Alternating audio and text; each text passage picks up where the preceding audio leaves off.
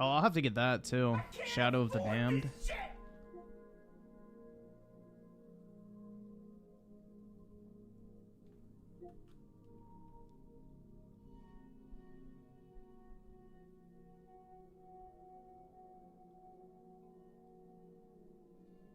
I have zero taste in gaming? How so?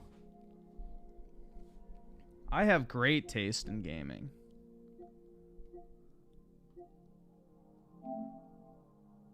See if there's anything worth getting.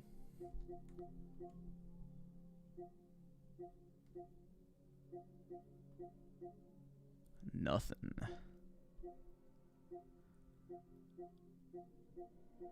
I'm seeing a whole lot of nothing. I mean, I guess that's fine for $10, but... Unavailable. Why? I guess because I own it. Well worth. Whatever it costs.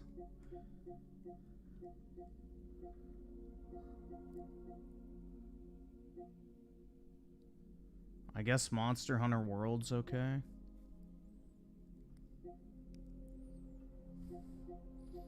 Dude, there's just not many games I want to buy. That's the problem. It's like there's nothing on... Oh my god, dude, I want this! I don't know what it is. I just know the characters, like some fucking Jap shit that people like.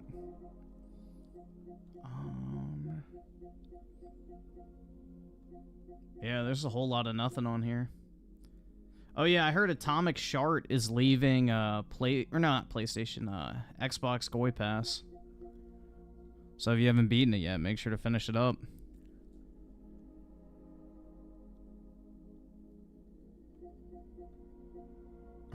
Red Dead Revolver. Oh, did you guys see that Bully got rated for PS5 and like Xbox and PC? So apparently they're porting that now. Oh, hell yeah.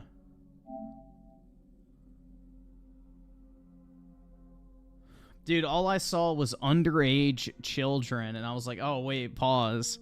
But then I read it, and it was the VR warning. I was like, hold on, what? They're advertising this DLC as underage children? I'm like, oh my god. Have they no shame?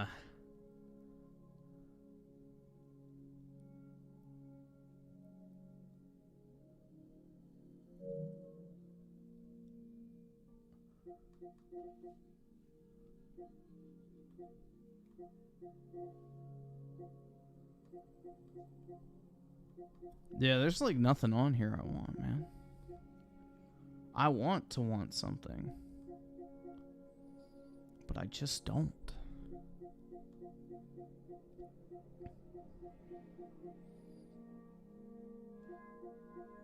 Yeah, these are all DLCs down here. Yeah, just nothing, bro. A whole lot of nothing. Nah, I'm not gonna get Dead Rising. I'm not really a Dead Rising fan. I've played 2 and 4 and I didn't like either one, so... If I do get that, it'll be at a deep discount.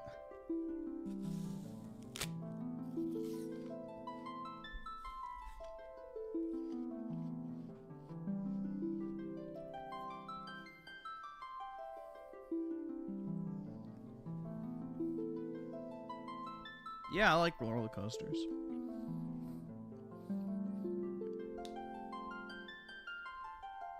You can't play the old Battlefield games, they're shut down. They're shutting down the PS3 and Xbox servers for 3 and 4.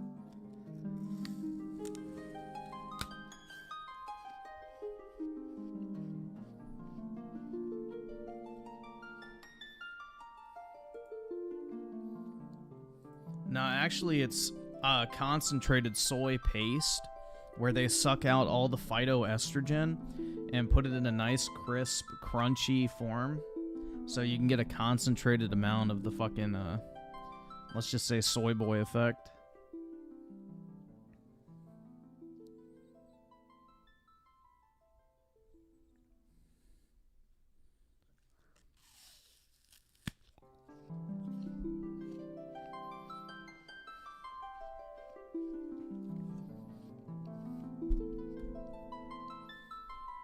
Yeah, I got it downloaded too. I got the deluxe edition or whatever.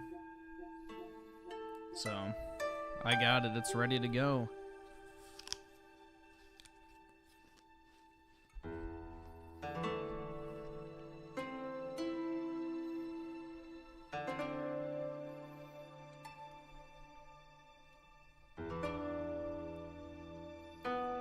Let's see, Super Straight with the 5. Still annoyed that God of War Ragnarok sold out that quickly last night. I'm pissed off that they limited my order quantity. Typically, Best Buy doesn't care as long as you're just buying 3 at a time, but, you know, I guess they were being homo about it.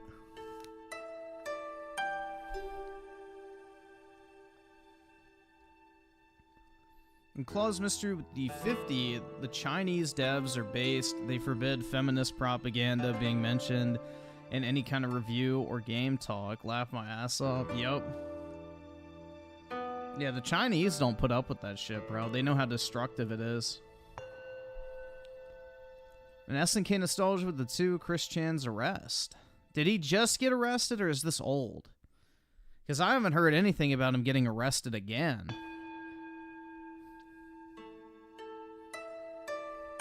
And also with the 2, Griffin doesn't know how to play fighting games. Yeah, I don't play fighting games at all. The most of a fighting game I played was Mortal Kombat 9, and I just fucked around doing fatalities for a few hours. And that was it. It's the arrest from 2012. Oh, okay, who cares then?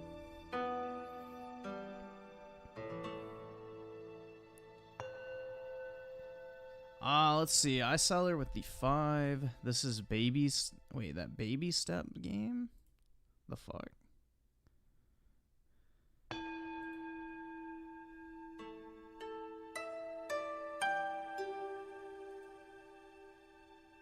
I have no idea what that is.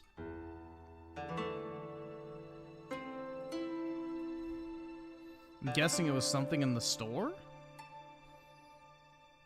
I'll pull it up in a second.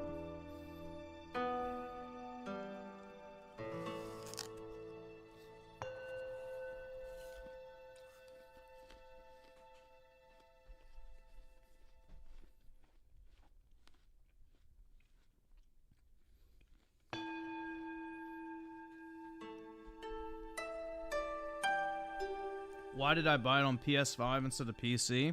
Because I'm a real gamer, obviously. No, this is not touching Rebirth in Game of the Year, man.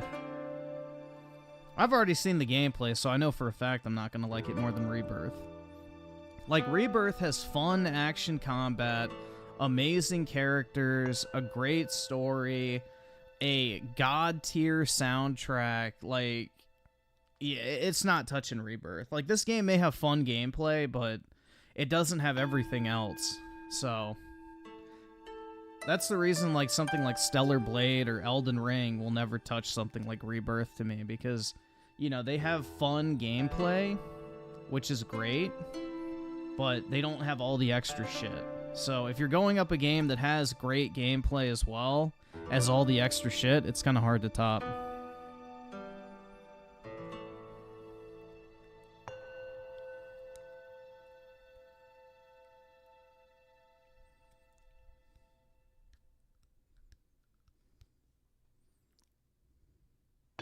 You're on Chapter 9 of Rebirth? Which one is that? That is... Gungaga, right?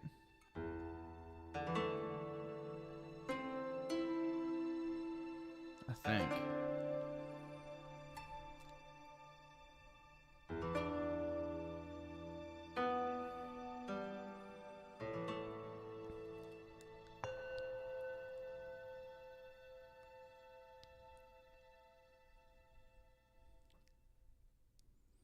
Why Asian women hate Asian men? I'm pretty sure they don't. I don't know where you heard that.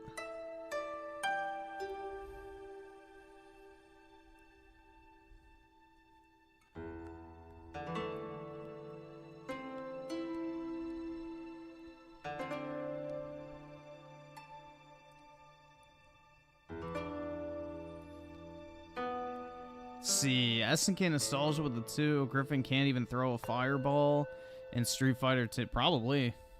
I don't know how to do it, so mean, I could probably figure it out after a little while, but I have no clue. I've never played a Street Fighter game at all. Doom Boom with the 5, play Armored Core? I don't know about that one. Armored Core is not really my thing. Oski Woski with the 5. Yo, Griffin, do you think Dragon Quest 3, 1 and 2 are going to get deluxe? They have collector's editions for 3 on the Square Enix store, but it's like $200, but it's a Square Enix collector's edition, so it'll probably go up in price, but I don't know if it's the best thing to stick money in, but they do have them.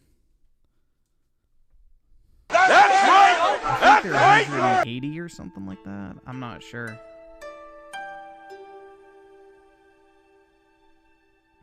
I've done 3 playthroughs of Final Fantasy VII Rebirth. I've played through it 3 separate times. Tim Marco the 7, Aerith is beckoning you to bet. Oh my god. Bro, don't mess with me like that. She says she'll roleplay as AOC. Nah, that's fake news then, bro. I don't roleplay. See, you just killed the believability of the story. Right there. I went from full mask to flaccid in the span of 2 seconds. Ferrix with the 2, I saw that Sparking Zero pre-order icon. Nice, bro. Yeah, hopefully it turns out to be good and not Bandai slop.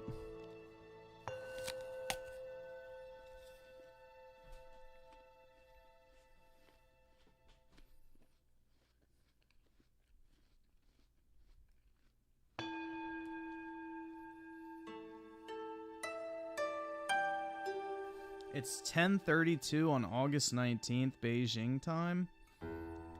It is 10:33 on August 18th at night here. So you're like 12 hours ahead.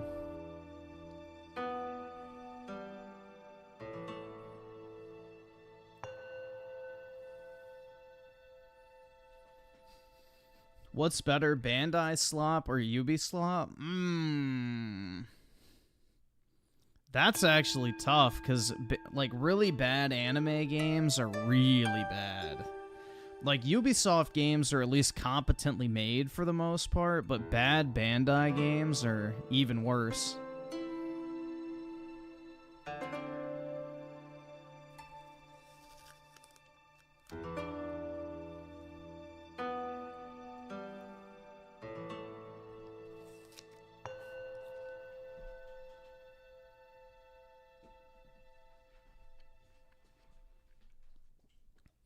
I don't think YouTube's banned in China, bro. I think it's just like Instagram and Twitter and stuff like that, but I think YouTube's still there.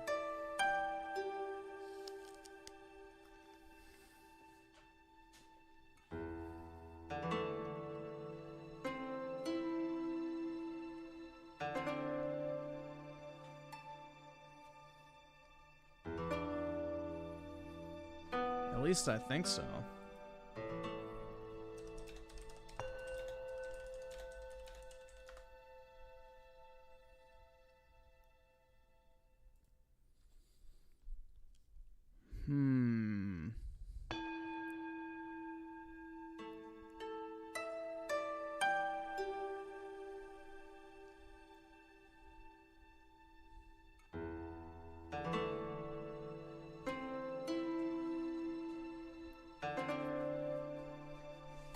Wasn't Google banned? Maybe recently. I know Russia banned Android and Google as well.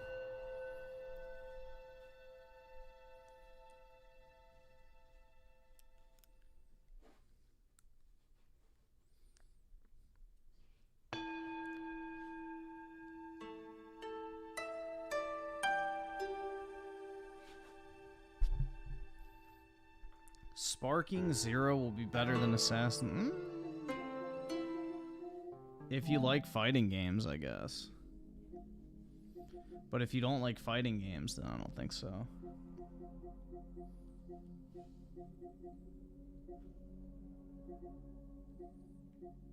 Don't really have any... Bro, I need to find something else to play. Because Final Fantasy 2 is kind of hard to play on a stream. Because it's kind of boring to watch.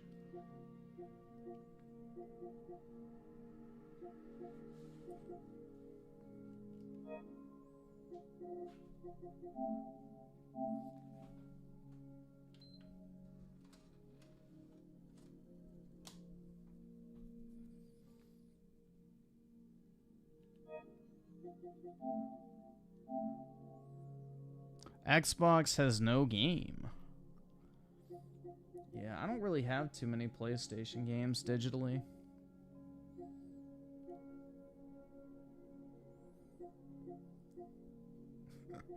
Bruh. When the fuck did I play that? I own this, but I haven't played it. The hell? They prematurely put it in my library, bro. I wonder if it's because I bought DLC.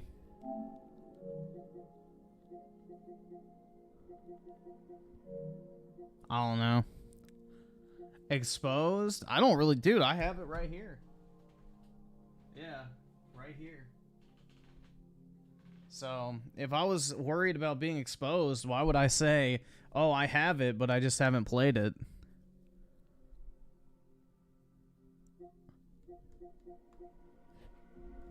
Bro, it's a valuable ass game. I got it for like 30 bucks at like this game store near me, and it sells for like 50 to 60.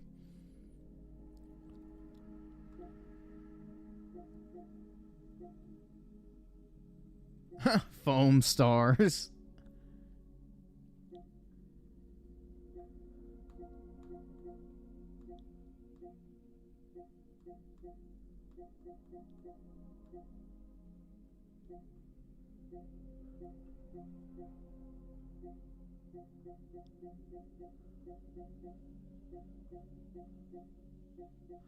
But yeah, I did the majority of my gaming on Xbox last generation, so I didn't really buy many digital games on PlayStation.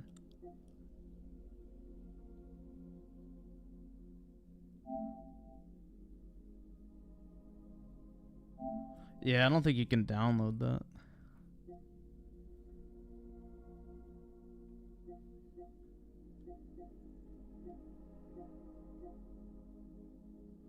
This game was underrated, man. Yeah, I don't know. I never played Foam Stars. I think it is dead. Yeah, this is the Dynasty Warriors I played, and it was not very good. Back in the day.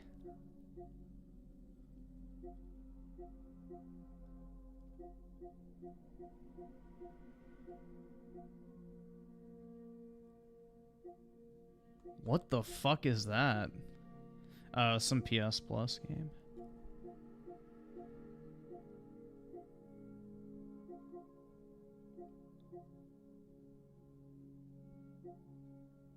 Yeah, and these were all the free games they gave you, I think, with PS Plus. When you got your PS5. Yeah, I don't have a ton of games, man. I really don't. Especially if you filter out the ones...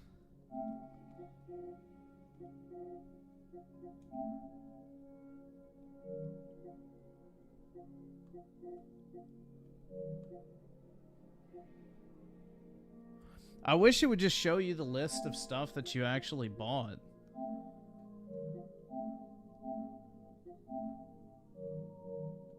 Oh, I guess that does it. Yeah. Okay. Evolve. Ew. Why isn't that backwards compatible? That's weird.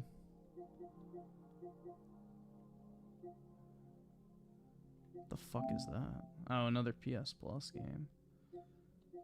Don't even know what it is.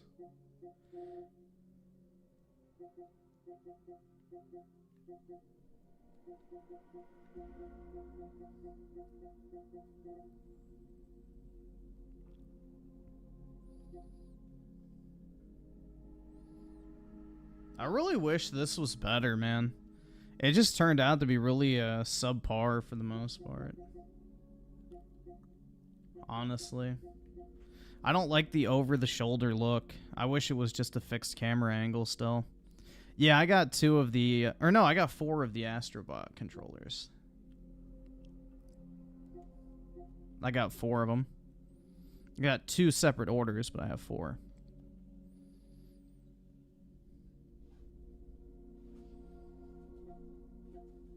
I've already played Hi-Fi Rush. I didn't like it.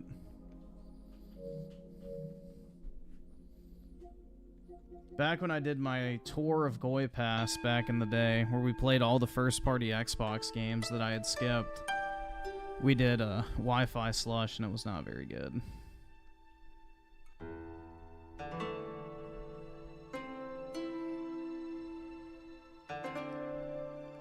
Yeah, Astro's Playroom was really good.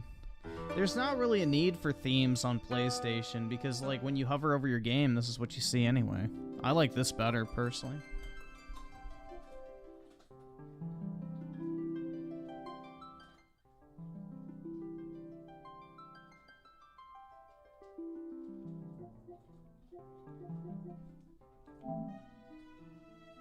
Yeah, I grinded my fucking ass off today. So I finally got the magic up to level 16, so I got that trophy done. So now I just need to do the story, I need to get Excalibur, the passwords, which are part of the story. Level up a weapon skill, which I can't do yet for some reason, my weapons won't level. And then the bestiary, chests, and then all locations, so... Got lost in the whirlpool of tasks? Your Mac may be on the brink of burnout as well. Let's check in Macation with the menu app in Clean My Mac X. Book space on your disk. Optimize RAM. Recharge the batteries. Vacation for you, Macation for your Mac.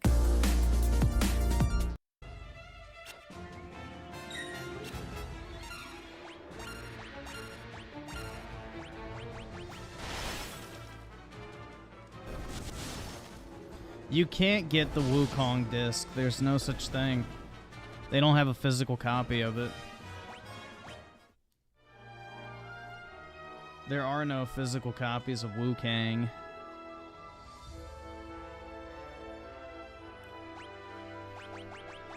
But yeah, the bestiary is kind of a bitch in this game. Like, I feel like I've missed so many of them. Which I know I'm not at the end of the game yet, but still, it's kind of, like, annoying. Like, why is that one not filled in yet? And then all the other ones around it are. It's, like, kind of irritating. Because the way Final Fantasy 1 had it is you would run into everything in order.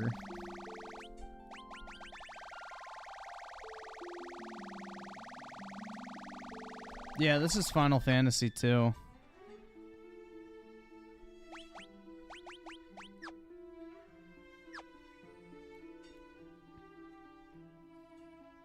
Oh, let me go rest.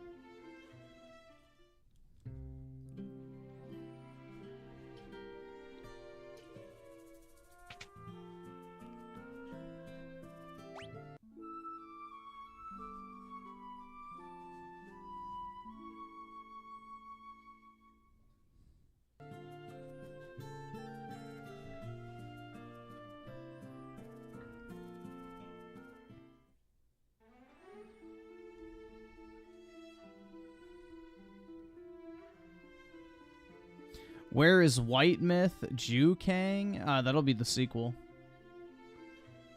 So let's... I don't even know what part of the story I'm at. Here we go. So go to Castle Flynn. Go to your ship. Mantis King. I already did that. Go back to Castle Flynn. The Cyclone.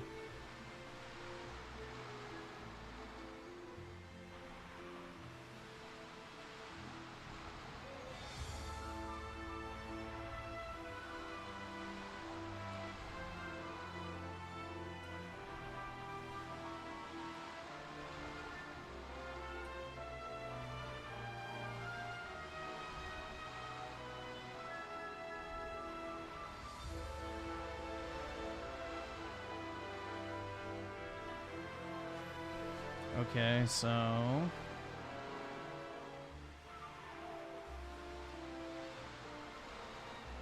This is Final Fantasy 2. I like Final Fantasy 2 a lot more than 1 so far.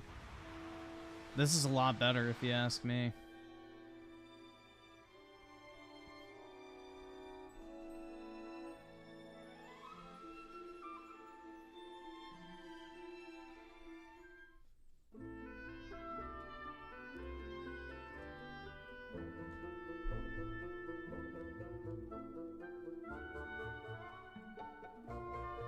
Black Myth looks like a flop. I don't think it's flopping, bro.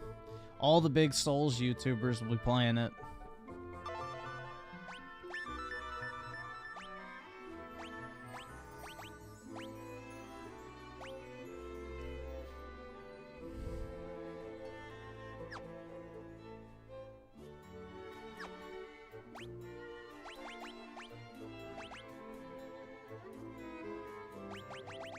So what's that? 13? So yeah, I'm on track. Okay.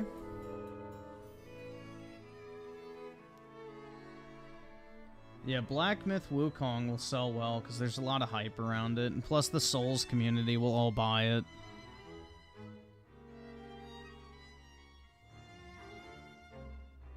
So...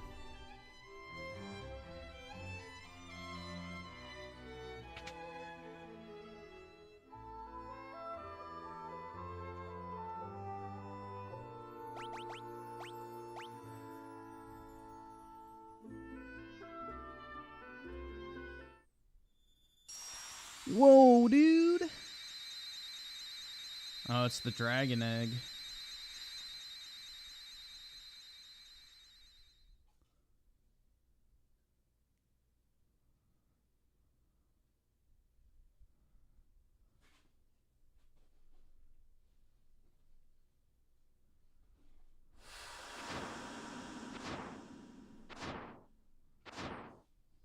Oh my god, he's going towards the tower!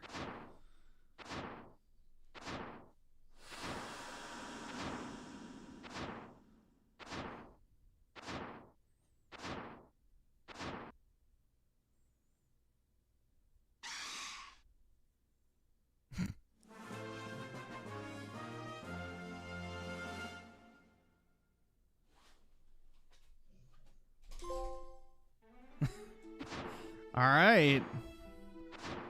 Yeah, it's Charizard, dude. Alright, so let's go straight in here, and there's 8 missable chests. Left-hand corner.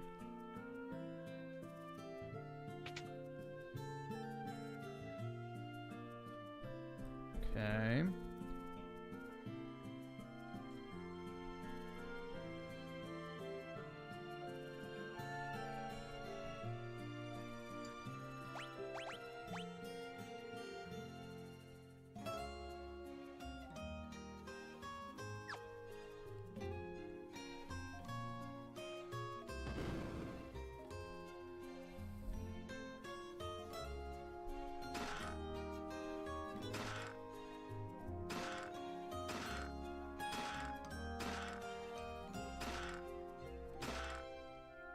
Oh, isn't the blood sword like the best? I think I read that somewhere. What do you want, buddy?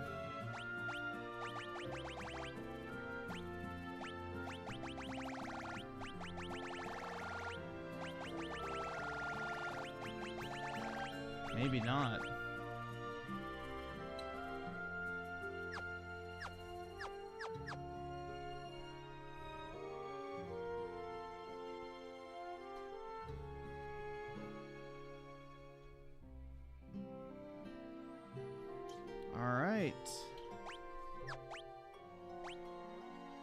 So I got all the chests there.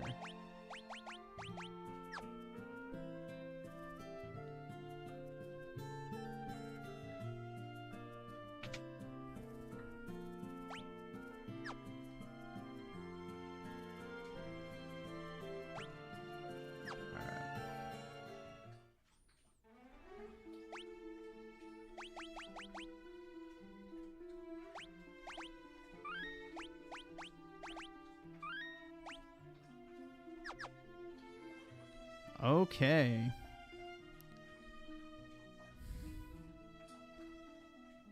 Go into the cyclone.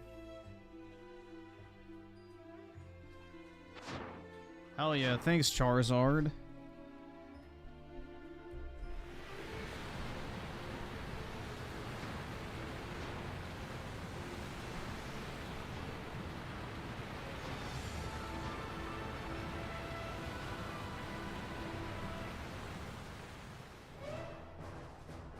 Alright, so let's see. There is 8 new enemies.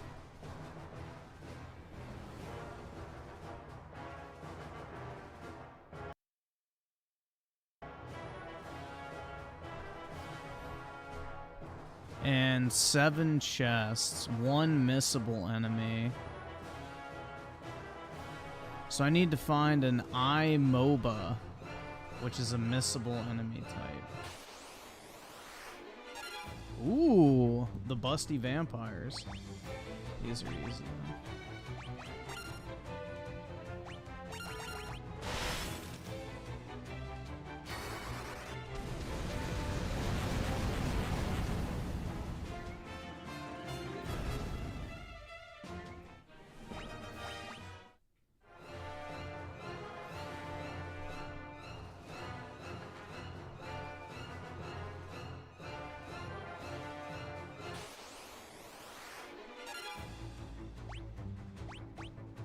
Actually, I think these.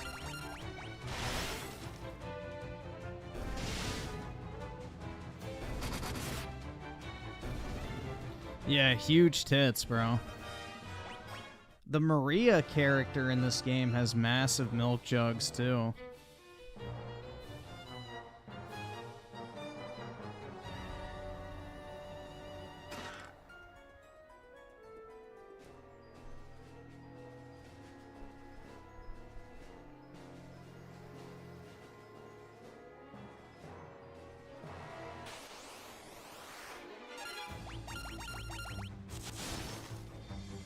My favorite Final Fantasy game?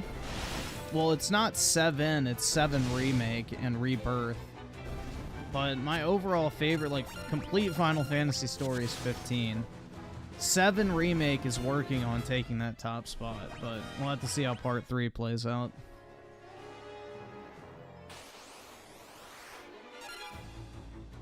Ooh, I don't have either one of those.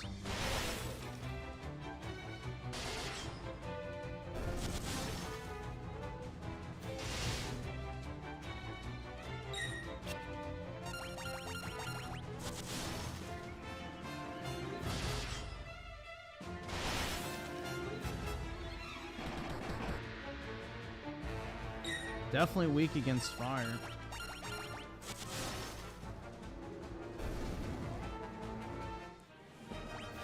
I need my fucking weapons to level up, but for whatever reason, they're not.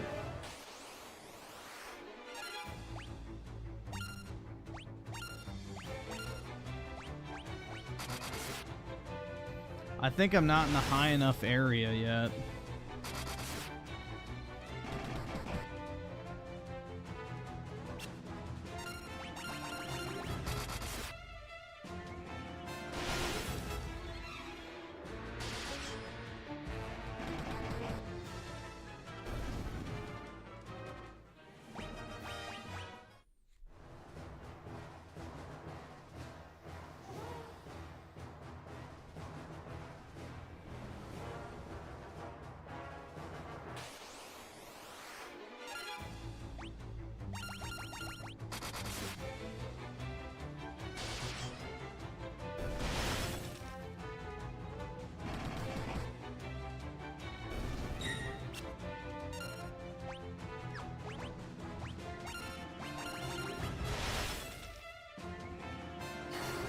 This is probably gonna do a lot.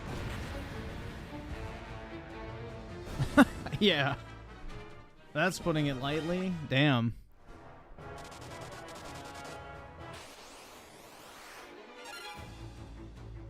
Ooh, a labia.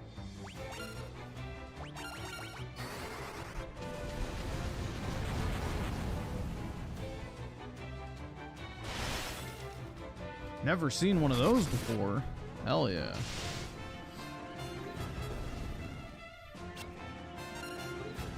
Oh, actually, that is one of the new enemies. Nice. So yeah, I still need to find a... What? So those will be encountered in chests.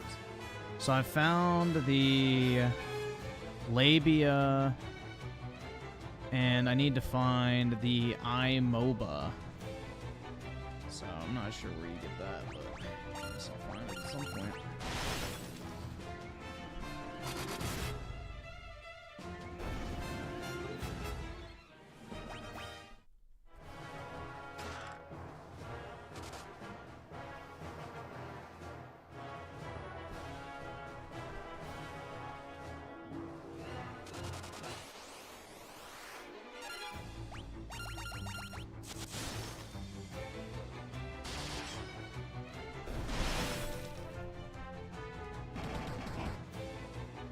So many Xbox games coming, it feels overwhelming with games.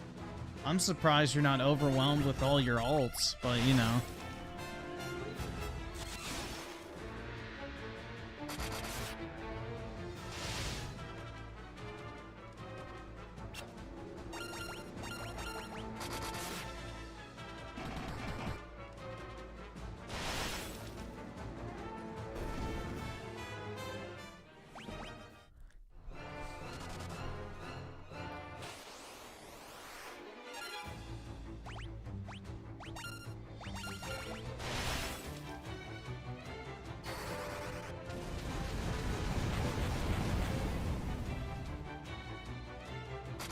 Oh, really? It didn't kill that one? Damn. Wasted magic.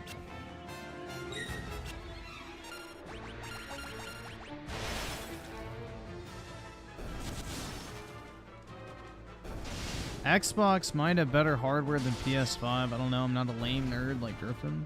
Yeah, on paper it's more powerful, but, you know, they ain't got the one thing that matters, which is the games.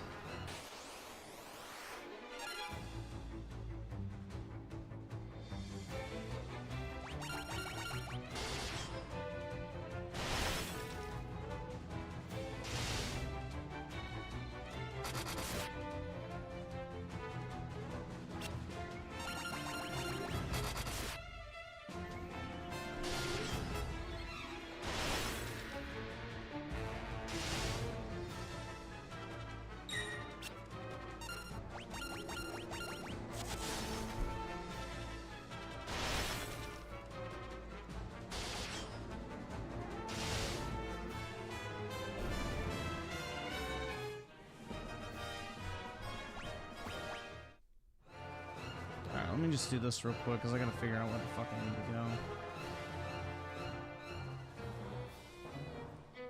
I think this way. Yes, alright.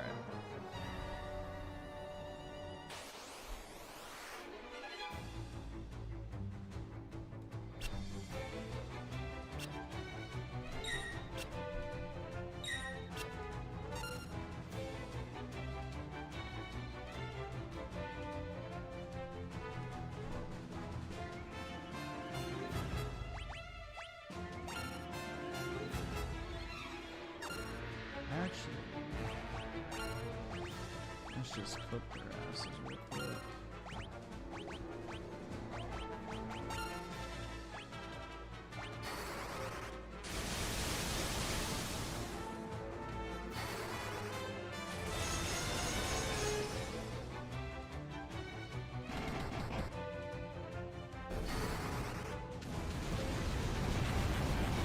Menu simulate, but this is what everybody wants Final Fantasy to be again, man.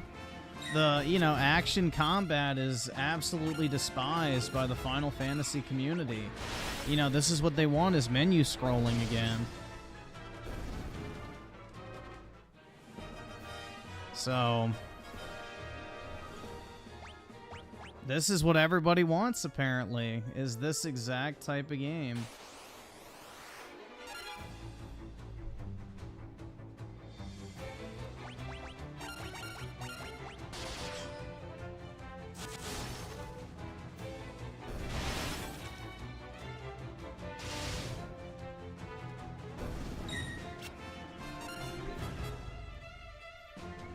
So let's see. Nefarious with the 2. Is this the Final Fantasy 16 DLC? It is, man. It just came out today, actually. It was a stealth release. It was a stealth drop for a new story expansion.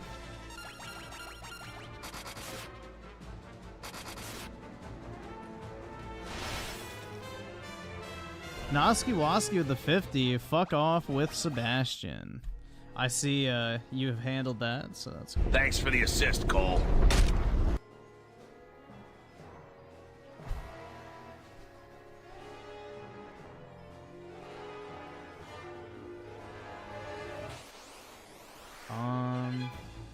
Where's that chest?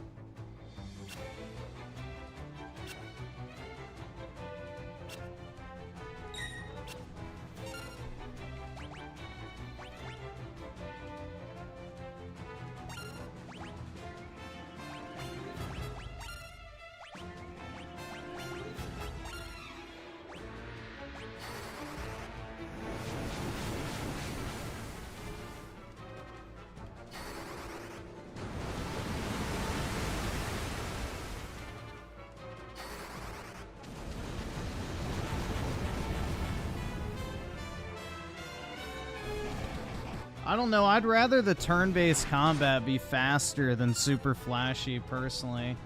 Because, like, all the fancy animations just slow down the combat, so I don't mind if it's just simple with the turn-based game.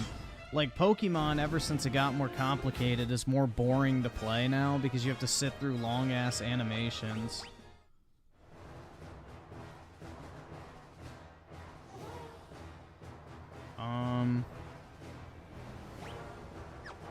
Maybe out this one. Yeah.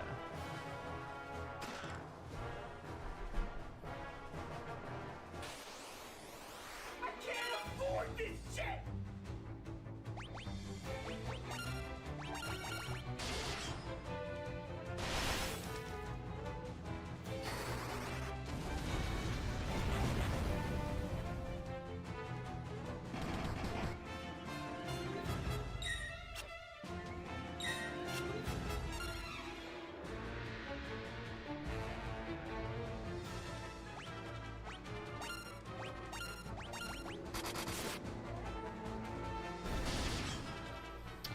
Buff Garfield with the 2. How about like the GF/Aeon animations in 8 and they're okay. It's just I just prefer like if it's turn-based to be like done, done, done, done. Like if you can turn off animations, I think that's fine. But I don't really like watching lengthy animations in turn-based games after a while. It's like it's cool to see them for the first like 10 times and then you're just kind of like, okay, yeah.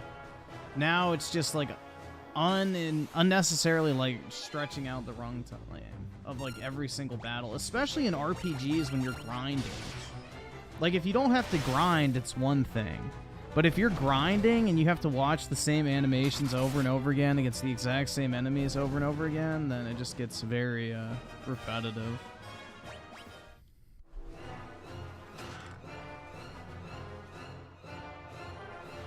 Am I gonna play Yeah, I have it pre-ordered, so comes out tomorrow.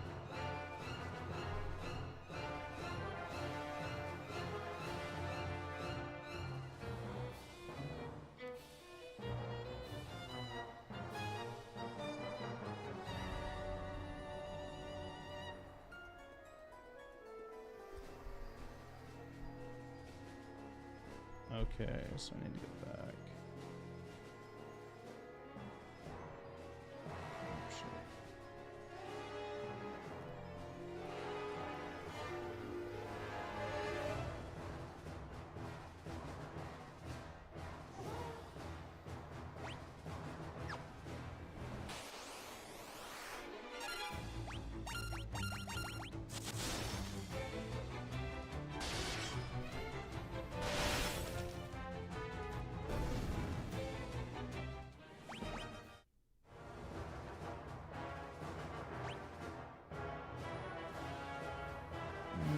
This is not the right floor,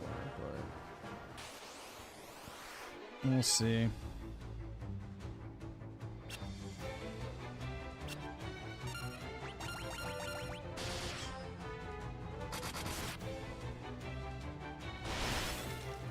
Well, you can fast forward in this too. I mean, it doesn't really speed it up a lot, but you don't have to like actually manually input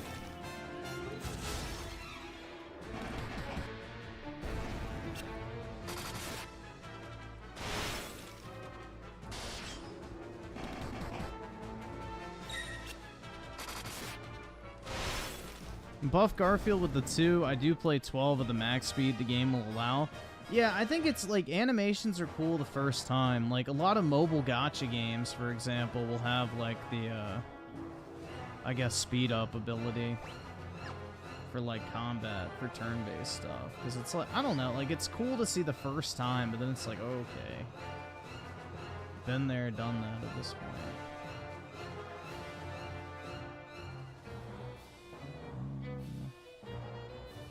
Yeah, here we go. So the left one.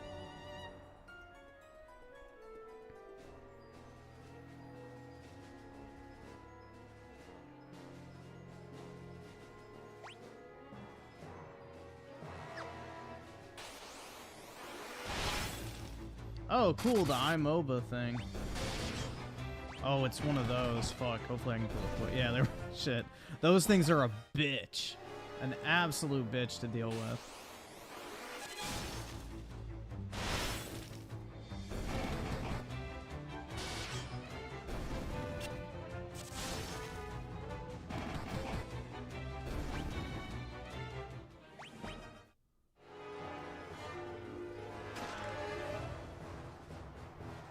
Alright, so that is chest number 5.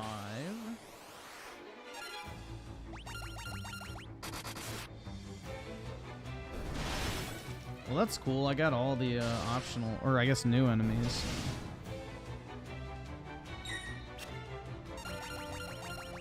Why do we need a second GTA trailer? You already know what it's going to be, man. It's going to be GTA in Miami. Like, it's not really a big mystery.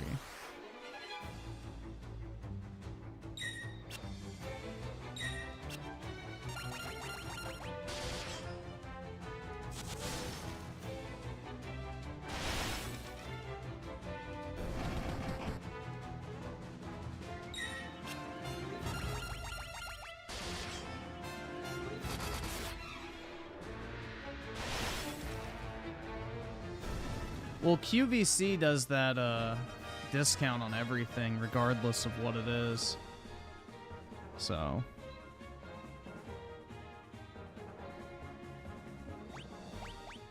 You can use that on anything you want. Oh no, dude, monsters.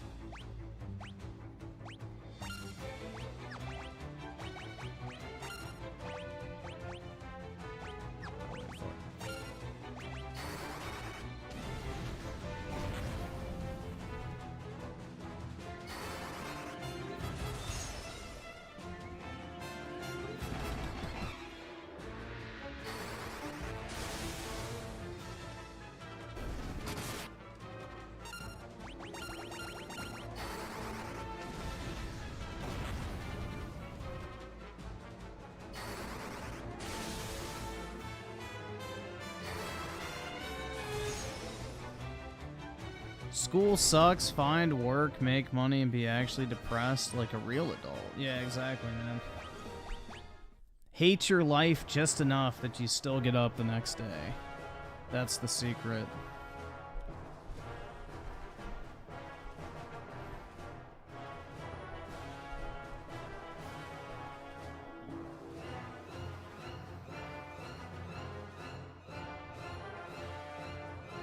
That's the secret to success.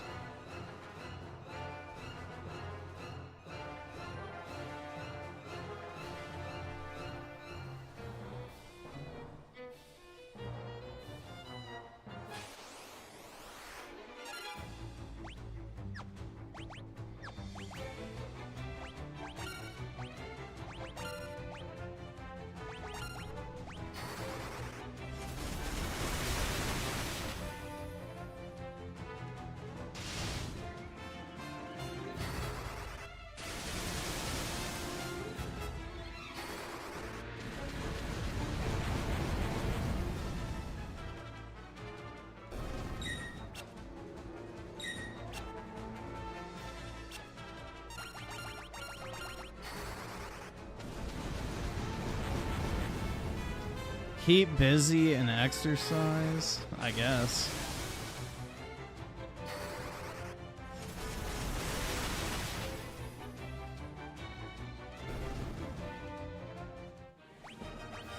No, you don't need to be a billionaire to get ahead, bro.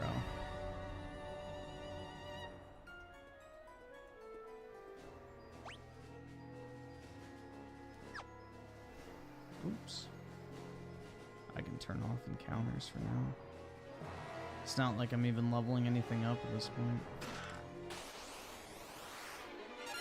Whoa, the green dragon, dude!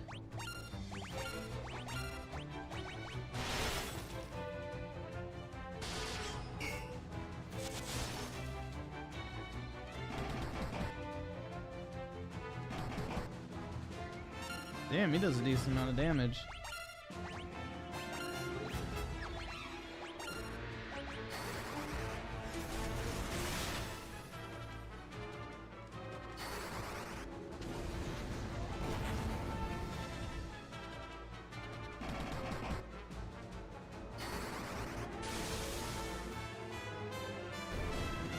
Ah, so weak against electricity.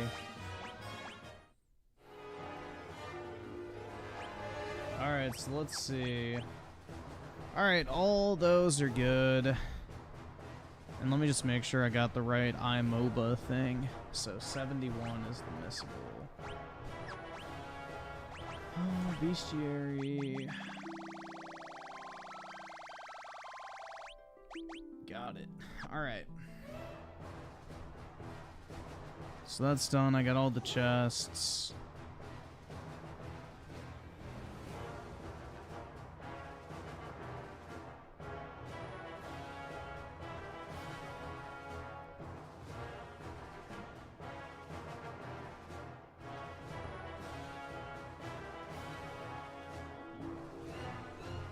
Okay.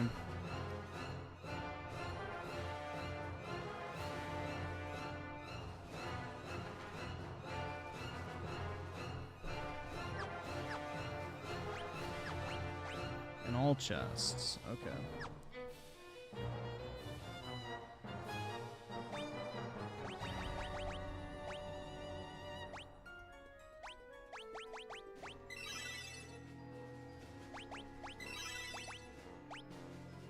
Everybody else is good enough. It's the Emperor, dude!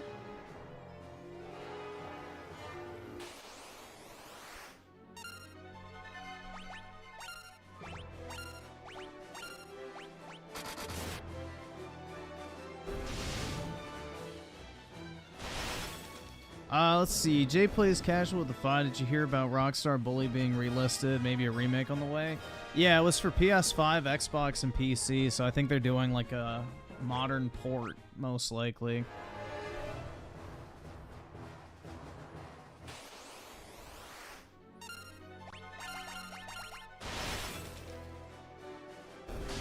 Ooh, one hit.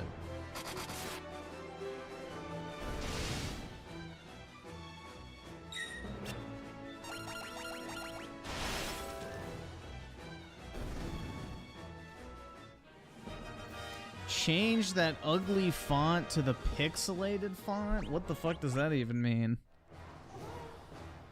You mean Japanese?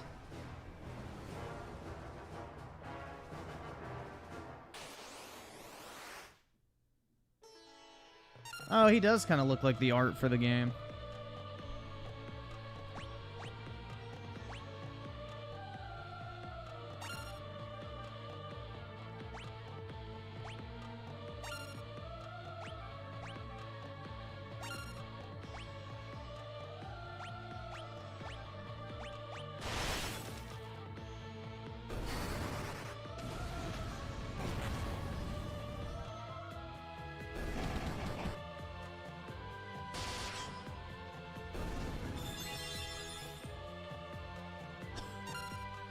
Why would he do that?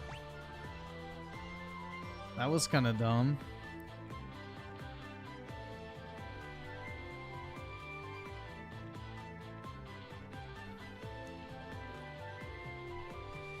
Oh my god. You're using the Arial font. Oh, I'm so sorry.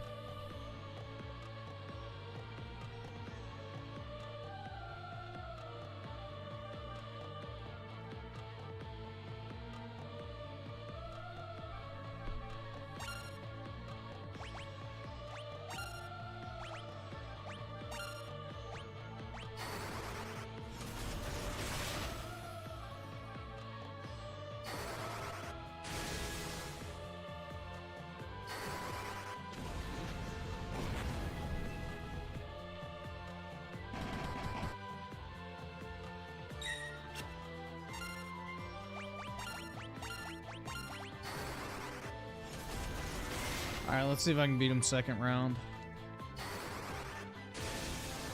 I'm extremely overpowered. Yeah. I was about to say, because all that time I spent grinding magic, I got like insane amounts of intellect.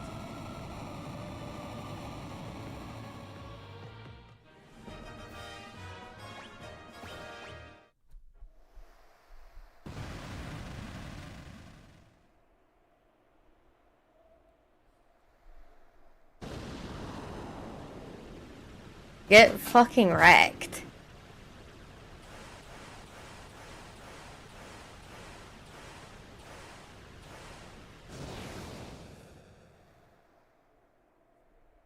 Cue the Final Fantasy theme.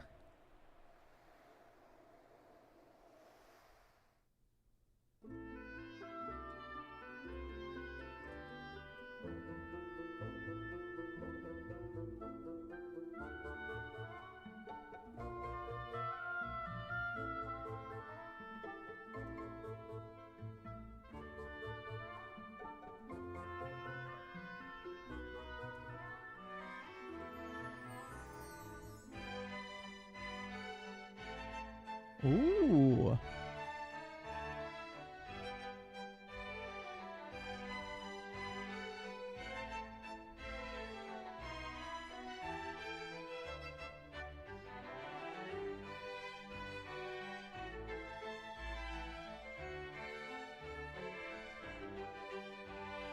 No, that wasn't the final boss. There's still like 4 more story achievements to get.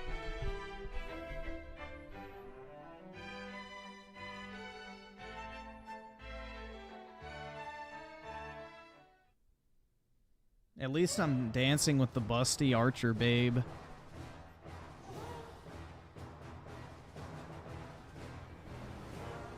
The Dark Knight.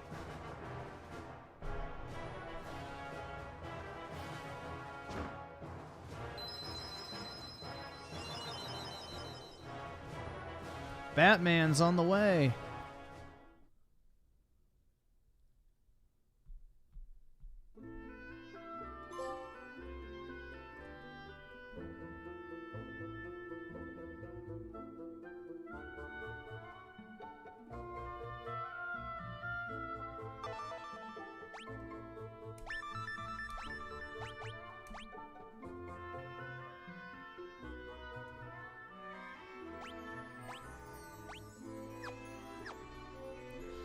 Alright, I got that. Talk to Layla Gordon.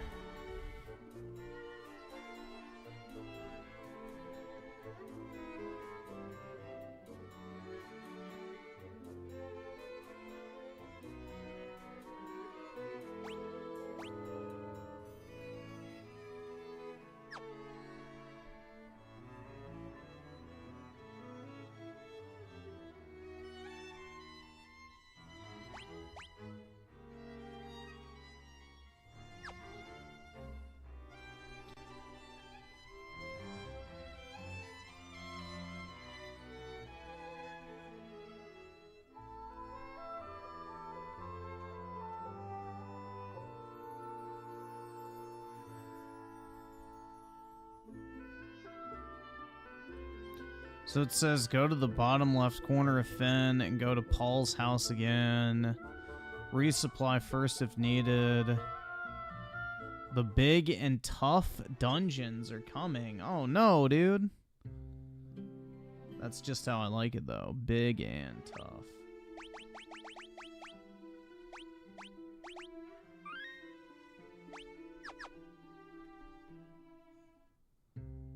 Yeah, no shit. RTU's a Democrat. He's a fucking massive leftist. Oh wait, it said level up first. Or resupply first.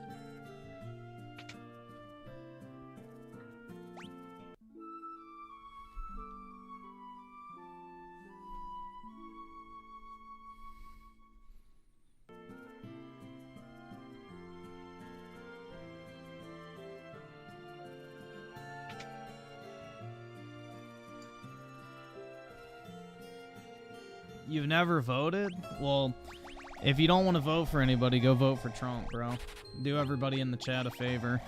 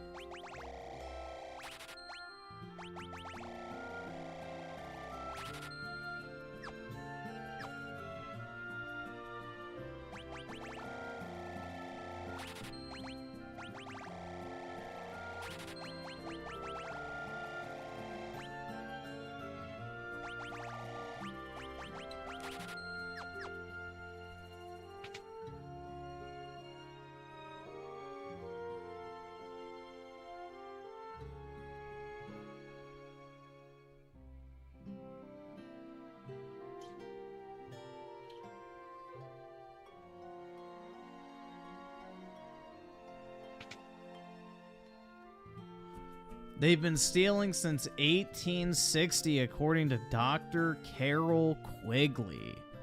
Then how did Trump win in 2016?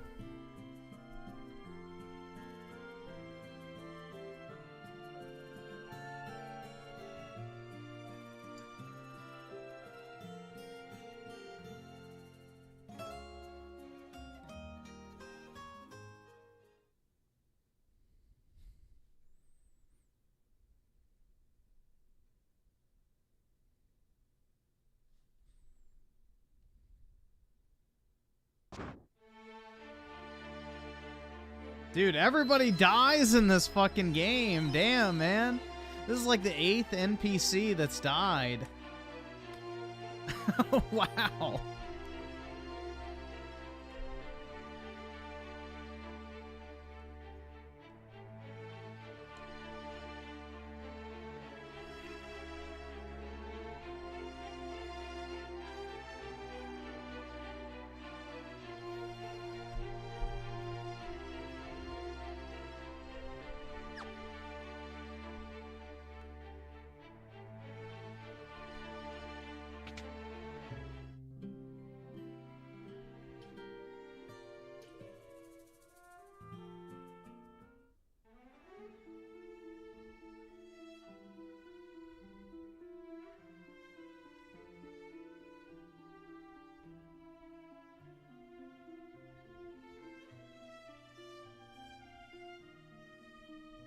Trump will probably win the Electoral College, so you just have to get out and actually fucking vote.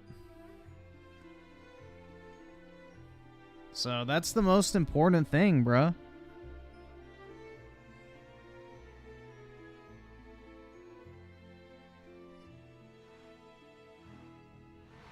Get off your ass and go vote. It takes like 3 fucking minutes if you vote early in person. So get off your ass and go do it.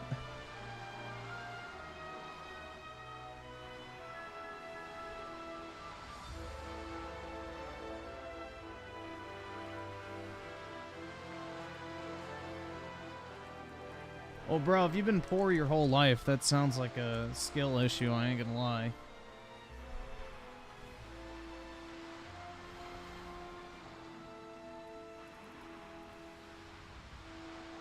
Sounds like you haven't been doing something right. Scissor jaws.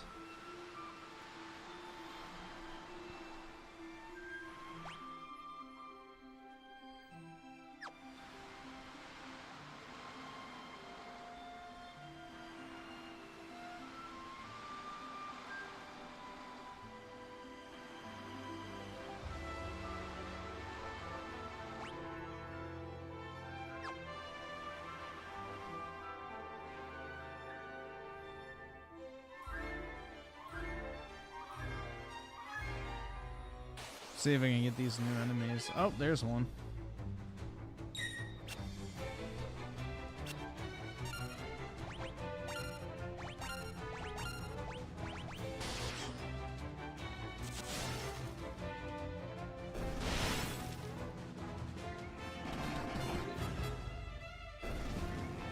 So now I just need a sandworm. I figured the desert would be the best place to check for these.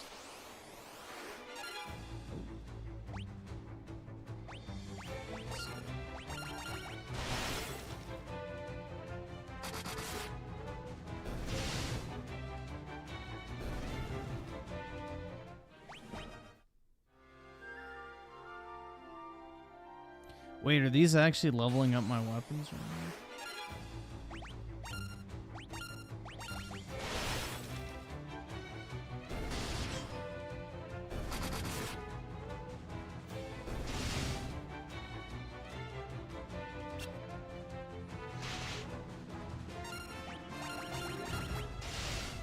It's your right as an American not to vote. Yeah, and it's also your right to shoot yourself in the fucking head. I don't know why you do it, but whatever.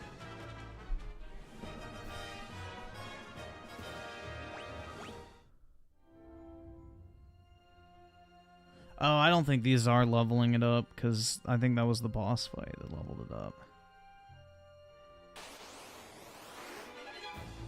Yep. Alright, there we go. Sandworm. Sweet, dude!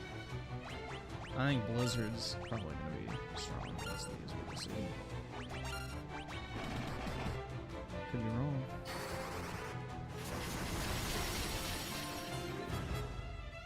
Yeah, it's weak shit.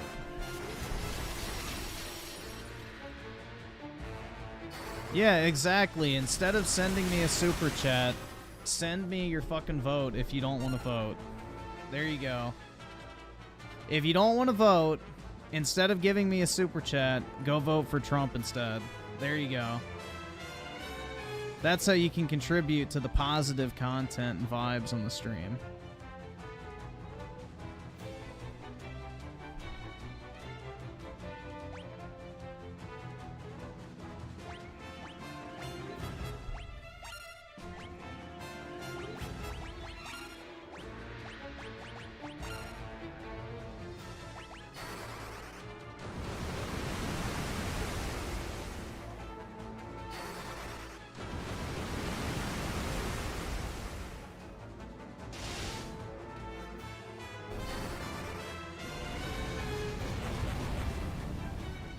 These things are fucking strong, man.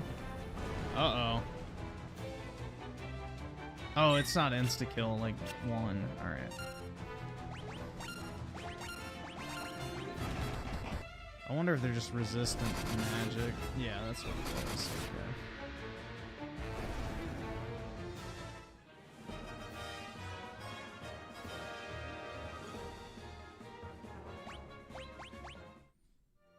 Alright.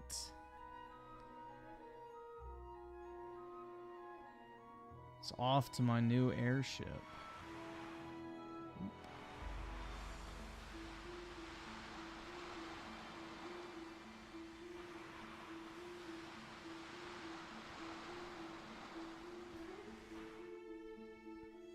RIP the city. That's the other thing I like about this game is like the, you know, cities and everything, like, literally die.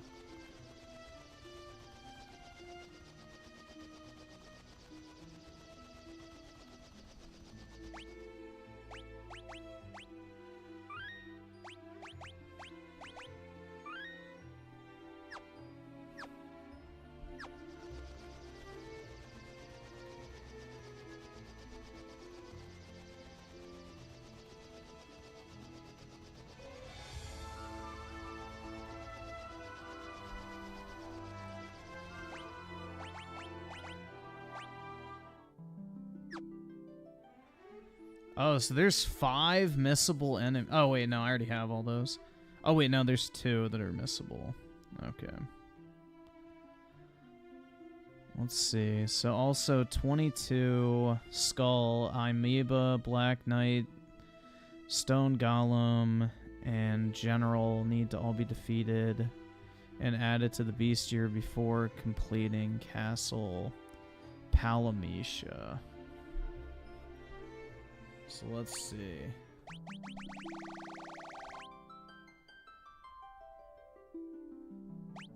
So 22 is in there.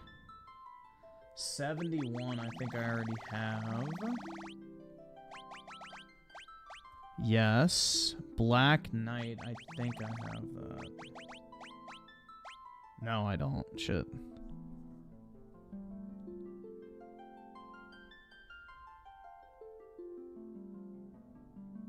The 94 Stone Golem, that's in there. And 106 General. I already have that. Okay. Sweet. And then there's 17 chests. Damn. Alright. Well, that's quite a few.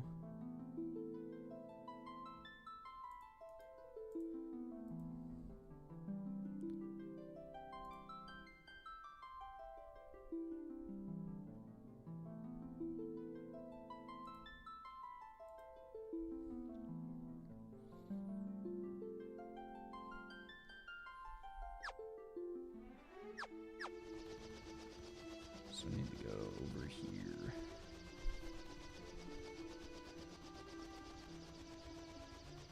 You're voting for the Trinity? Well, then don't vote for Camel Toe, bro. U Generation with the 50 react to Tippant is back. Oh, God. I'm guessing you meant Tipster. Let's see. So chat. An hour and 20 minutes. Dear God. Is he back doing political commentary now? So he gave up on his Resident Evil career to try and win over Troon Hunter?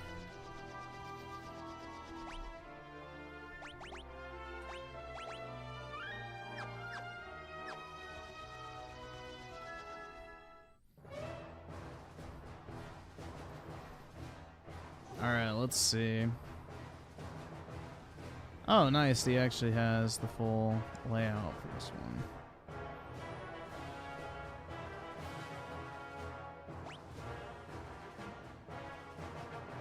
I can't afford this shit!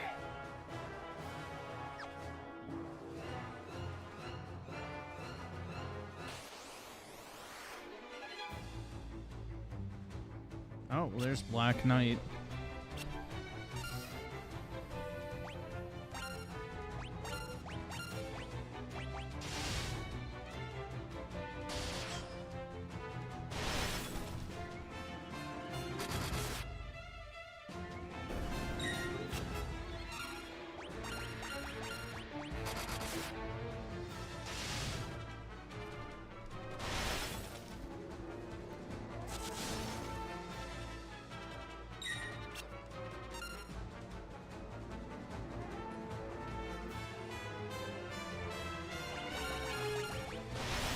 Do you think RTU doesn't like you because you aren't? Yeah, definitely.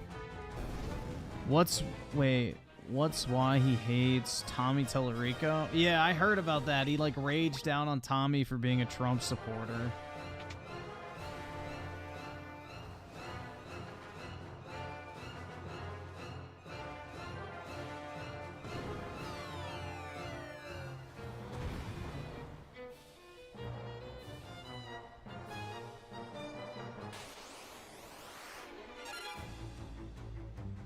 Oh, there's Stone Golem and the Vampire Waifus. Nice.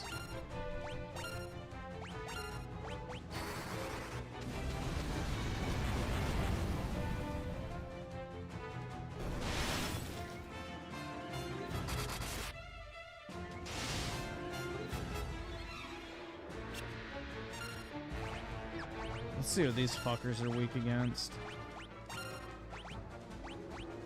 Probably nothing.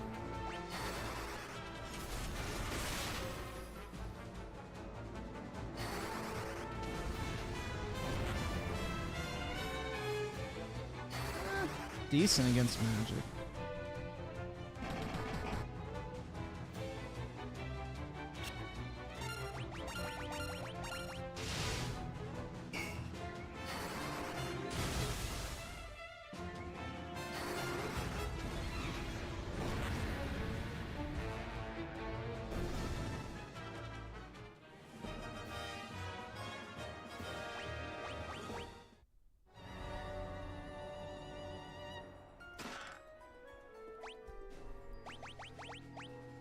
Dude, I got diamond armor? No way, bro.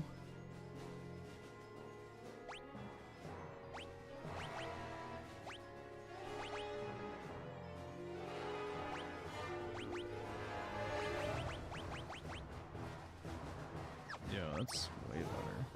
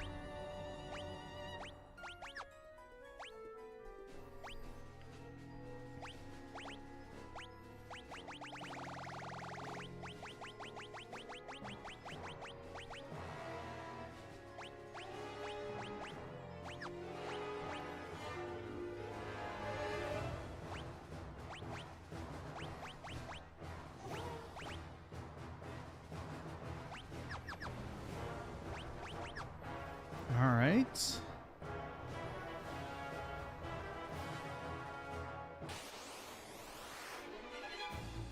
Oh, shit. Dude, these things will fuck you up with status effects. There was one part earlier in the game where, like, 5 of them would appear in one section, like, in one battle. And, dude, they would just absolutely annihilate you if they got to hit first because of all the status ailments they would hit you with.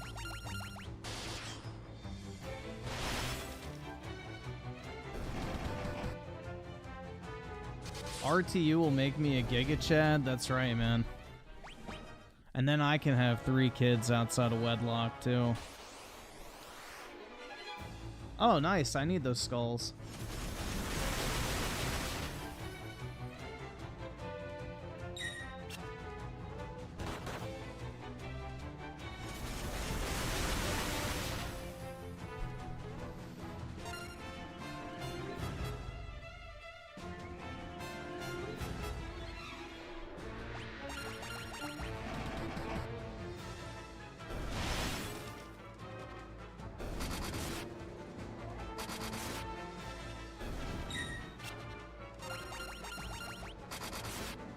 So I've gotten 3 of how many new enemies? So I need the Kohler, and then the Imperial Shadow. That's it. Wow. Alright. Sweet.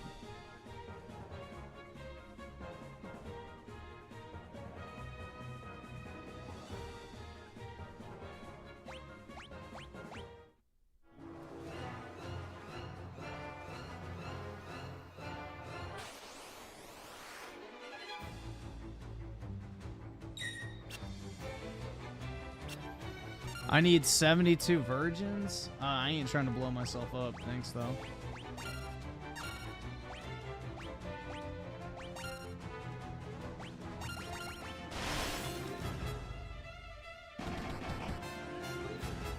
Yeah, it was him screaming at his mom. He doesn't have a wife. He's never had a wife.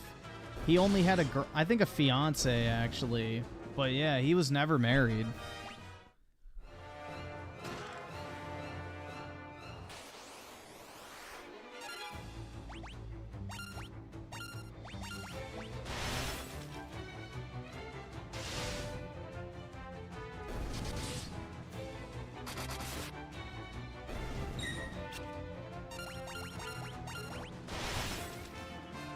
It's the Final Fantasy that was too shit to get ported to America?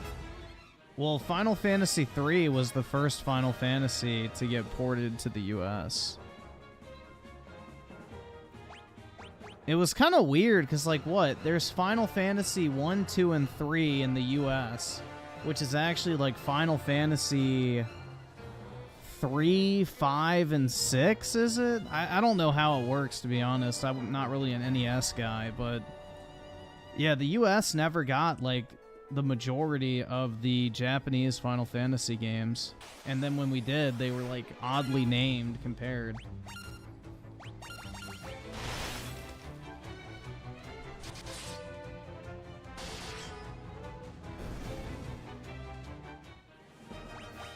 Well, this was a AAA game back in the day, man. This was, like, cutting edge when it released. To have an open world that was explorable with this deep of a story and music and character, like, it was kind of the first of its kind.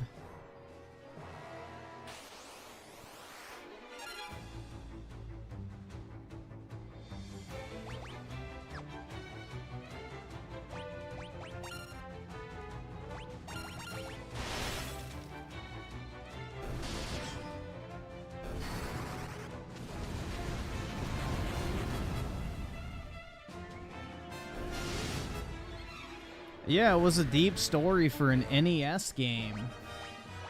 You gotta remember, we're talking about kilobytes versus gigabytes now. So...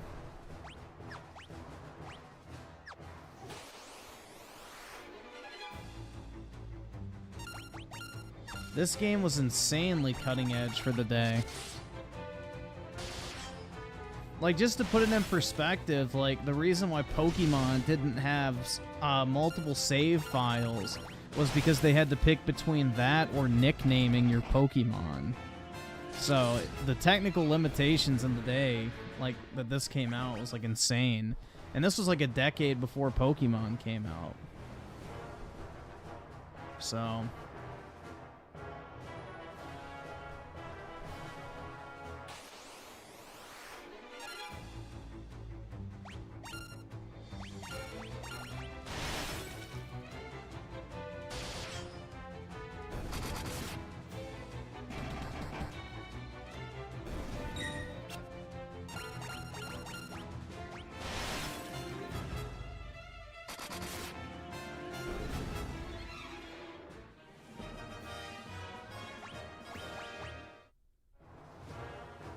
No, they did bring Final Fantasy III to the US. Final Fantasy III is the original Final Fantasy on the NES. They didn't bring 1 or 2. And then I think they skipped 4, right? I don't know the exact one, but that's what I always heard. It was 3, 5, and 6 in Japan are 1, 2, and 3 in the US.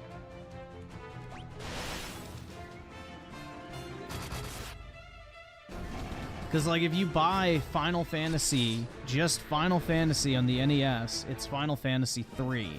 If you buy Final Fantasy 3, then it's Final Fantasy 6.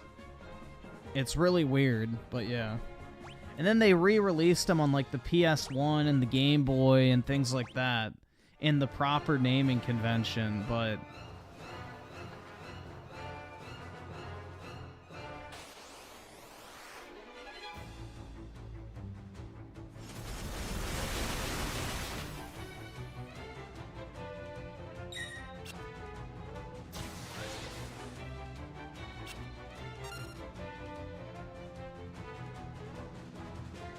I don't know, it's really odd.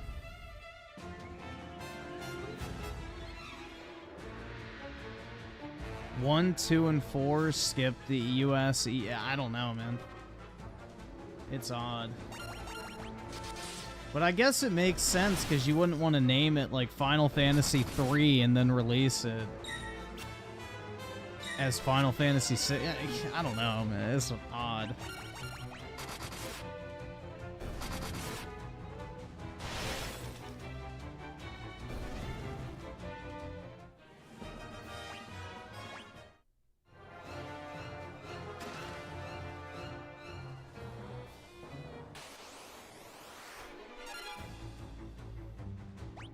Magic. Yeah, I think Magic was good against this guy.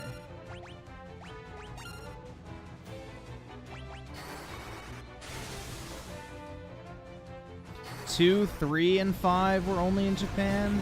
Yeah, I don't know, man. Let's see. Final Fantasy NES versus Famicom names. Alright, so let's see. Version differences.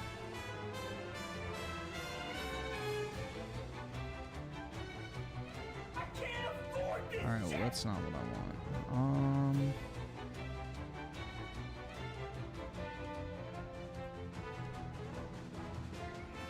Alright, so Final Fantasy 1 is the same on Famicom and NES. Final Fantasy 2 is Final Fantasy 4? Bruh, I don't fucking know. Yeah. And then 6 is 3. That's weird, bruh. But I mean, I guess it makes sense because you wouldn't want to release Final Fantasy 4 after only releasing Final Fantasy 1 like, I don't know. You would have thought they would have ported all of them, but whatever. I guess the money did not, like, add up or whatever.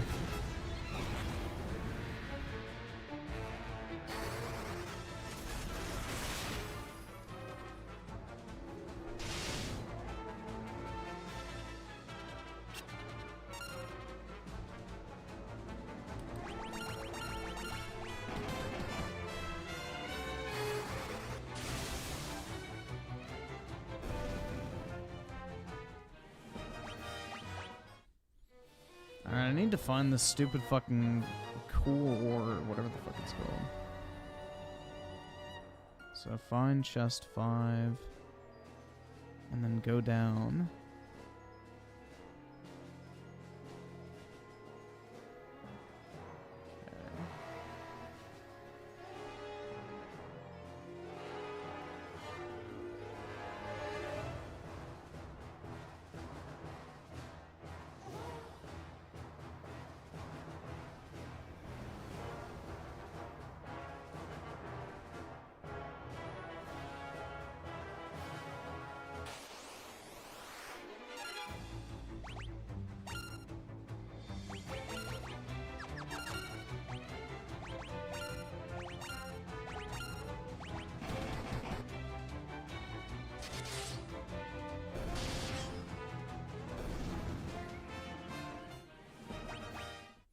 Dragon Quest, I think, is fine. I just don't like the art style.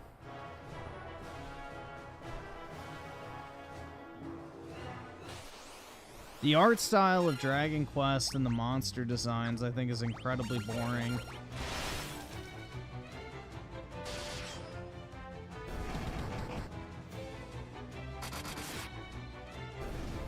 But Dragon Quest XI was still enjoyable for the story and, you know, the gameplay, I guess.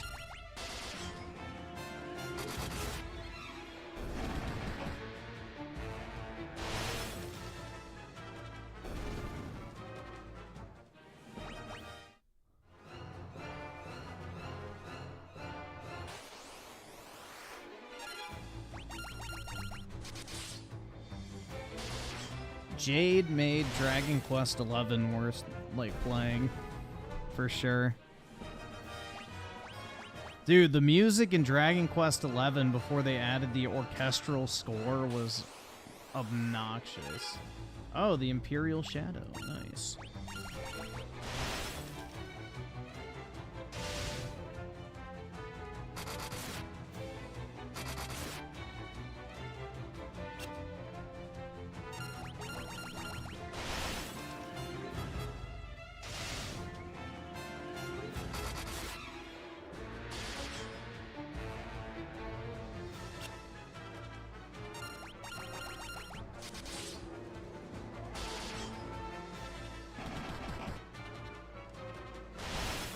Damn, this motherfucker's got health. There we go.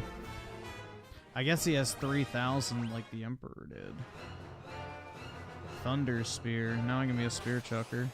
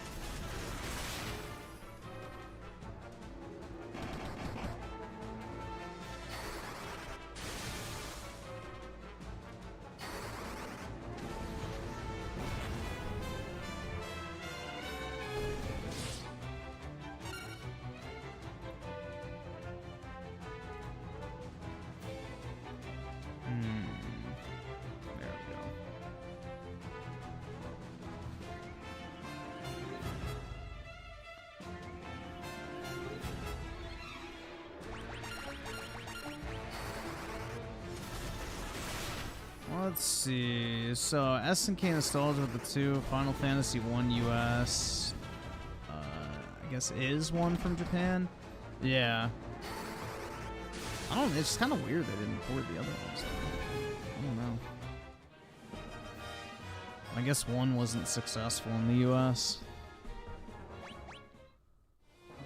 Is Black Myth Wukong woke? Yeah, it is.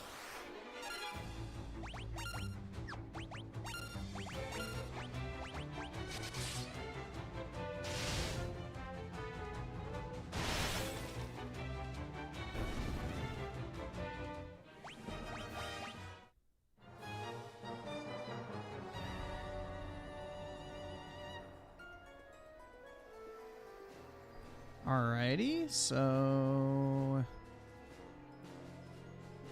where is this thing? Oh, here, let me check something real quick.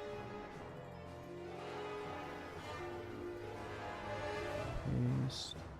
So it's like a cat thing. What the fuck? Alright.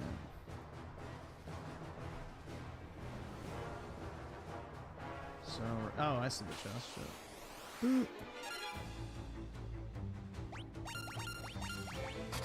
Yeah, you play as a DEI hire in Black Myth Wukong.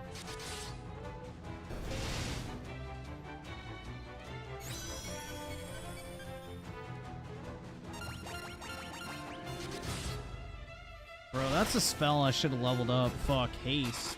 I forgot about that.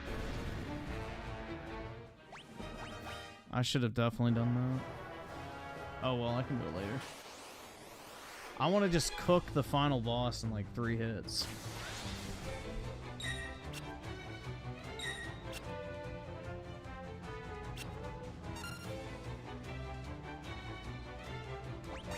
This is Final Fantasy 2 Pixel Remake.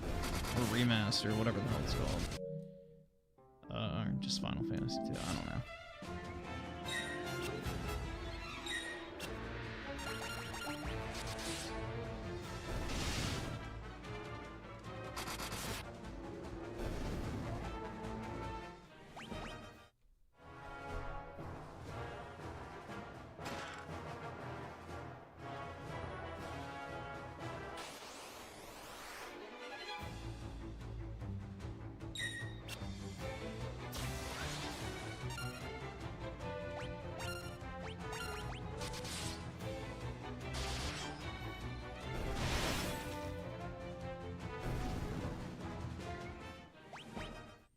I'm thinking about buying a sealed copy of this one PS1 game called Vagrant Story, which is like apparently a very underrated and lesser known Square Enix like RPG from back in the, you know, PS1 days.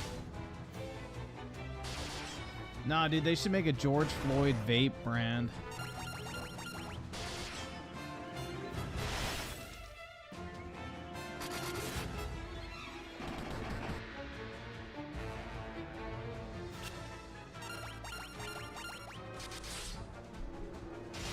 And the tagline should be like, make every breath count. Or enjoy every breath.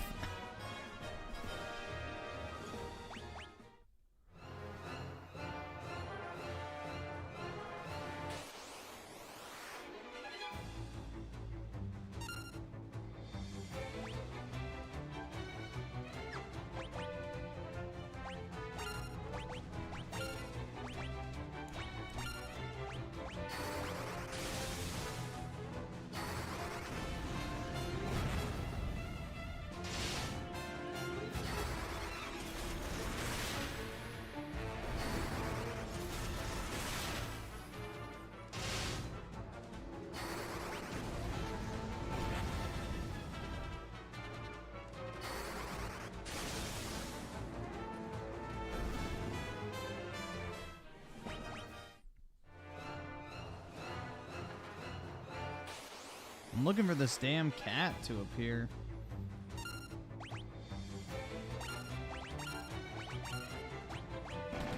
Then I think I can turn off encounters. I think I've seen everything else.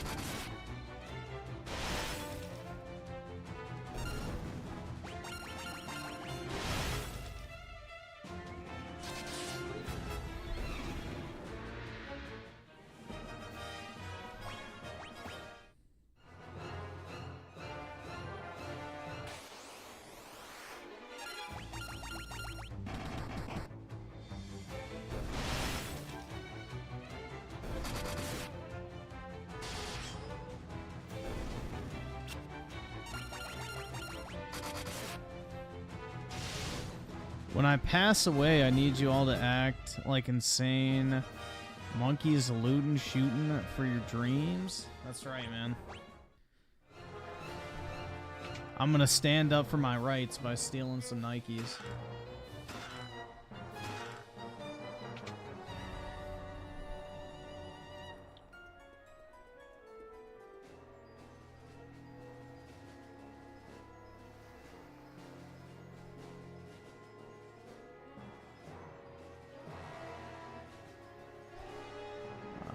Oh, it's all up here, shit.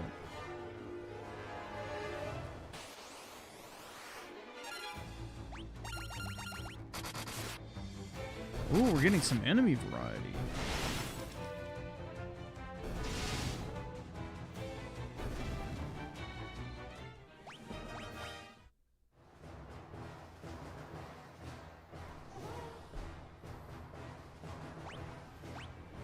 So 11 chests.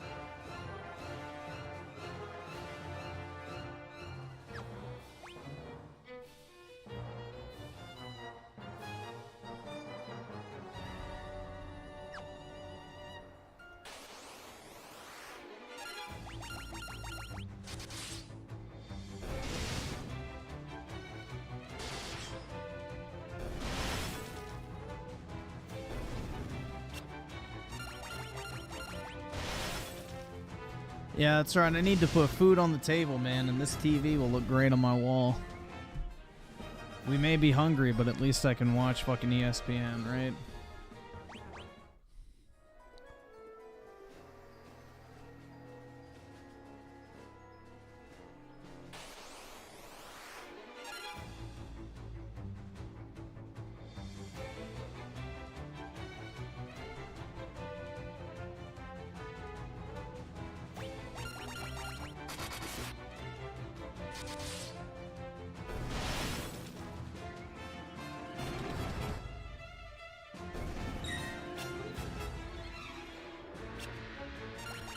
Also, I might just hit the liquor store too, you know, just in case. Can drink my sorrows away.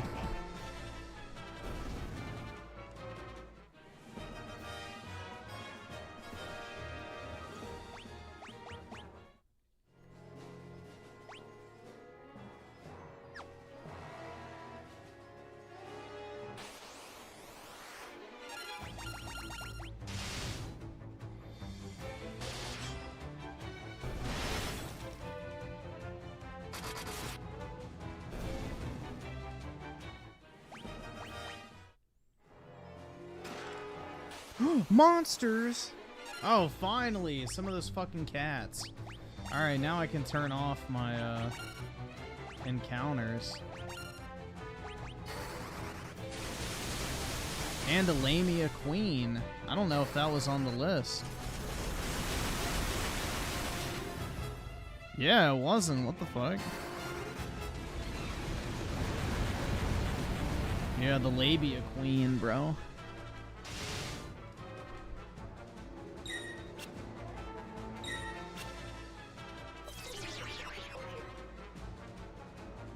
Oh, great.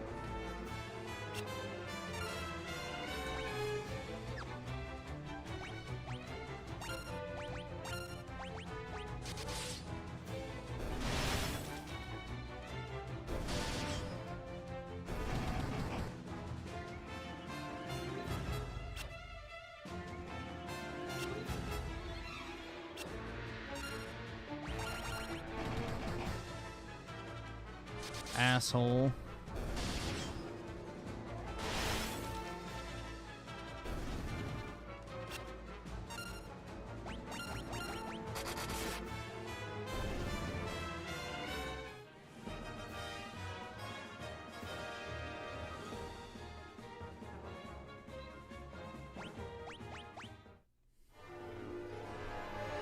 The Sunblade.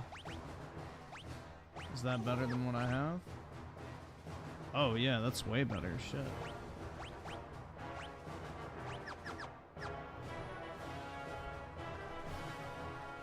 Okay.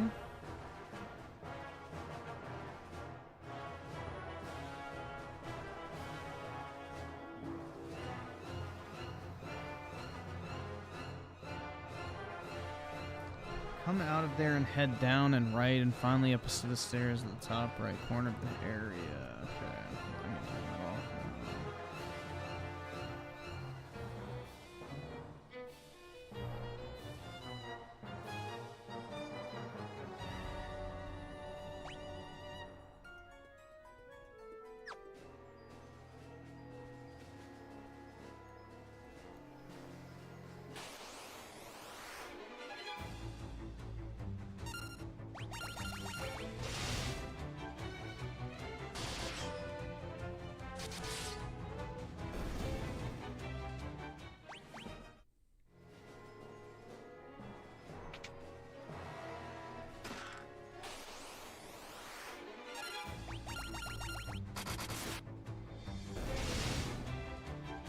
I give Ellen Page 3 years tops.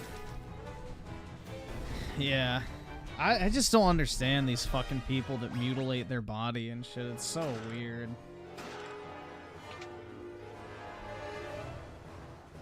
But I am not retarded, so therefore I will never understand it.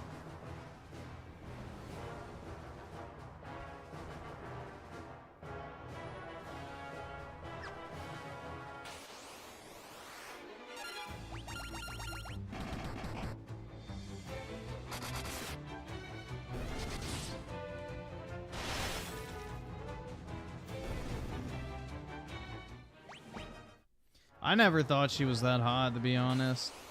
She was kind of like a little below mid for a skinny chick.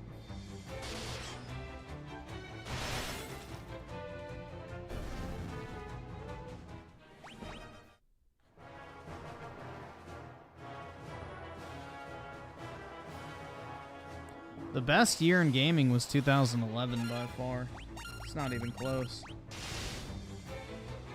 You won't find a better, like, more diverse lineup of just straight up banger after banger. Like, 2011 was built different, man.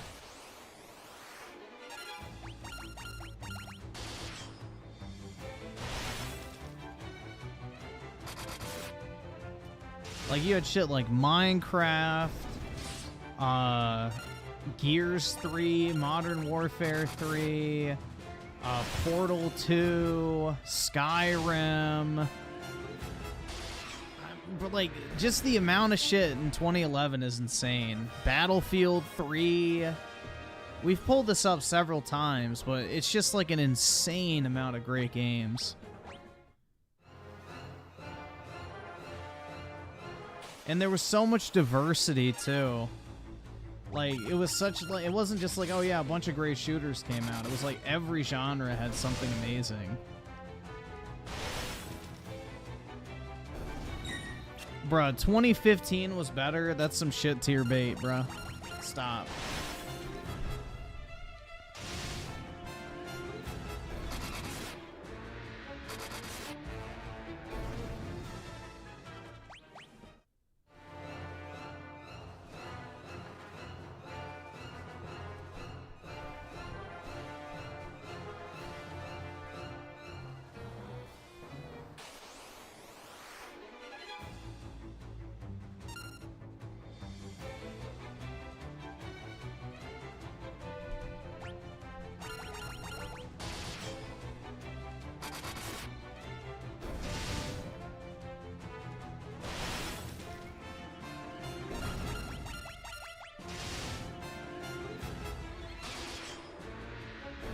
Yeah, my mom watched me play through Black Ops 1 and she really liked the story. I got Black Ops 1 when I was at my grandma's house. I remember that.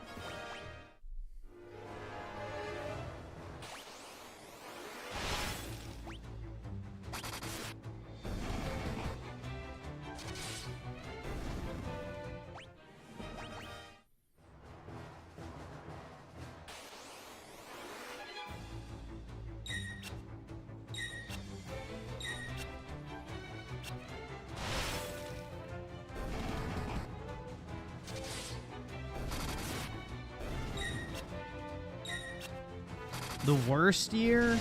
Either 2020 or 20... Yeah, I would say 2021 or 2022 was probably the worst. At least that I can remember off the top of my... I mean, obviously, you could probably look... Like, 2013 was pretty shit. 2014 was pretty shit as well, so... I don't know. I'd have to look at the lineups, but I would say 2021 probably was the worst. Maybe 2022.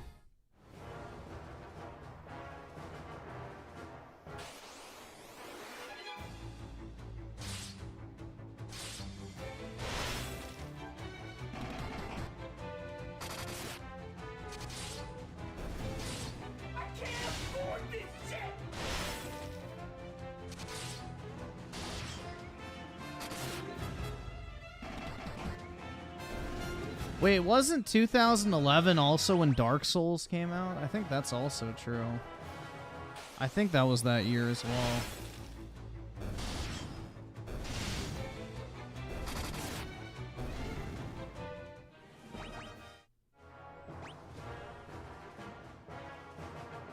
And then 2013 is Dark Souls 2, and then 2015 was 3? Or no, that was 2016 was 3.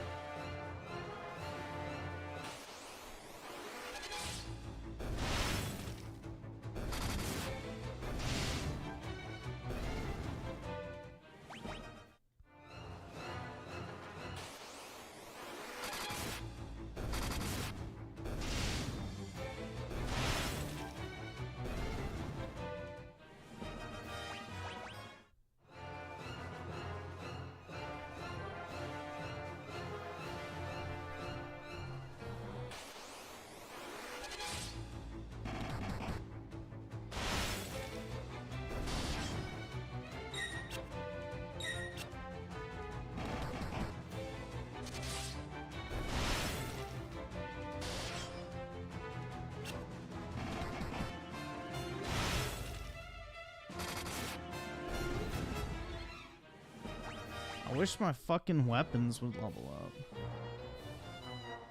Man.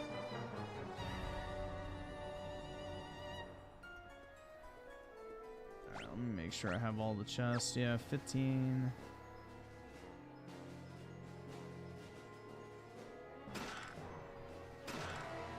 A wind flute. I'd rather have the skin flute, bro.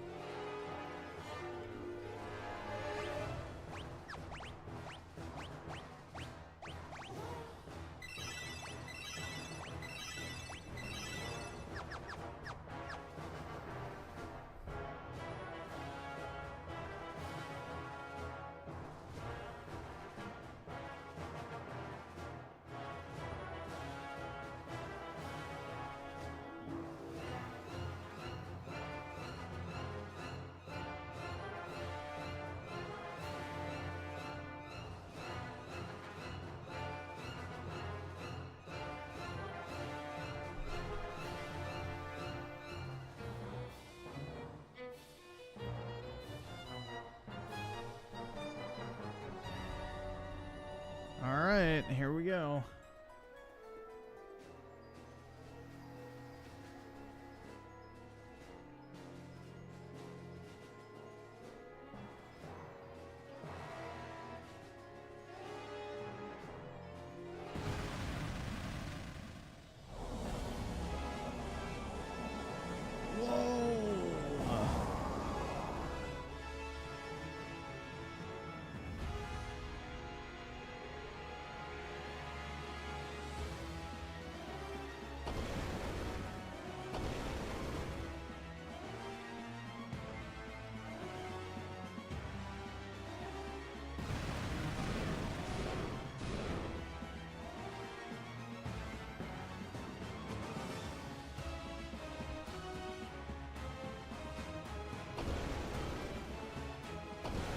It does sound like One-Winged Angel.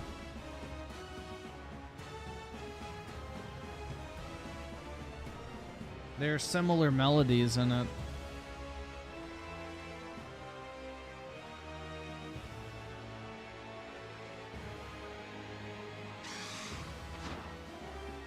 Charizard!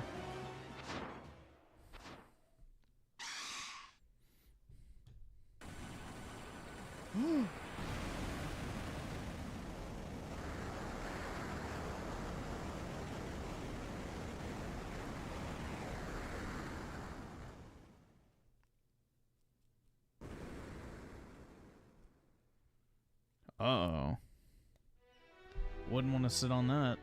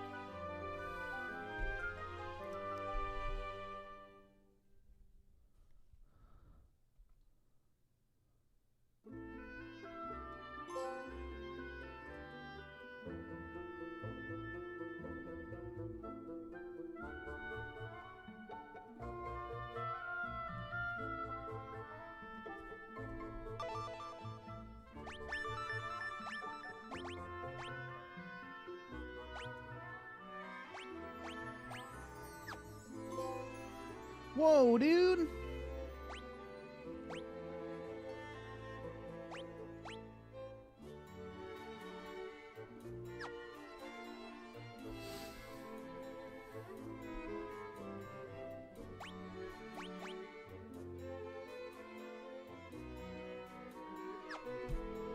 Hold on, I need to check something. I'm gonna go crazy now, let's see.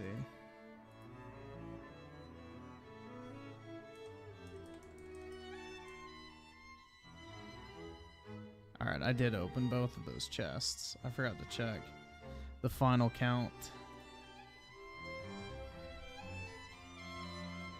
Let's see. Soy Cask out of the 5. 2010 was Peak. Nier, God of War 3, and Vanquish are all in my top 3 favorite. I mean, all of those are good, but when you compare 2010 to 2011, it's not a contest. Like, 2011 is just the most stacked year in gaming, hands down.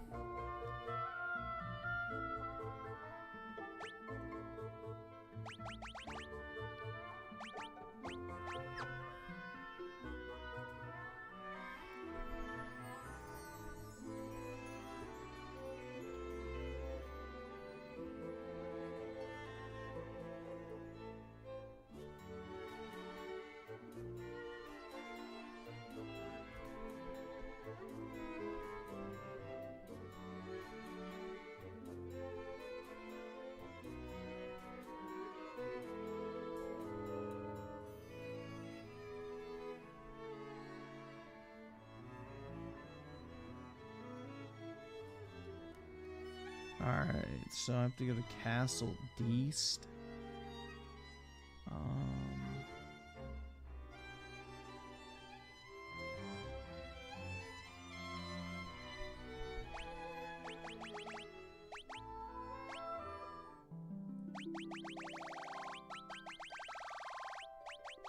So I wonder what these are if you get them later. Can't afford this shit.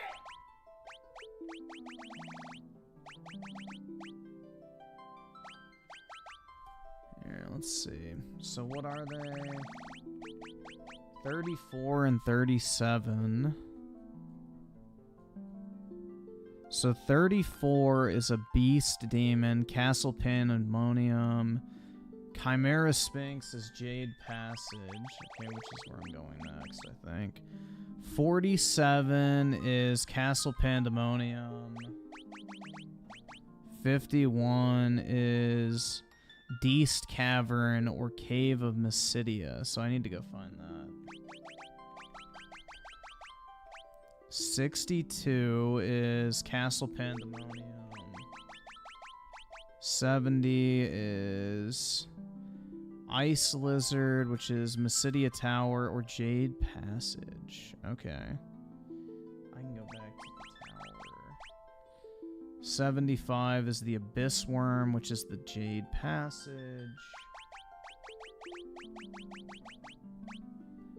89 is Mantis Devil, Castle Pandemonium. 92... Castle Pandemonium. 95. Castle Pandemonium. I'm guessing all these will be Castle Pandemonium. 119. Jade Passage. Jade. Jade. Castle. Castle. Castle, castle, castle. Alright, cool. So I don't have many left. Most of these I should get.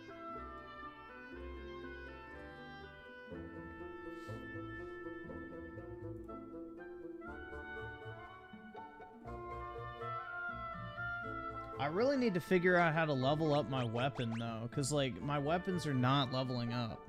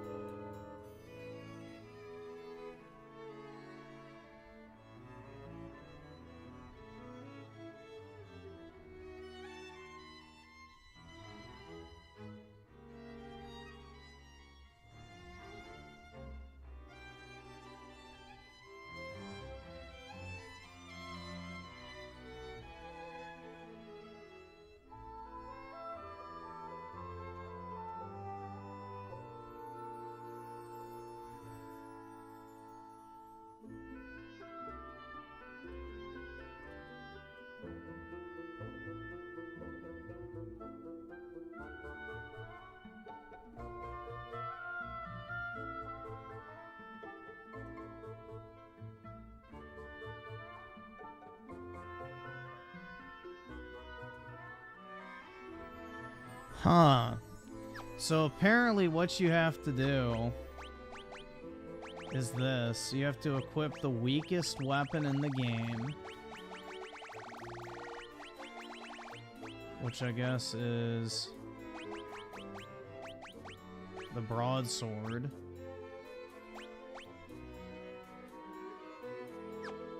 And then just attack your team. Why is he level 1? Because he just joined the party.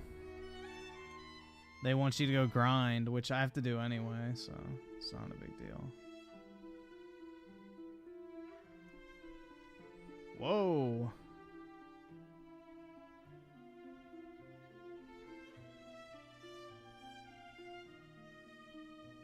Ooh. A glory hole. Alright, so let's see.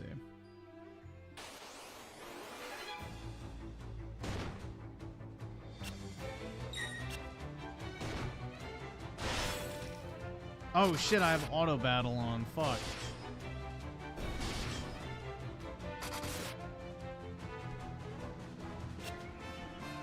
Alright.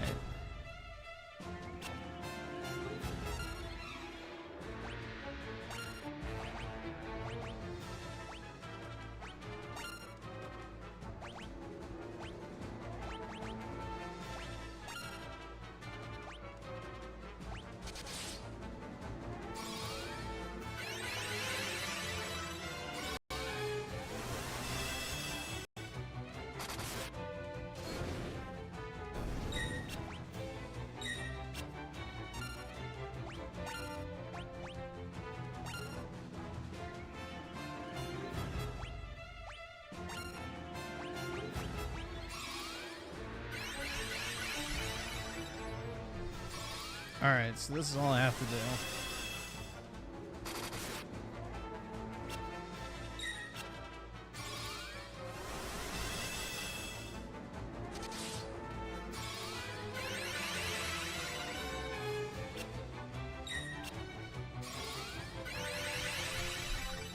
Till the game comes out, 21 hours.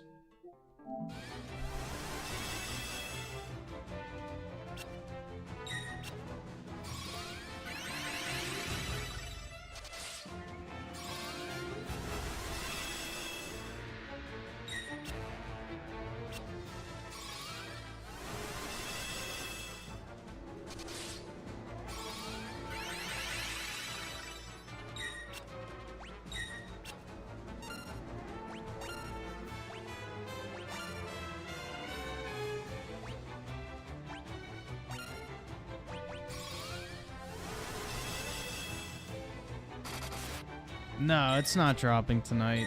It comes out on Tuesday, technically, but 10 p.m. Eastern tomorrow night.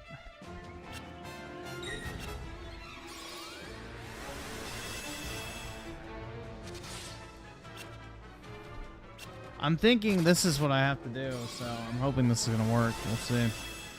Chronicle with the 2 Final Fantasy V X Death theme, I think. Yeah, it wouldn't surprise me if they reused the music for these games.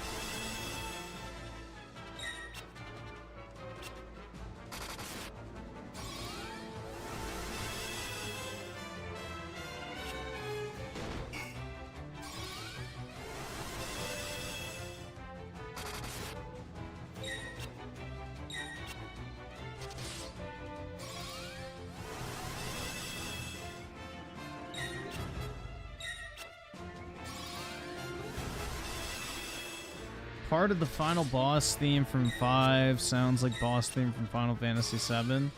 Yeah, well, I mean, composers tend to reuse a lot of, like, melodies and stuff. Like, listen to the, theme during the Barbarian battle in Gladiator, and you can hear the Pirates of the Caribbean theme song in it, which is kind of funny.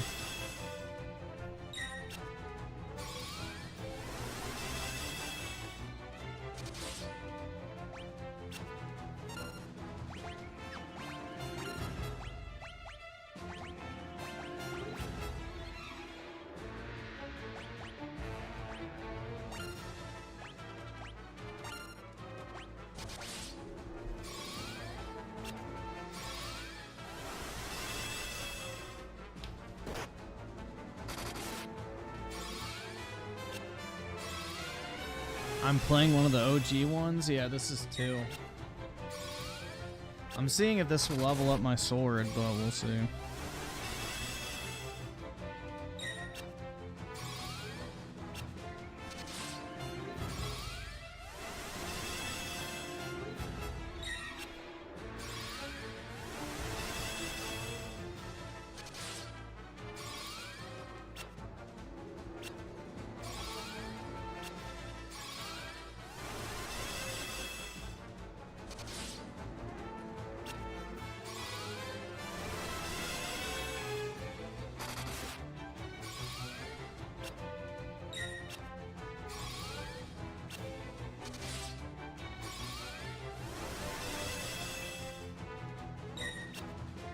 It's crazy to think that possibly when Part 3 comes out, OG7 will be 30 years old.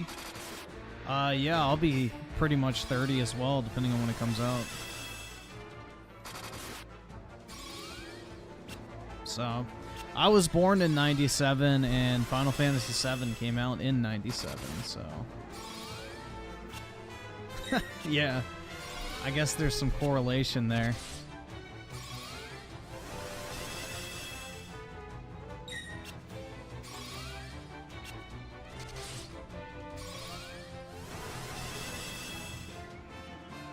Yeah, I've never played these before, so I bought the Pixel Remasters when they finally went on sale, so I've been working through them.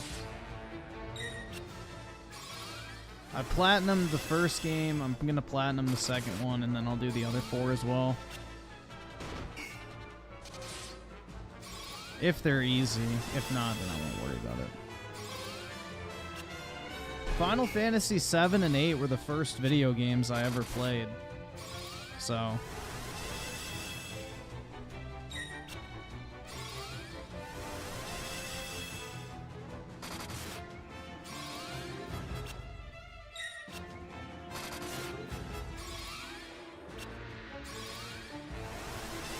going for platinum well, these are easy to get, so like basically all I didn't mean to hold. Basically all of them are achieved through like playing the game normally. Like there, defeat the Emperor, Obtain Excalibur. Leveled one of your weapon skills to 16. That's what I'm working on now. Complete the bestiary. Open all the chests. And go to all locations. Like, they're pretty naturally earned.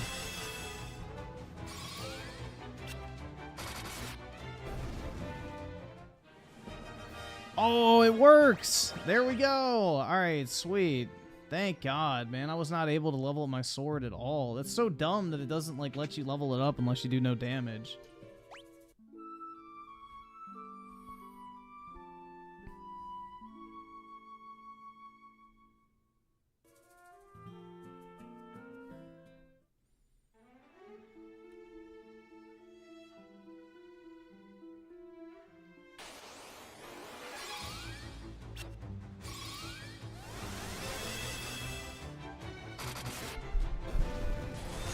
I like this better than Final Fantasy 1. I think it's a way better game. It's got like an actual story to it that's not just like super bare bones, but I mean, for what it was, Final Fantasy 1 was enjoyable, but I think this is definitely the better game and story and everything.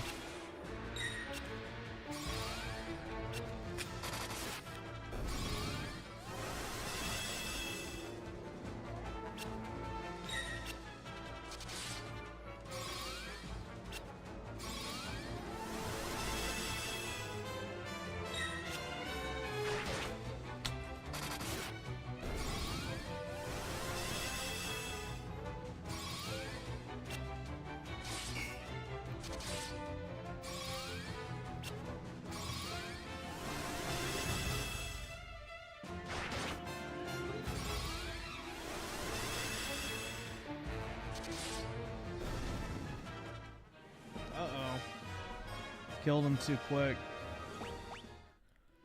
I guess I need to try and get one of those other higher defense enemies. That's not gonna work, shit.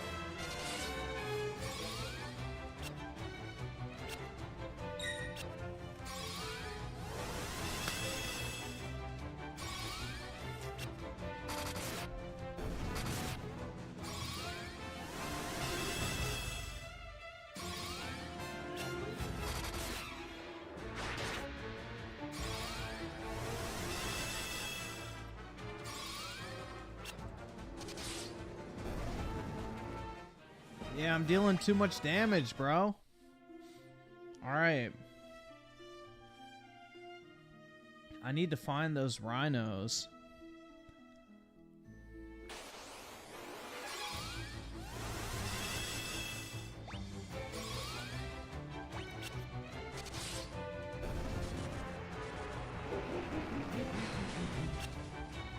Really? Death actually casted? Damn.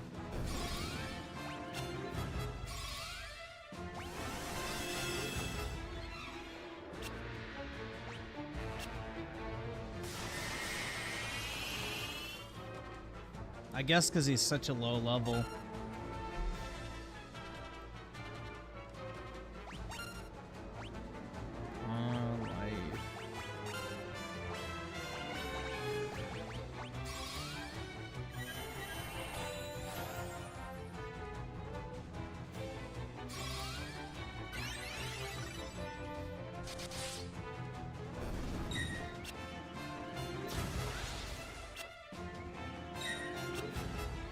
Dude, he fucking sucks.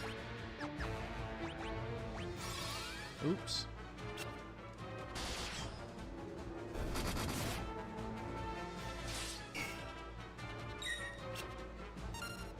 Alright, so let's get rid of that guy.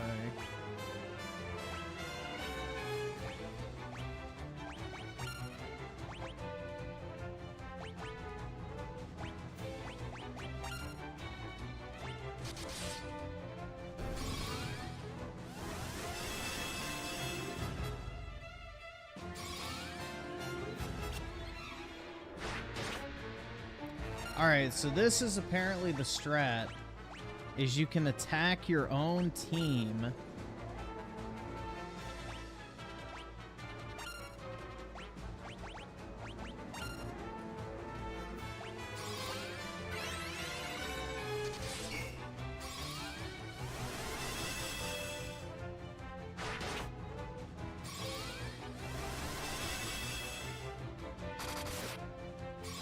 Wait, what the fuck happened? Oh my god, so you can't use auto battle on this? That's gay. Whatever.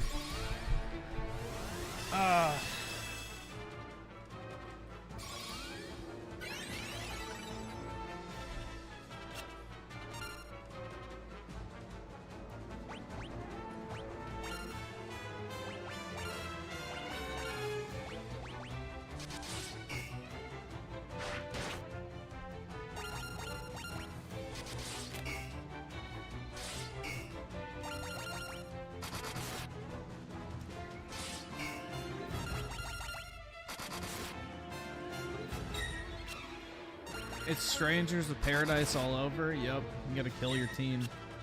Unfortunate.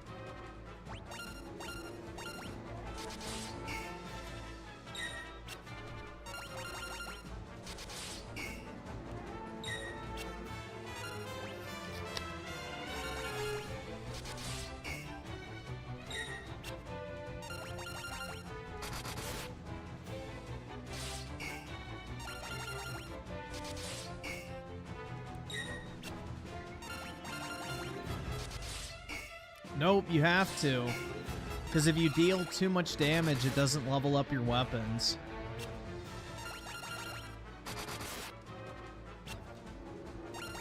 You have to, like, basically attack your own people because you do too much damage against enemies, so your weapons will never level up. It's by hit count, not, like, actual usage. So if you hit someone 100 times in a fucking battle, regardless of how much damage you do, it gives you more weapon XP than dealing 100 times the damage. It's stupid, but, yeah, it's an old game, so...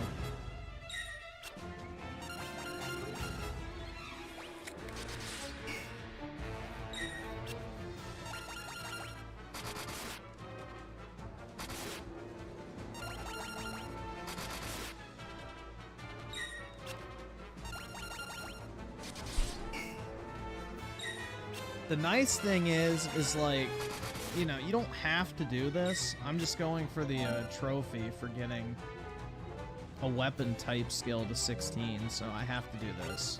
Because my weapons just straight up don't level up anymore.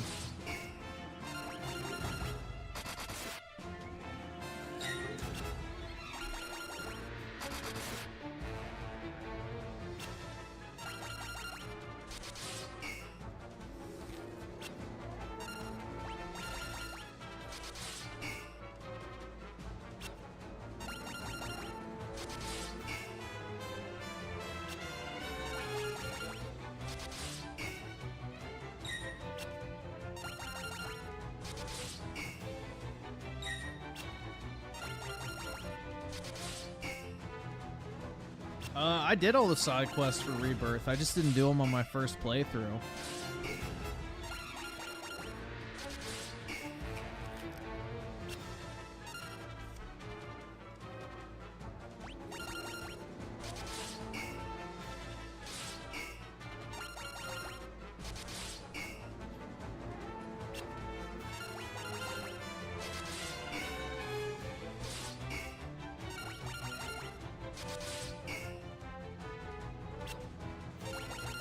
Yep, they'll try to flee.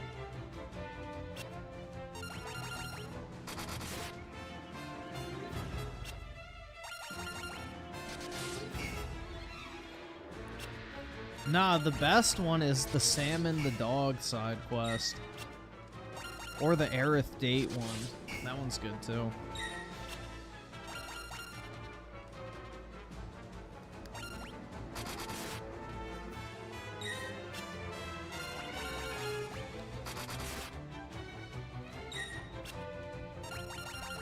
Alright, we'll see if this gives me XP or not. Oh, he fled. Perfect. There we go. It leveled up. See, you can level up your sword that way. It's fucking retarded, but that's how it works.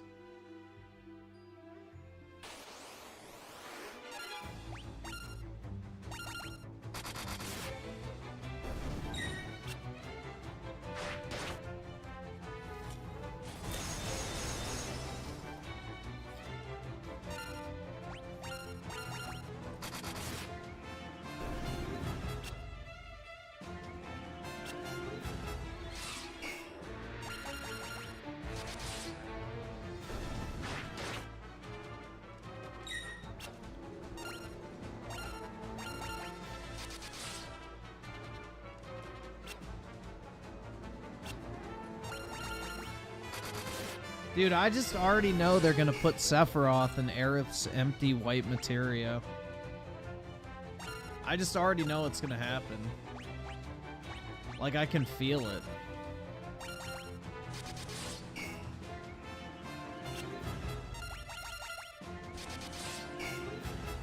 There's a reason why there's an empty one and a full one. And Cloud has the empty one at the end that Aerith gave him. So they're definitely, because like the whole thing is her memories were stored in it, and the memories of like the Cetra people were stored inside of that white materia. So who says at the end of Advent Children, I will never be a memory? Sephiroth. So, bro, what does that mean? They're gonna take Sephiroth and all memory of him and put him inside of the fucking empty white materia, essentially removing him from the life stream, because otherwise the Genova cells can never be contained because they don't return to the planet. So that's the only way, is to store him inside of a materia, basically.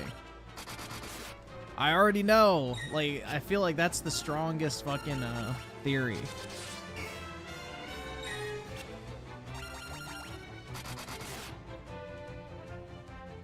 That seems like the strongest one, because they made it a point to show that he had that empty white materia at the end.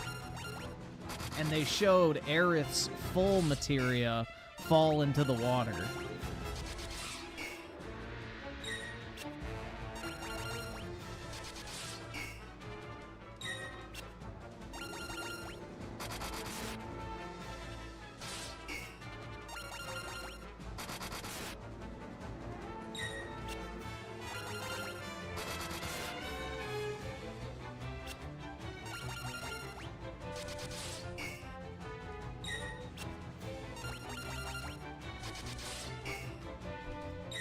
Well, yeah, that's the thing, is Sephiroth already knows what's going to happen, just like Aerith already knows what's going to happen, because Sephiroth goes like, good, Aerith, pray.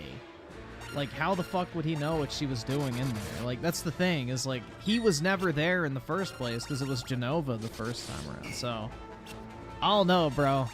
It seems like that's the case, is Sephiroth found a way to travel back in time, or to an alternate timeline, through the life stream after Advent Children.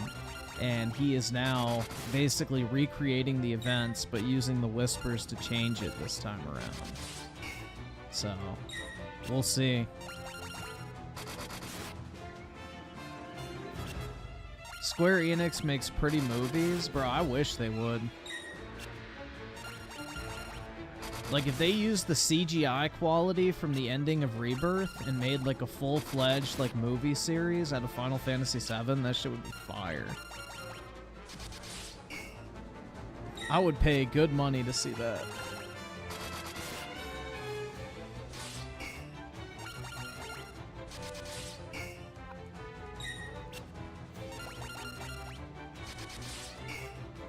Didn't they help with Godzilla -1? Maybe, I have no idea. I saw there with the 5. We'll take a look, man. Open it up. I have that time. Shit.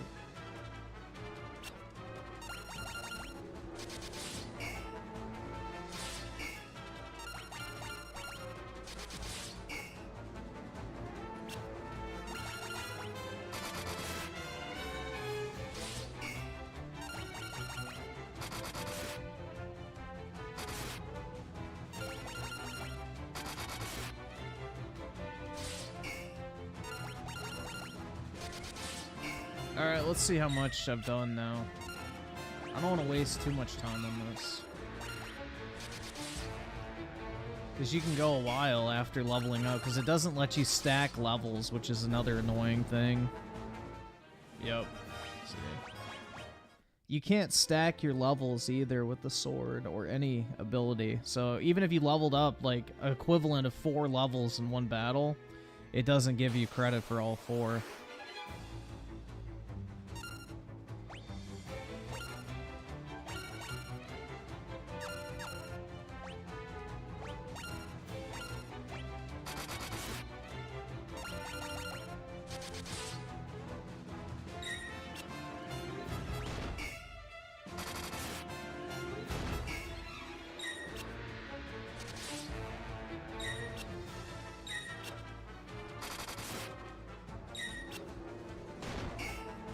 Alright, here, I'll pull up this tweet real quick.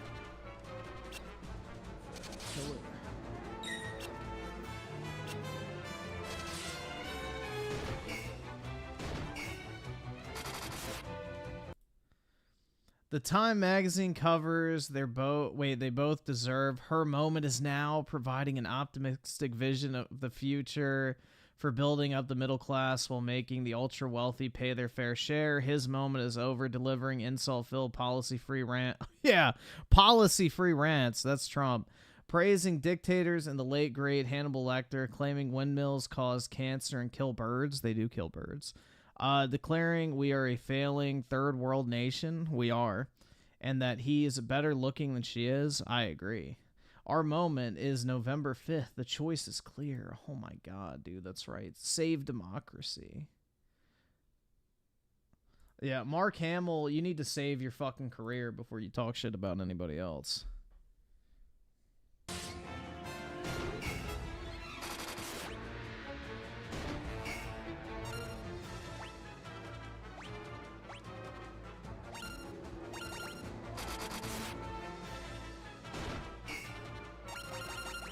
Mark Hamill needs to save his career before he tries to save anything or anyone else.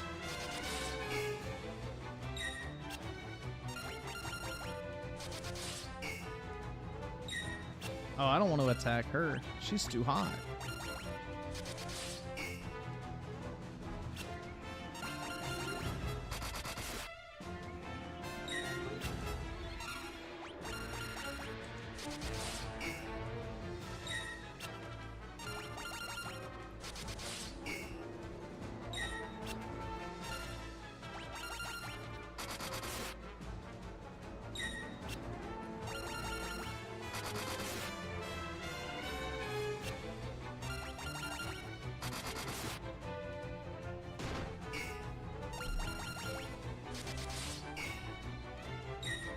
Clause, Mr. with the 20, Mark Hamill, take your meds. Yeah, take 4 times the recommended dose of your painkillers.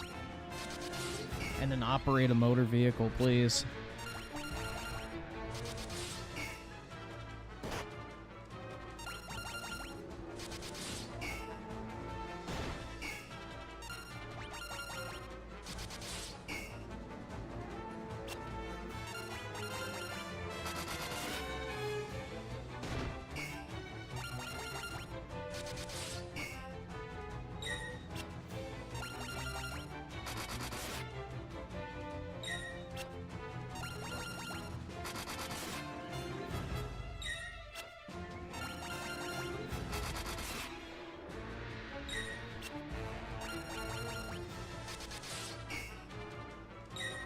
Mark Hamill's the case of never meet your hero. I never liked him. That's the thing, is I never liked Luke in Star Wars. I always thought he was a fucking dork.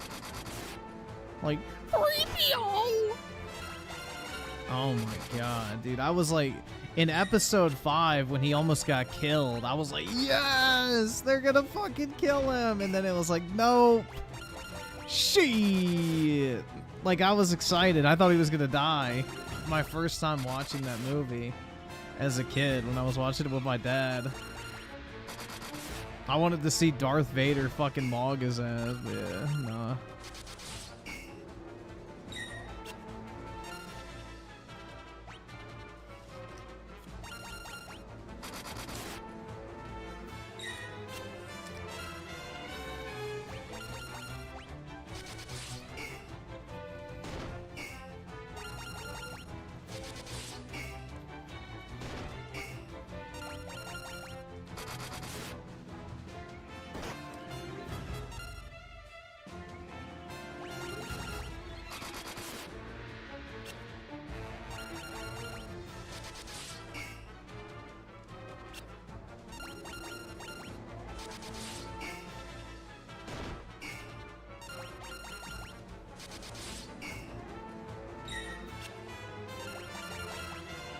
Alright, let's see. I think that should probably be enough. Check.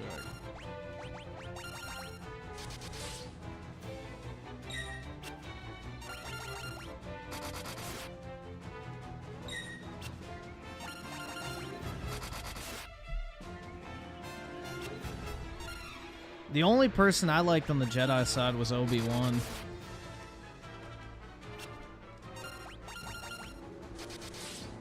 Other than Anakin, of course, but...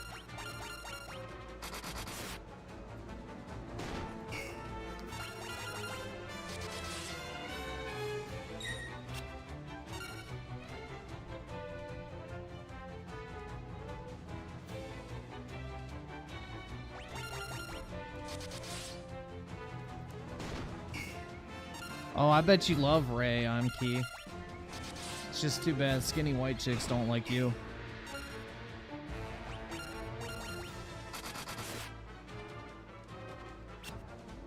You can only go for the BBWs.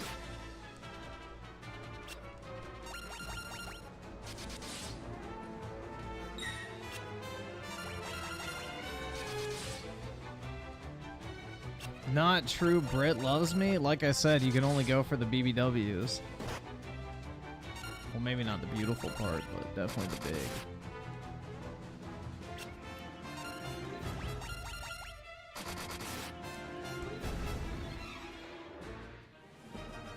$14! Nice, man. The perfect age for EDP.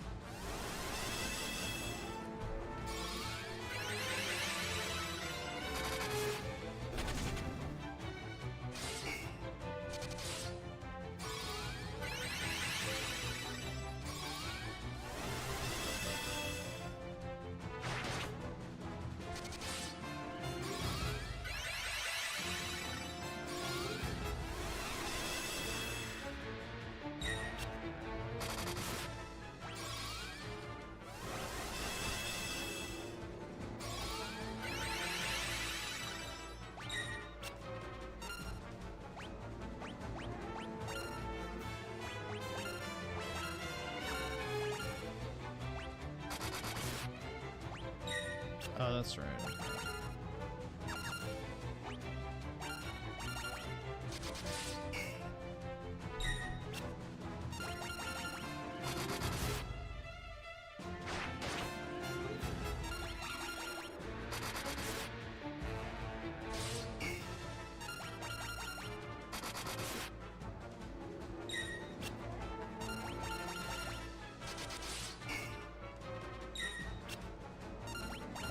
The best is Star Killer. Nah. Not even close, dude.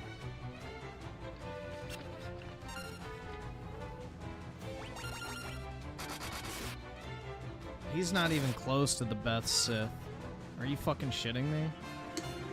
Palpatine and Darth Vader are way cooler than fucking Star Killer.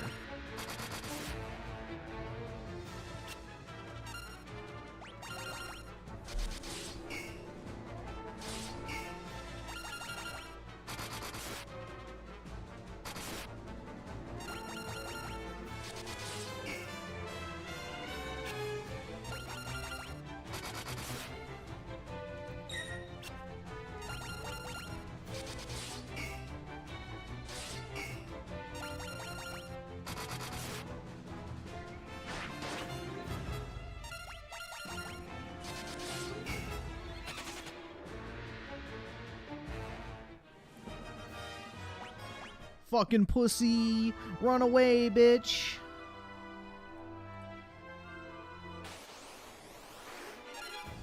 Well, at least I'm almost done.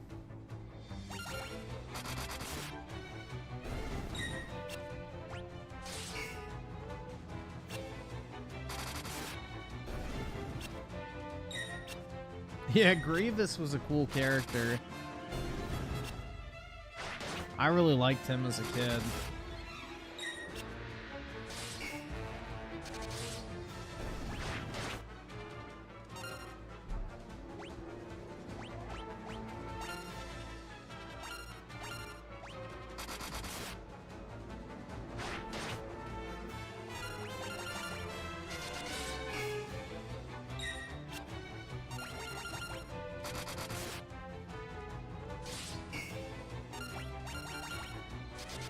The Clone Wars series sucked. That fucking animated garbage? Yeah, no, I didn't watch that. Well, I did, and then I stopped because it was horrible. They were, like, literally trying to convince me that some dude with a fucking fedora was standing up a Jedi. Like, bruh.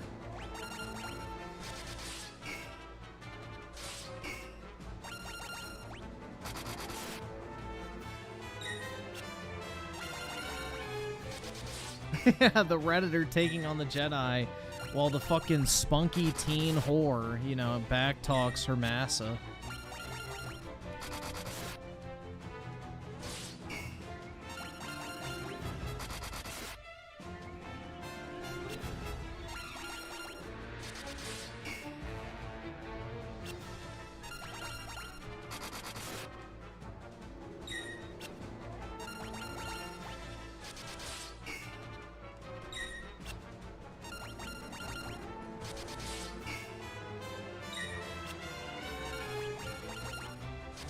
Oh, is that it? Only 3 seasons are bad? Well, if you say that, man, I completely changed my mind. If 3 seasons of a show is what it takes for it to get good, then obviously I judged it too quickly.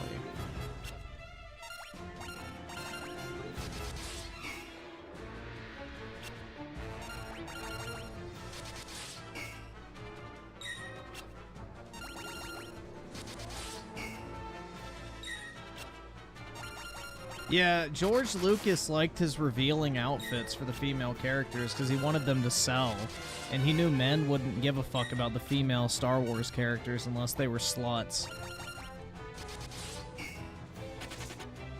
Which is pretty based. George was a man's man. What can I say? But, yeah.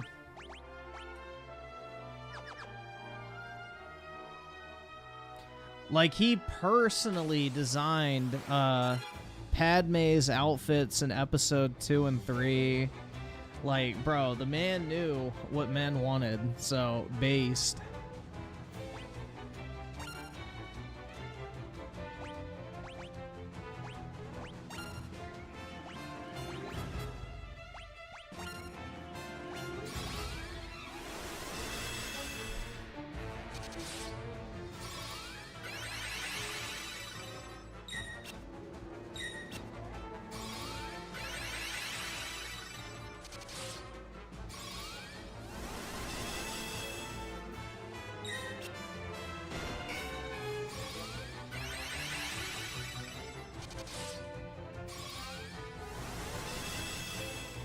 Well, dude, he was done with Star Wars after all the fucking so-called fans were, you know, bitching and moaning about the prequels so much, so...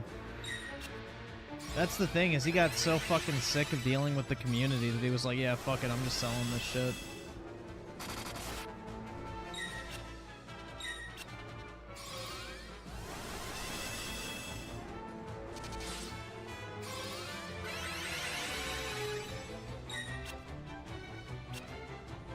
Does Griffin know a lolcow live stream is happening now?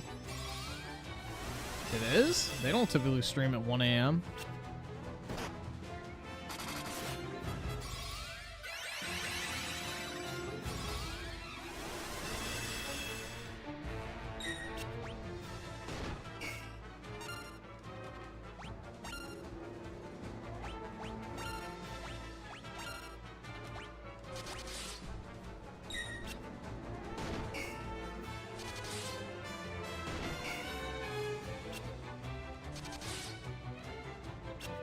It's a membership-only stream? Let's see. Well, I'm a member, so... Lol cow live. Oh yeah, they are.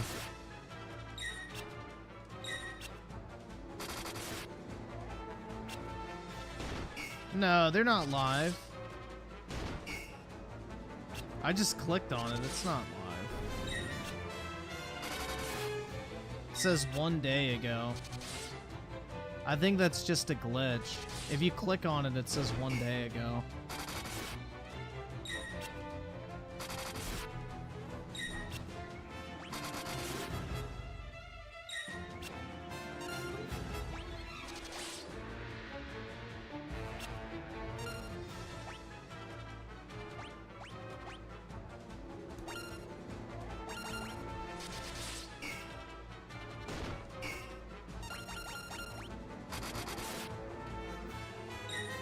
Nah, Keem and Boogie, you're still there.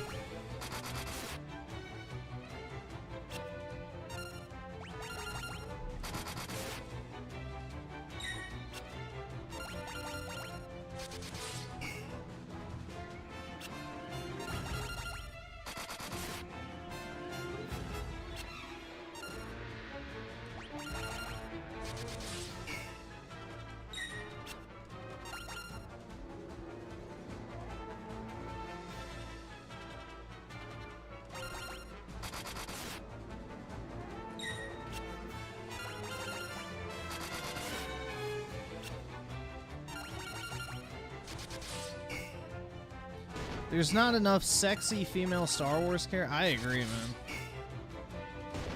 I want something to draw my lightsaber to, but no.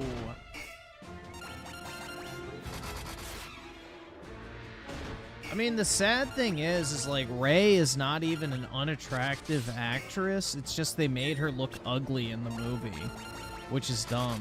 Like, the girl that plays her is not ugly. It's just they made her deliberately unappealing in the movies.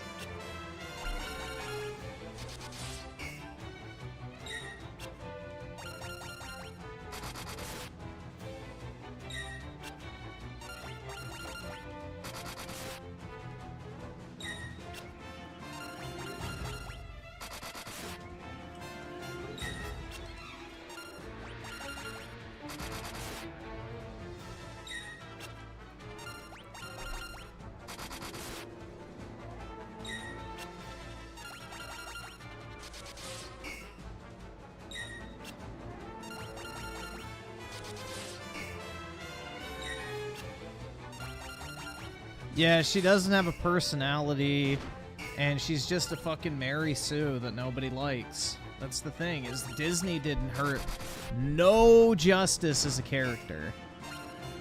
So, yeah, no, the writing is solely the problem, and then the directors and producers and all that shit that made her ugly.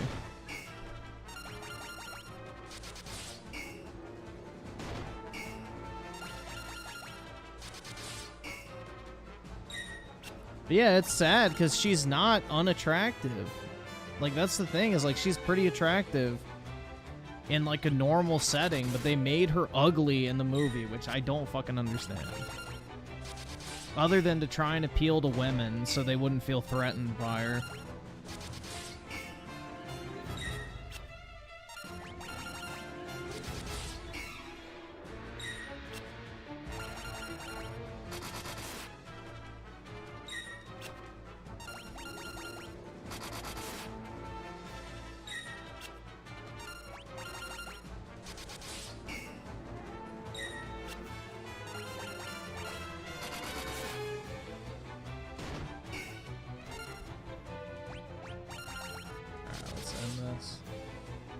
I think I'm good now. We'll see.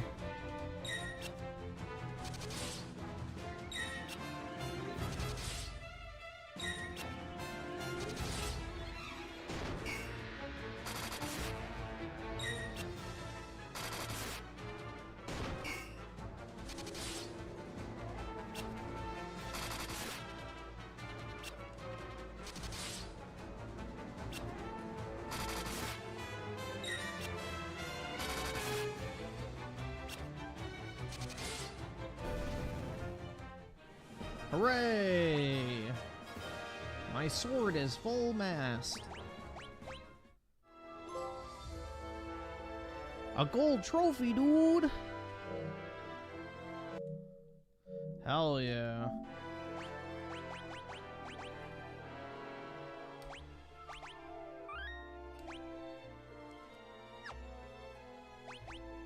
I can't afford this shit! So I just need to get Excalibur, get all the rest of the chest, and then whatever the fuck. My little autism checklist. And then beat the Emperor and clap his cheeks. So, yeah. Not too bad. So where's this castle that I need to go to? Deast, that.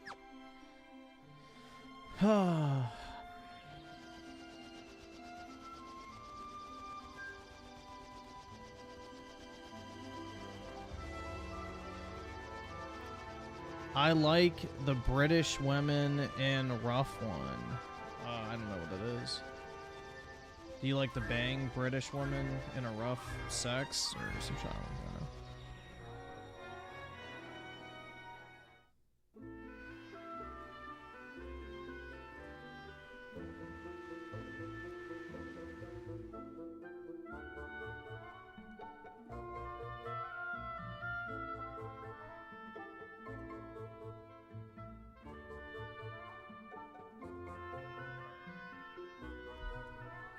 Alright, so what do I need to tell this bitch? Other than to fuck off. Dragoons. Okay.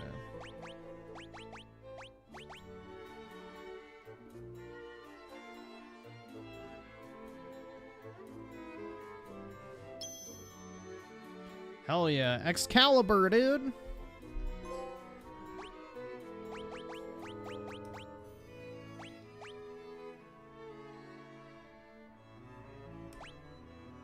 Hell yeah.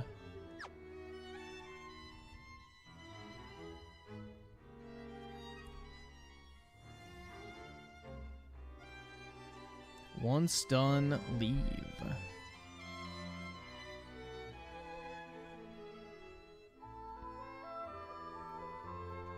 Should only be missing 22 bestiary entries in this stage in the game. Let's see. Is that true? I'm only missing 18. So I should only be missing numbers 34, 37, 47. Oh, I don't have that. So I need 60, which I have that for whatever reason. 62, 64, which I have. 67, which I have. 70, 72, I have that.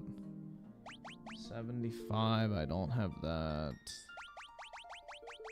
89, yeah. 92.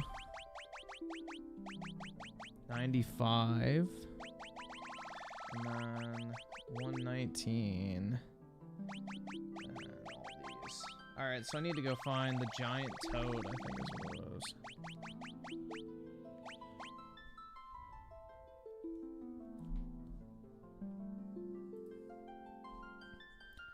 $51. Gigantoad.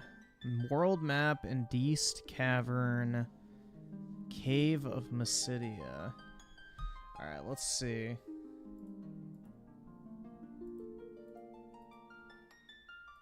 Giantoad.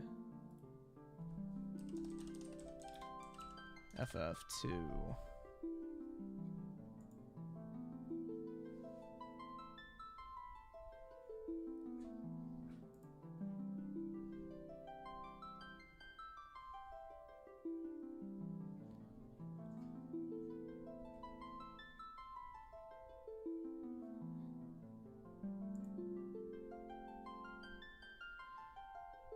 So, Mysidia Cave,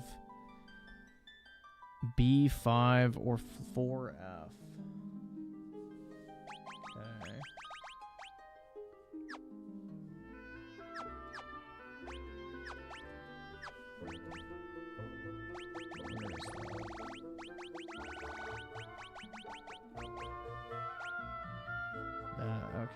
That's easy to get to.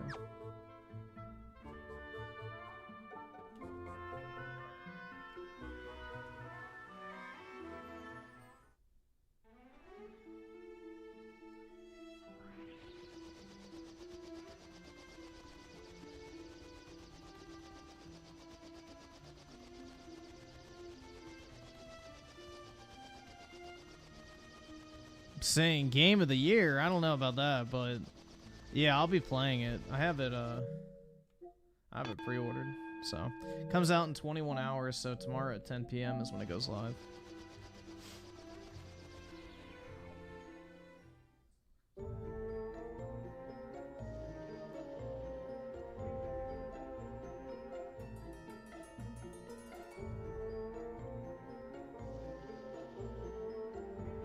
See if I remember how to get through here.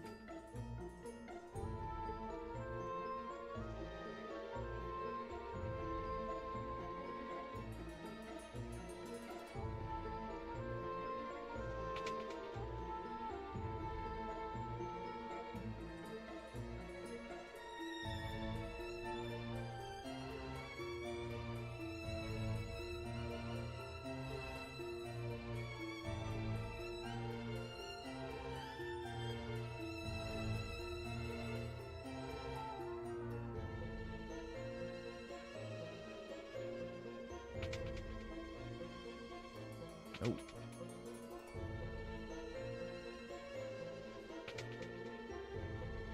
I vaguely remember this part.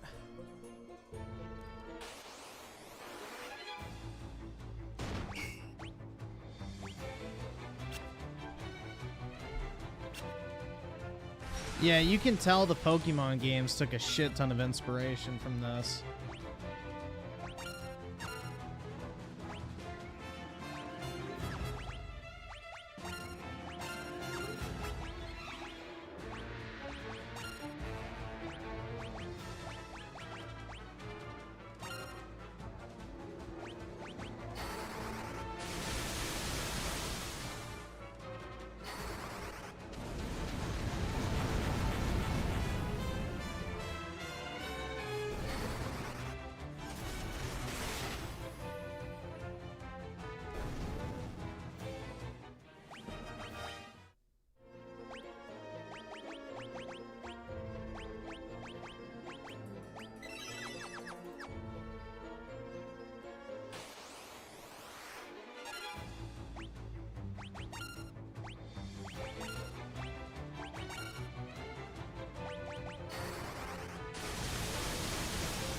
Dude, I wish Square Enix could make a Pokemon game. That shit would be absolutely fire. But I don't know if it'll ever happen. Game Freak is so fucking anal about their IP.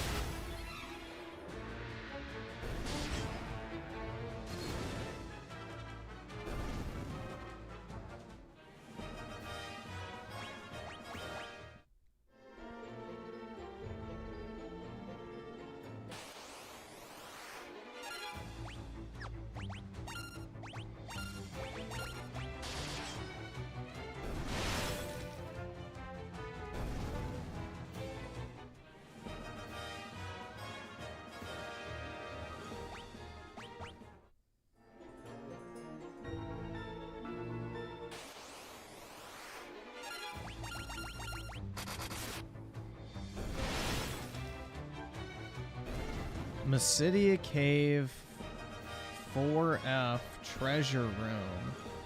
Where the fuck is the treasure room? Alright, let me see.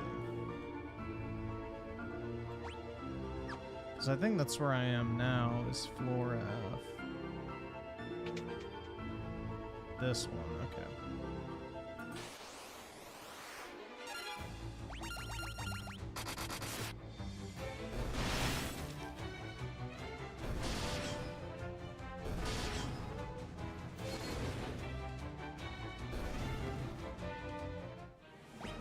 Yeah, Square Enix would definitely do better than modern Game Freak. Alright, I'm just gonna let it be auto battle. I don't need to try. This shit's piss easy now.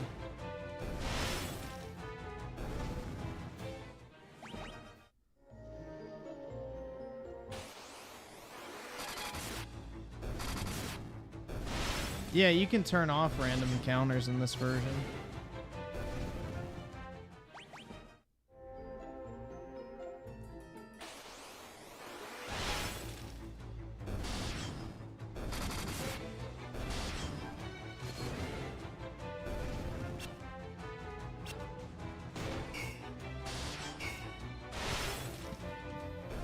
Synthetic Man got cooked during his Doomer Hour segment. Everyone wanted to pray for him. What happened?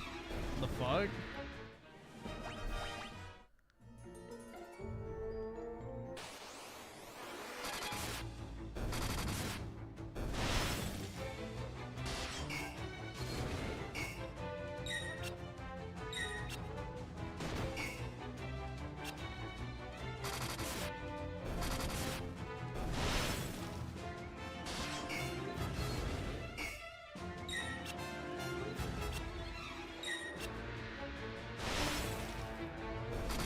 Sphere Hunter rejected him live? Oh no, man.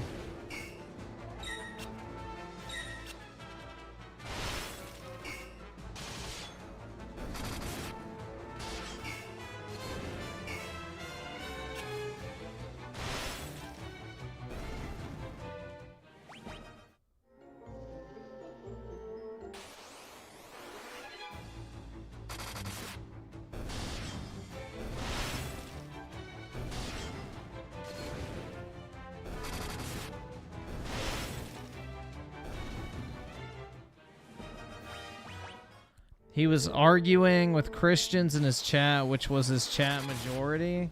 About what?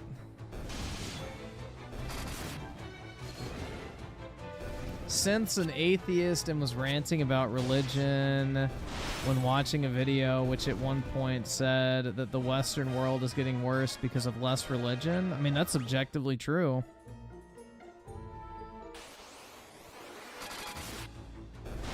There's a direct correlation with things going to shit and people being less religious, so...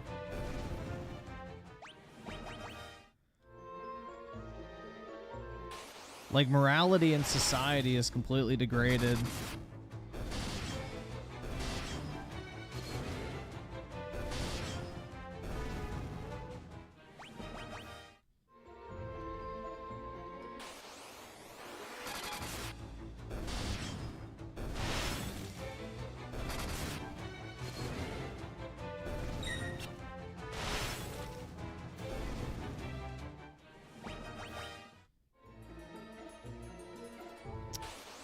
Your video, or I guess your video or stream might get age restricted if you play Dante's Inferno, because there's a lot of nudity in that game, and, you know, there's cocks and, you know, more than just titties occasionally.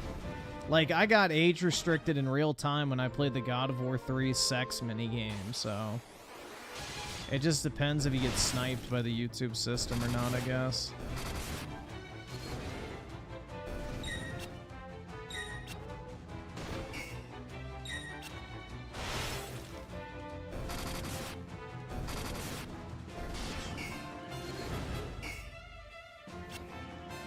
Vertanga hates Christianity because he thinks Christianity made his parents take away his video games. Oh my god.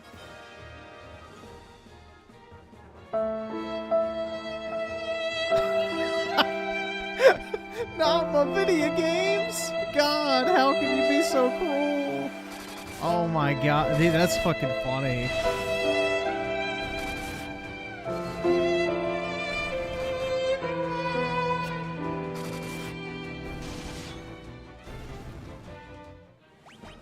Dude, both of my parents are Christian, and they didn't take away my video games. They didn't care. That just sounds like some L parents.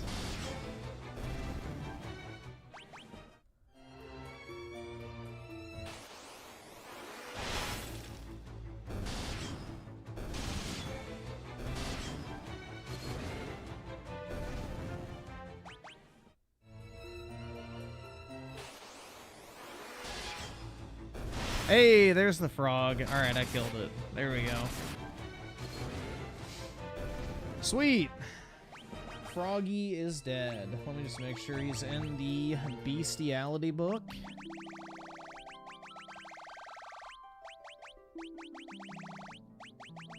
Yep, there we go. Gigantode. Oh wait, I can just use my magic.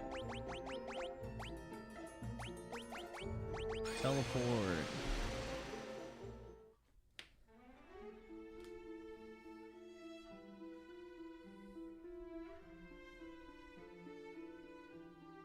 Yeah, my mom never gave a shit about video games. She cared more about movies because they were like real people, but that was it. She didn't care about anything else. Like, she gave zero shits about anything like video game related for the most part.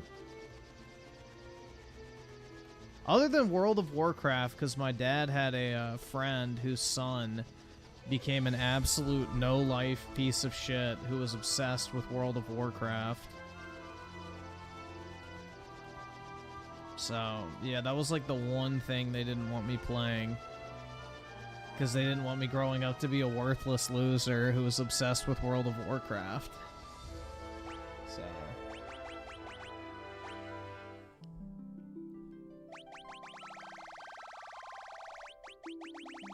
So 34, 37, 47, 60, 62, 64, 67, 69, 70, 72, 75,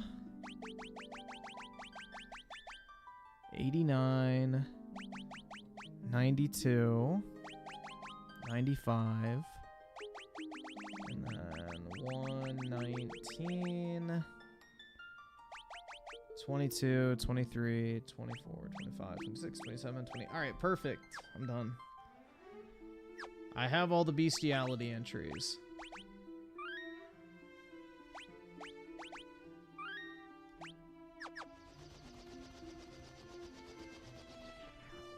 Oh, actually, let me go restore my mana real quick. I think there's a town right here, right? Maybe? No, it's not. It's the Chocobo Forest.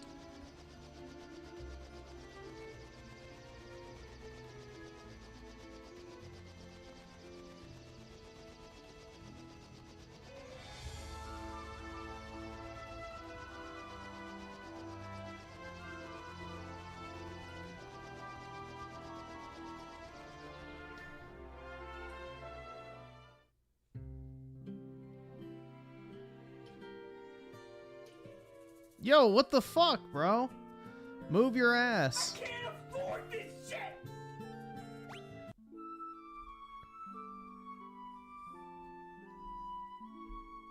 Synthetic Man believes Fuda is not gay. Yeah, I don't know about that one, man. I don't think the logic on that can sell me. That's like some indirect trans fetish shit.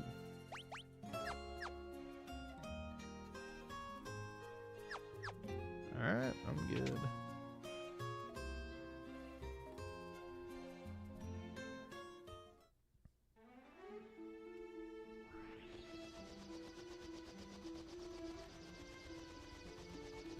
Let's go.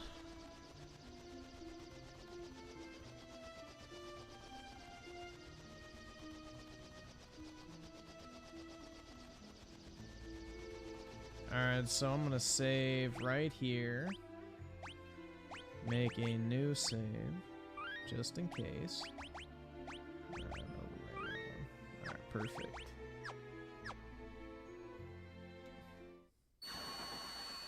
Wee.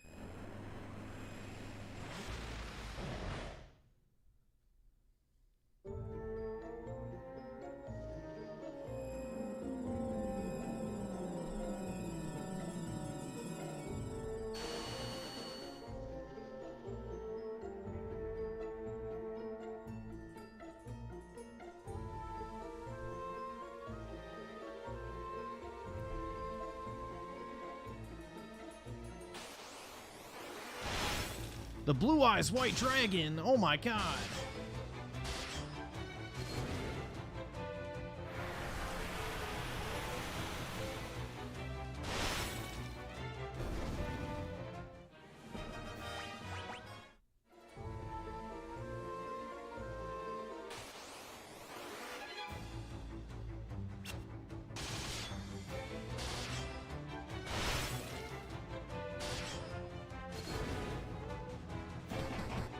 Holy fuck. Damn.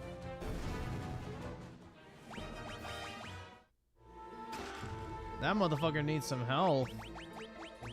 Jesus. It's a good thing I have like max healing.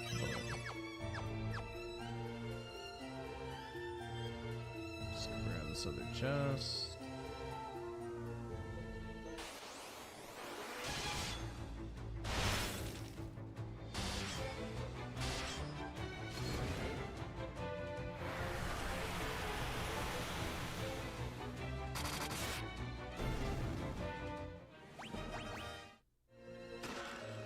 Hellfire. There we go. New enemy. So that one's done.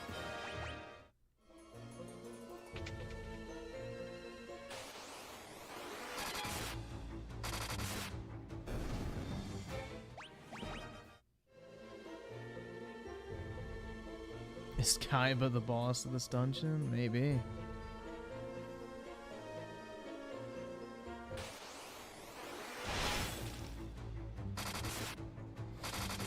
Black pilling is a psyop? I agree. 100% it is. It's a fucking demoralization campaign. If people believe there's no hope, then, you know, they're easier to control. 100%.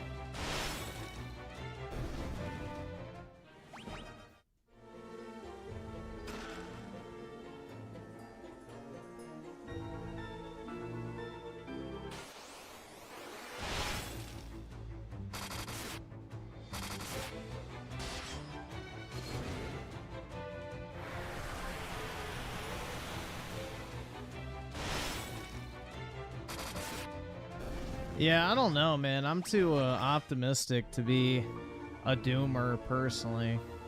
I don't like giving up agency, so I'll never be a doomer. I refuse to give up agency for anything.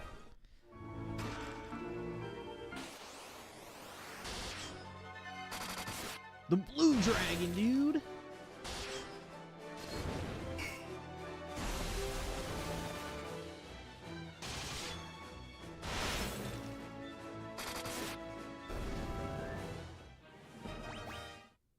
Yeah, I think he's technically a boss. Let's see if that armor is better than what I have. Dragon armor. Not really. It knocks my magic ability down, which is not good. Because magic is my main hitter. I don't really need health either. I got so many defensive spells anyway, so it's not necessary. So let's see, we got the Abyss Worm, Blue Dragon done, so the Chimera Sphinx, Great Marlborough I already got, Hecdies I already have, so I need Ice Lizard, King Behemoth, Red Dragon, and I think I already have the Salamander.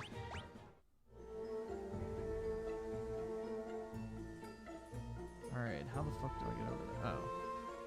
This way.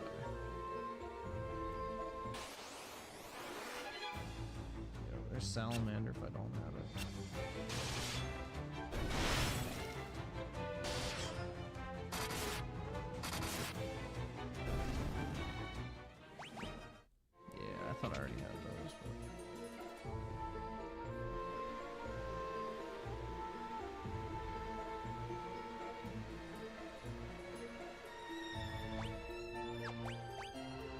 So 5 chests, good.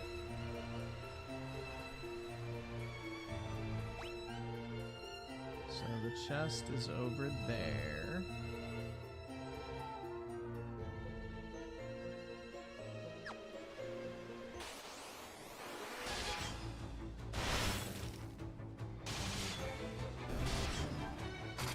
You have too much testosterone to play this game? I doubt that. What does testosterone have to do with playing Final Fantasy II?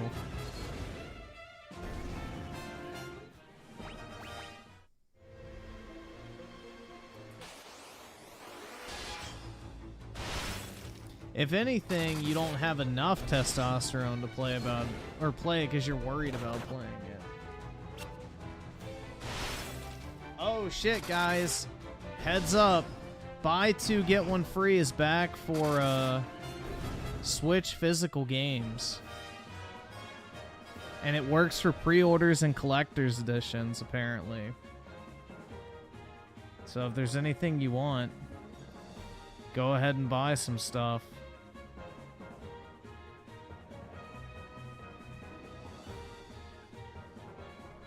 That's a good deal at Best Buy. Best Buy is where the deal is.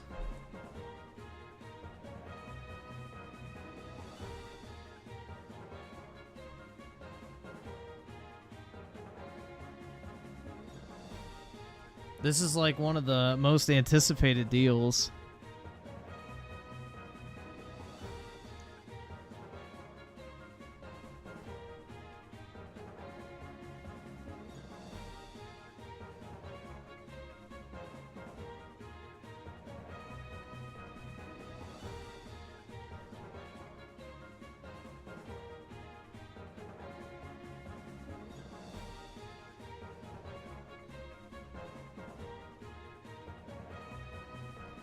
Alright, so let's see. Filter. We want format, physical. Show results. There we go.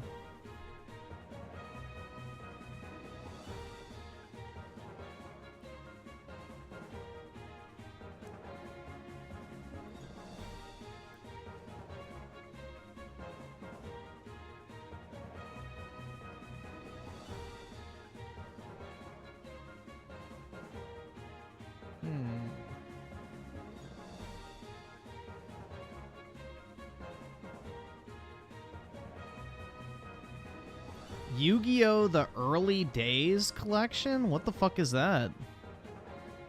Is that like a compilation of all the old Yu-Gi-Oh! Games?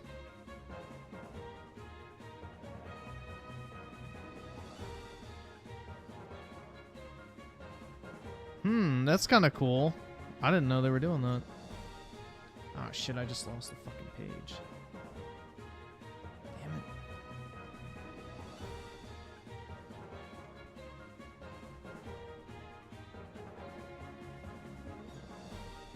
Let's see, filter. Dude, I really hate Best Buy's app. It's so bad.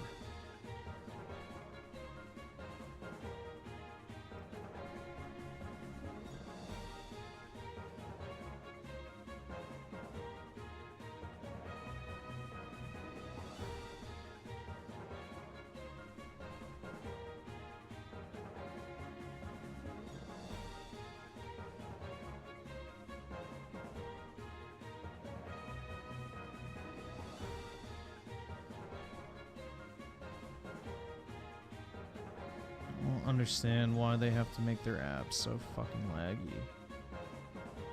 Jesus. Kirby, I already have.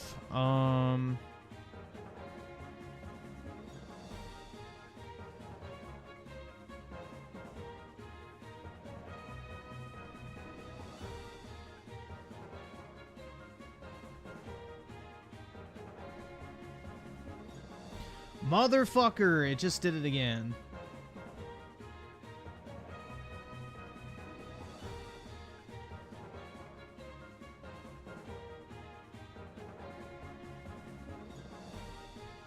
Alright, fuck, dude.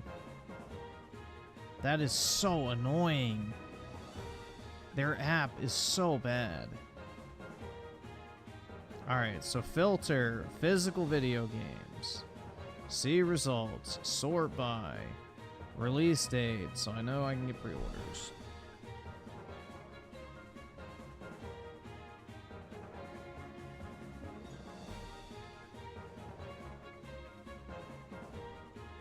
Jeez. I'm seeing if there's any, like, niche Japanese... I could get Donkey Kong Country Returns. I'm gonna buy that anyway, so might as well get that buy 2, get 1 free. That's like 33% off, basically, is the deal, if you buy 3 games. So, if you can do it for pre-orders, it really makes it worth your time.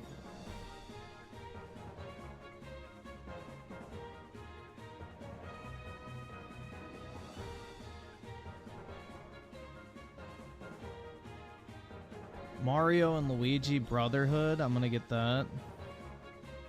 So let's see. I just want to see if it's... Yeah, it is doing buy 2, get 1 free. Alright, cool. So it's counting for the pre-orders. What else is coming out on Switch?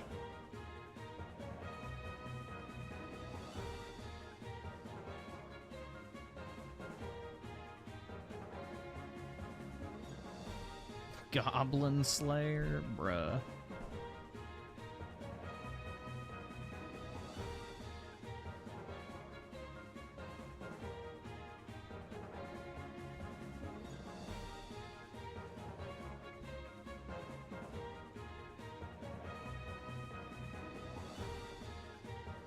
Mario Party Jamboree. Yeah, I could pre-order that. I'll definitely be getting that.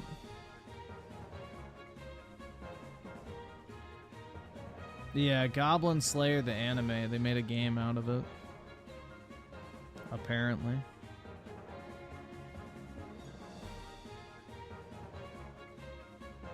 Ooh, the Final Fantasy collection's in that deal. I'm gonna pre-order or cancel my other pre-orders.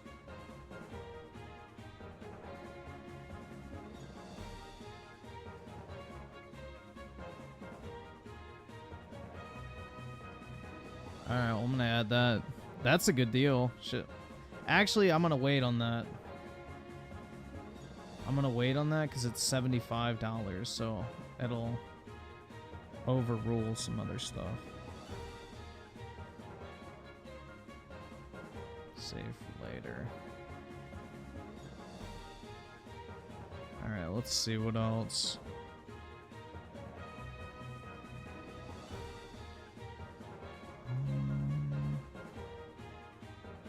Oh, Zelda Echoes of Wisdom. We can do that.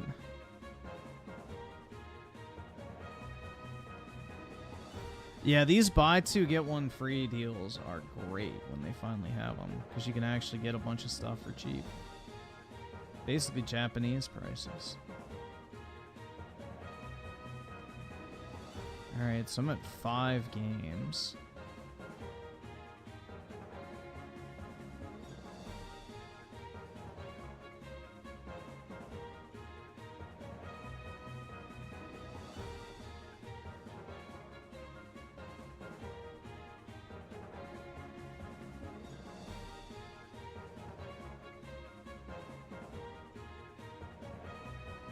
I wish it was on PS5 games as well, but oh well. I already got Luigi's Mansion, which kind of sucks because I haven't even opened it yet. But that's how it goes. Paper Mario, I have that. Bro, My Little Pony? No way.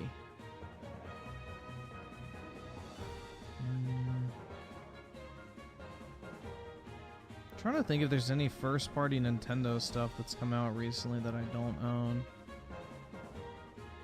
Princess Peach, I have that digital.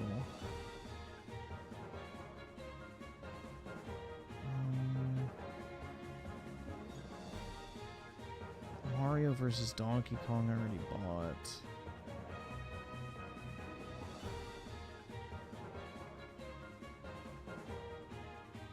The Star Wars Heritage Pack is sold out. That sucks. I would have bought that. Mario RPG I already have.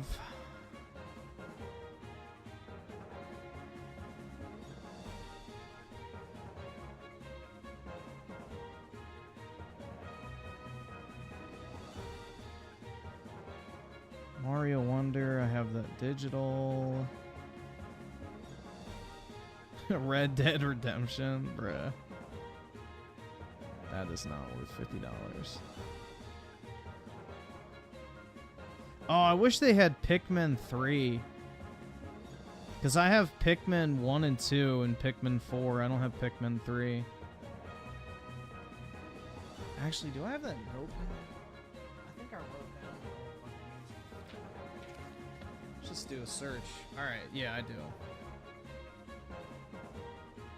So I need Astral Chain. Let's see if they have that in stock. Astral Chain, they do not have. Okay.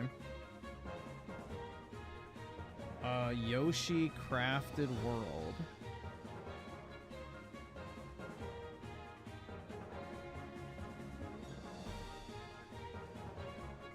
Alright, we'll add that one to cart.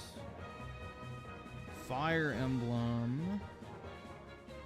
Which one?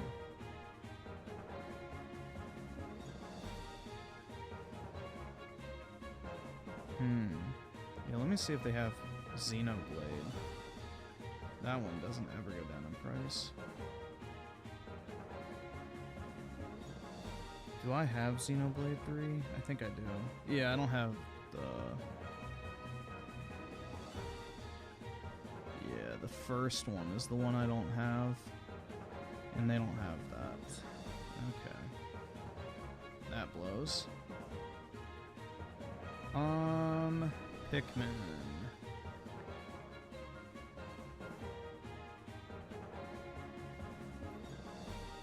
Pikmin 3, they do not have. Dude, that's the thing, is like some of these Nintendo games are gonna get rare physical if you have them sealed. Mario Wonder I have digital, so that's not a huge priority.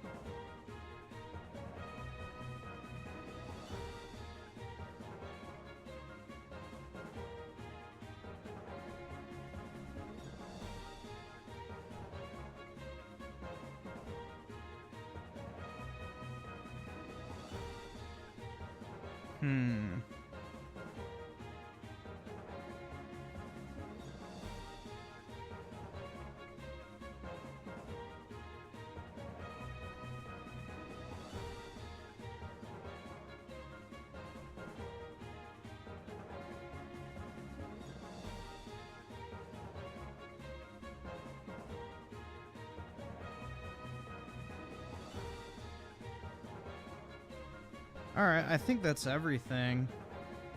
Let me see how many I have.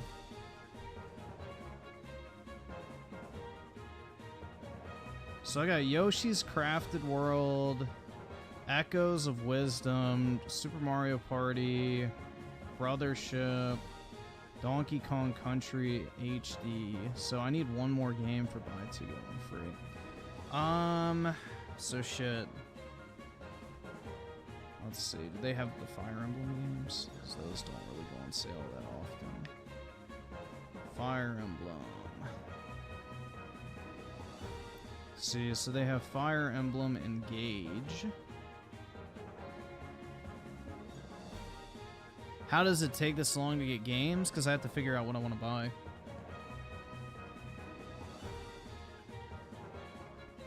You wouldn't understand.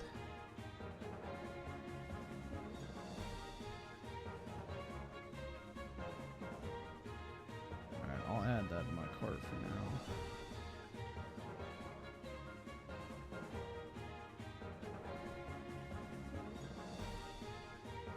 Just so I have something. Tell us the total? Well, the total's only gonna be, like 240 bucks. Oh, they're not wait, hold on. Hold on, what the fuck?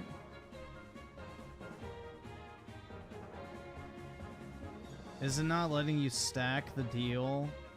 Oh, that's so gay, man. They're not letting you stack the deal like multiple times in your cart. So you can only have one free game in your cart at the time. Undo. Hold on. Alright, save for later. Motherfuckers. And now the Best Buy app's not working. Lovely.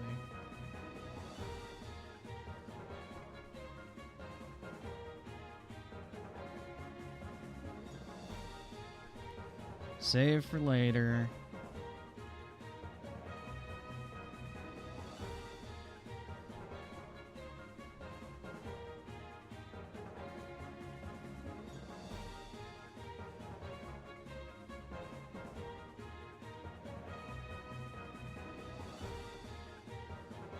No, you don't have to make alt accounts. You just have to do multiple transactions.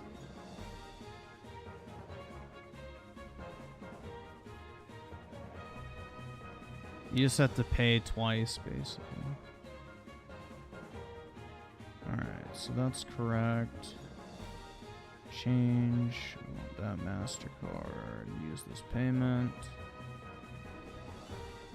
Ooh, do I remember the code for this? I think that's it. Place order.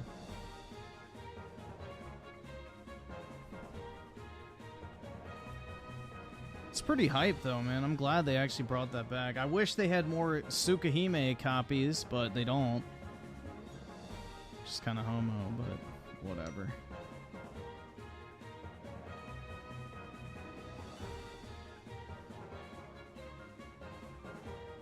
Oh, did the gold edition of Warhammer sell out? What the fuck? Wow, I'm glad I got mine in.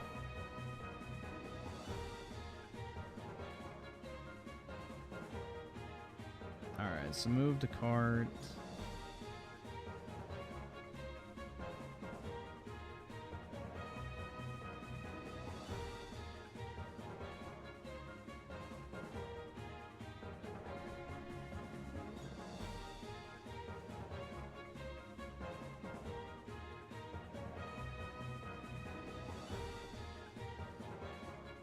No, you get free shipping on Best Buy if you're a member.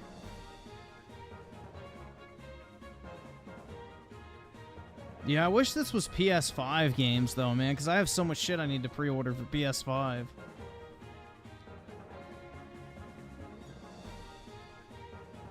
Alright, so that's good. Check out.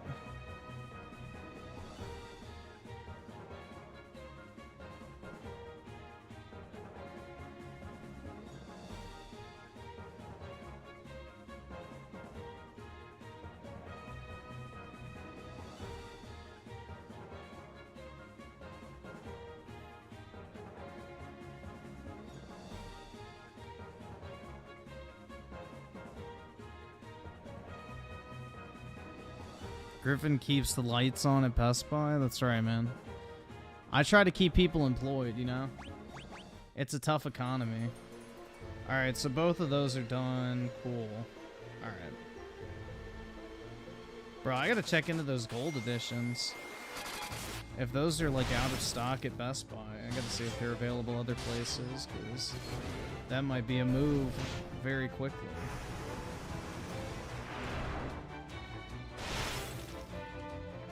Let's see, Warhammer.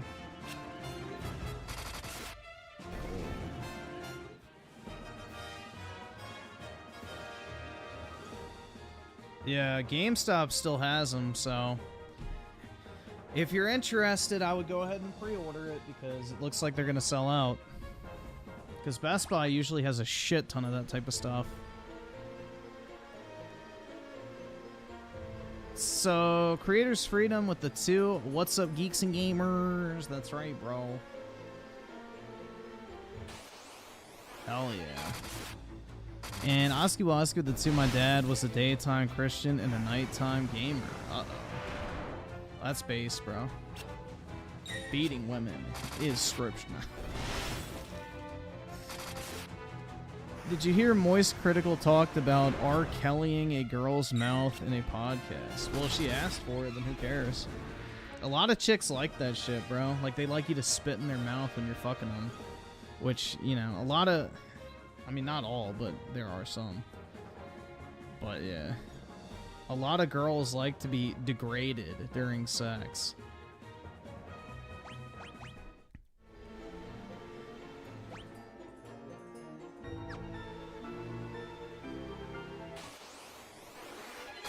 Like, most women are more freaky than guys, is basically what I'm trying to say. Oh, this fucker died. Hell.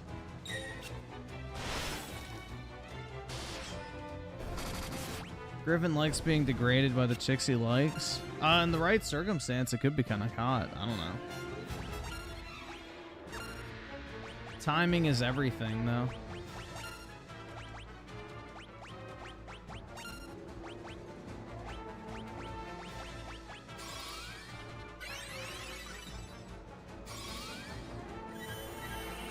Like, if she, I don't know, bro. Like, if she, I wouldn't say pissing on you or something like that, but yeah, I'm not into that type of stuff. But like verbal, I could see it.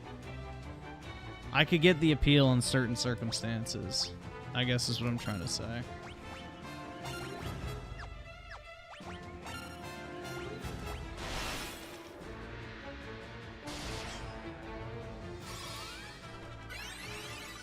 It's kind of like the same premise as the hate fuck, you know? Like, you get pissed off, so then you just take it out, like, physically. So, I feel like it's kind of the same premise as, you know, I guess what I'm trying to get at.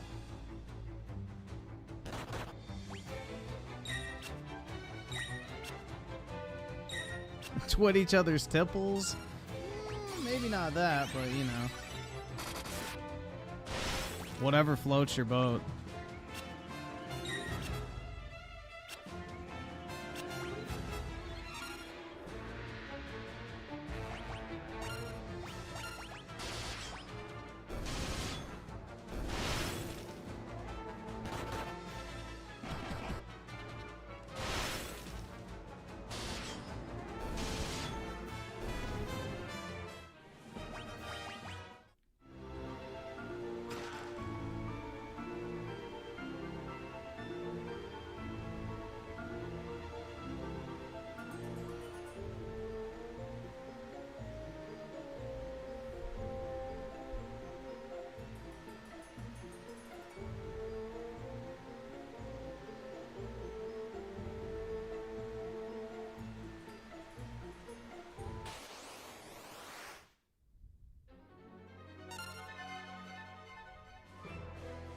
Uh-oh, the King Behemoth.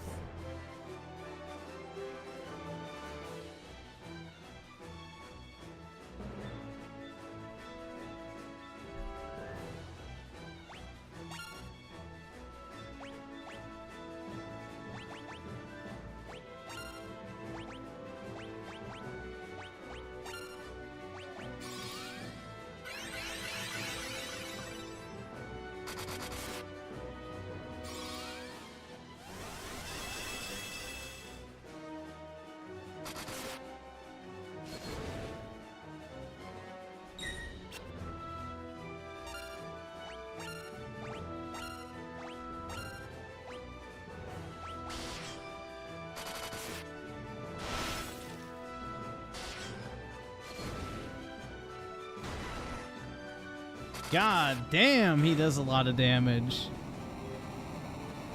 That was part of the abuse. That's right, dude. Hell yeah.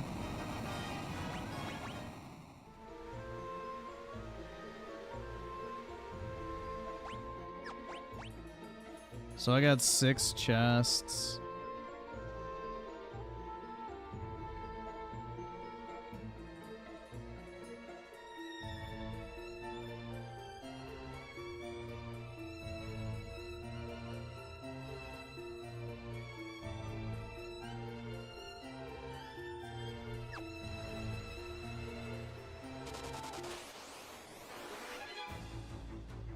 Oh, I needed that ice lizard. Cool.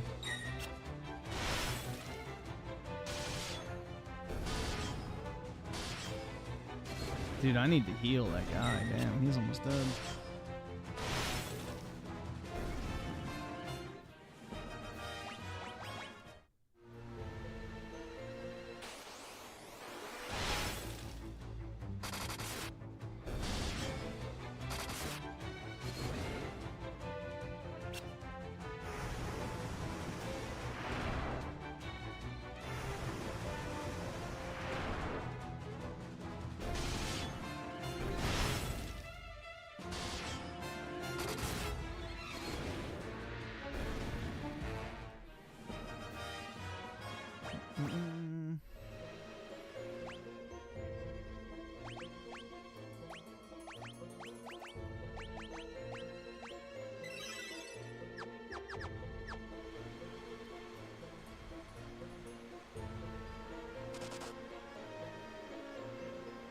Death Tome, Haste Tome. I should have leveled that up.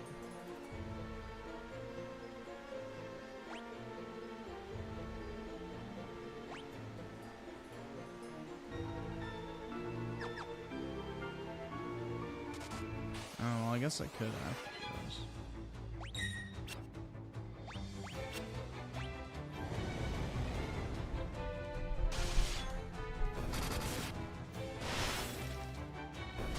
What, the Steam version of what?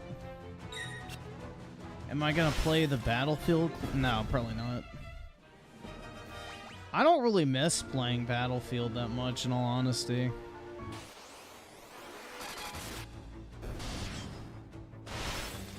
I think I got burnt out on Battlefield 4. I played a shit ton of that game.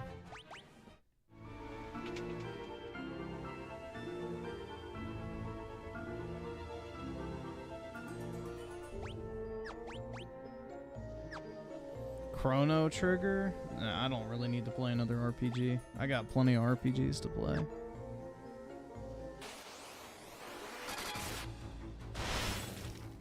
I got to get through Final Fantasy. Well, I'm basically done with this one. So 3, 4, and 5, and 6, and then after that, there's, well, not after, because we'll have to take a break from these, but there's gonna be a ton of games coming out.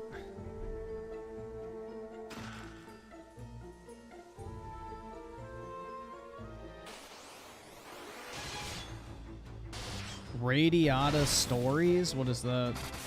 I've heard that name before, but I don't really know what it is. God damn, bro. They are just raping that guy.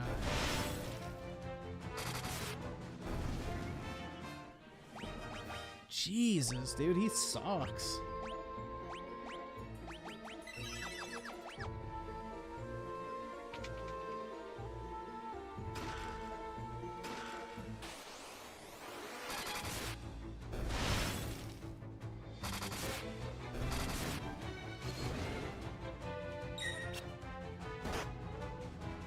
Bro, he, like, oh my god, I need to put some armor on him or something. Holy shit, he is so bad.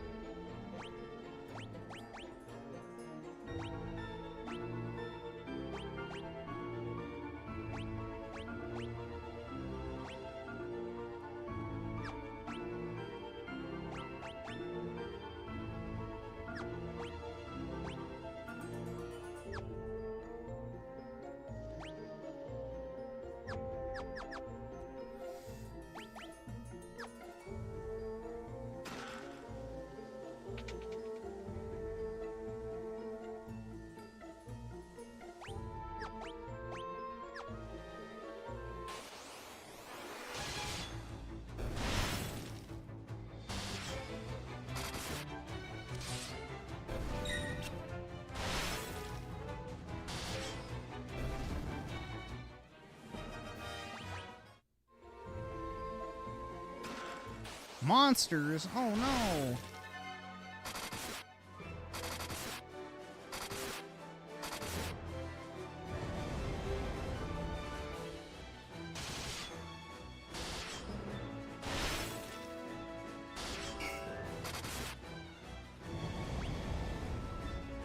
Alright, let's just use some magic on him.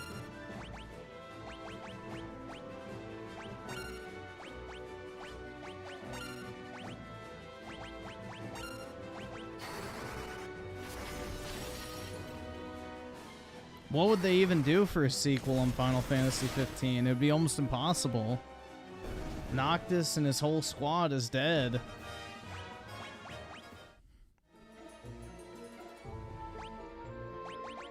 Oh, nice. She got a new bow. Yoichi bow. Hell yeah, dude.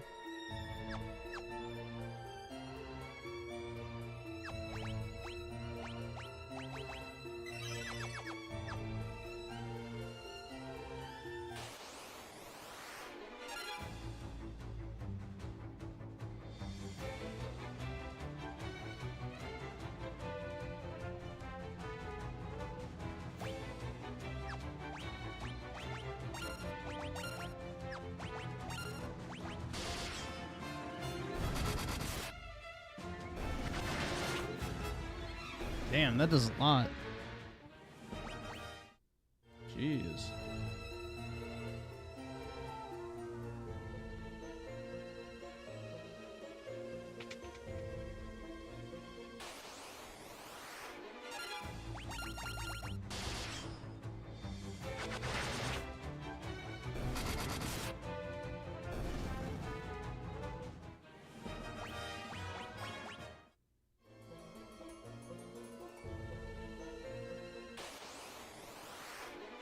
Oh, I needed this too. Nice.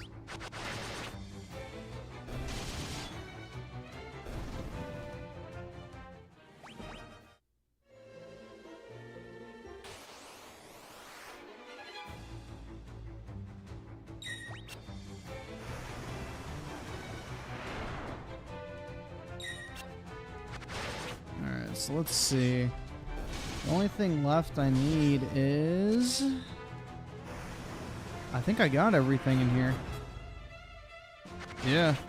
I already got the King Behemoth, got the Ice Lizard, Chimera Sphinx, Blue Dragon, Red Dragon, and the other ones I already had. Oh, and the Abyss Worm. Yeah, I think I'm good. Nice.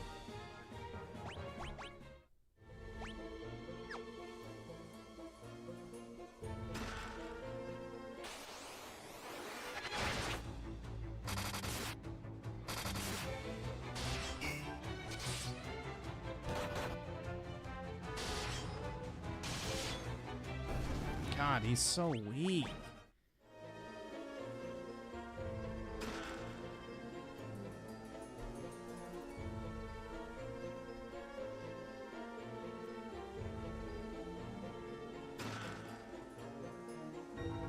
Is that everything? Yep, 14 out of 14. All right, we're good.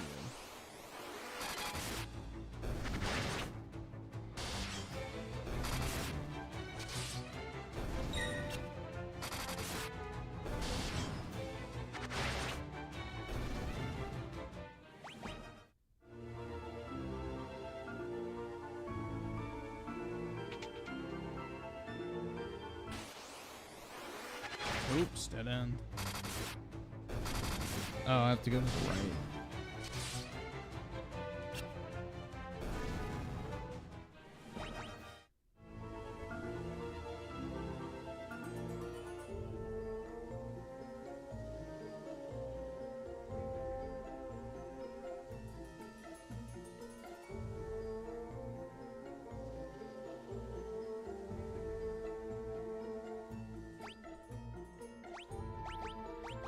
So let's see. Bestiary. So those are all bosses. And 92 is not in this area. He's in the next area. 95 is in the next area. Yeah, that's in the next area.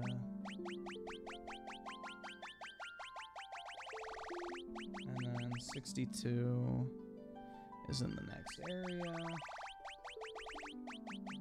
47 is in the next area. He's a boss. 34 is in the next area. Beast. Alright, yeah. So we're good. We are Gucci.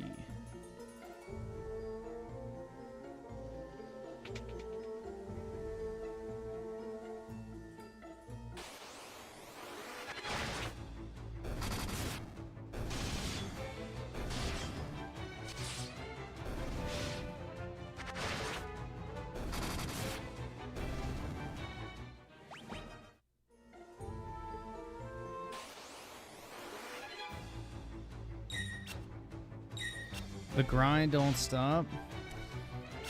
Yeah, I just want to like get all these things so I can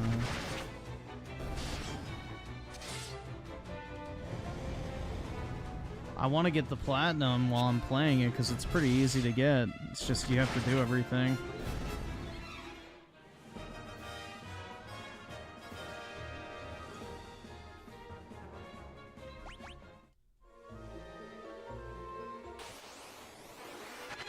Yeah, this is Final Fantasy too.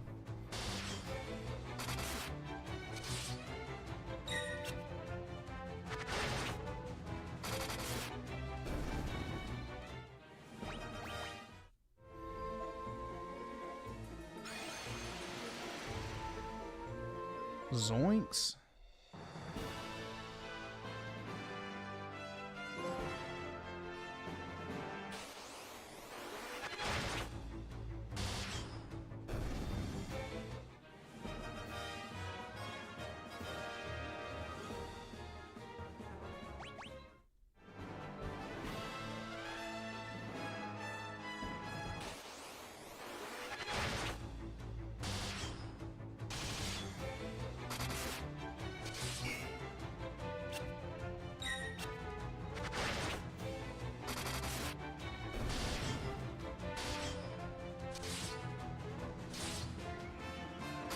Oh my god, bro, he sucks. So bad.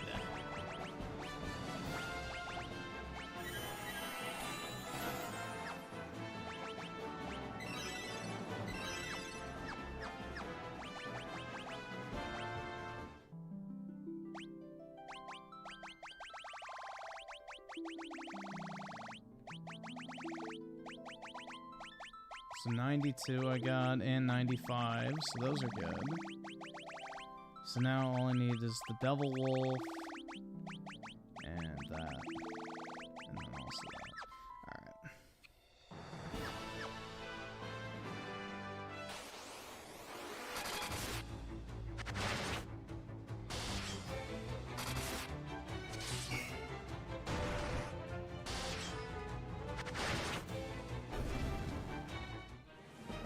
Yeah, I think Dragon Ball has a terrible art style.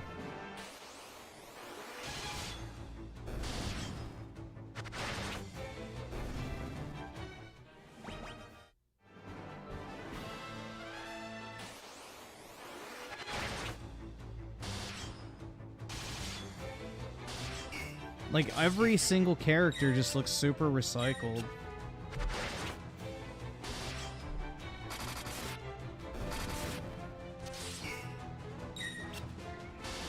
Wait, how could Synthetic Man love Dragon Ball if he's supposedly a racist, bro? That doesn't add up.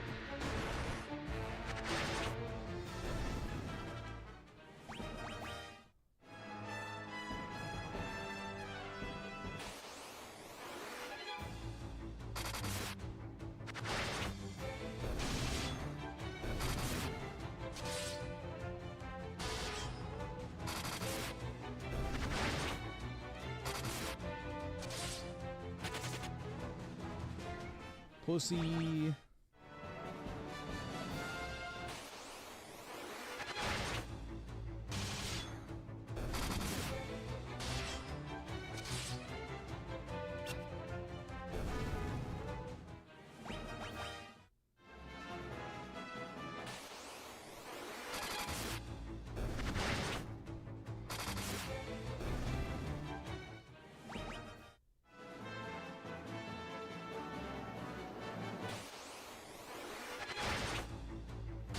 Labia Queen.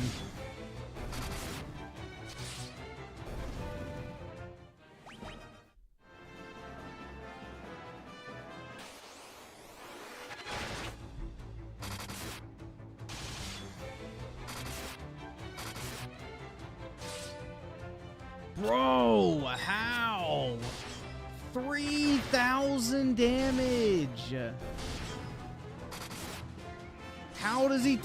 Fuck, dude, he sucks so bad. Like, does he have a single fucking... None of my other characters are dying this quickly. Why do they have to fucking swap him out for the Dragoon, bro?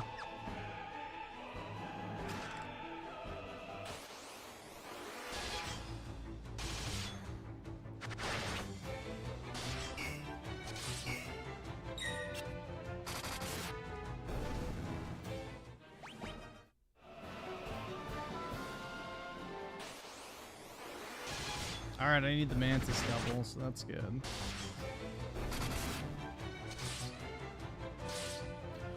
$4,000! 4 fucking thousand, dude. Holy shit. Bro is monstrously bad. Oh, I need these too.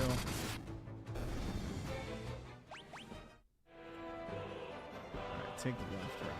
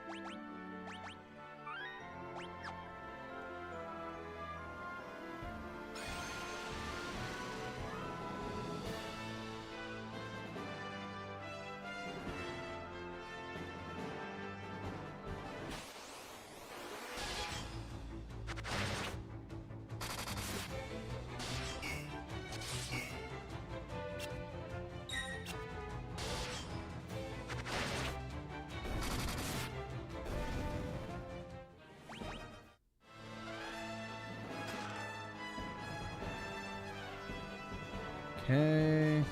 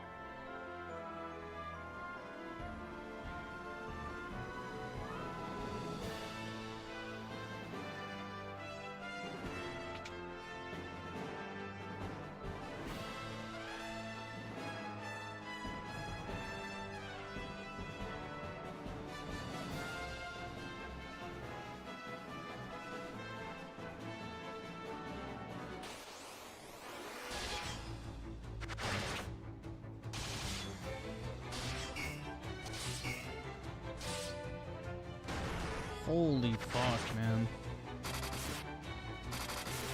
Yeah, this dungeon is like really confusing apparently. I have to use a guide.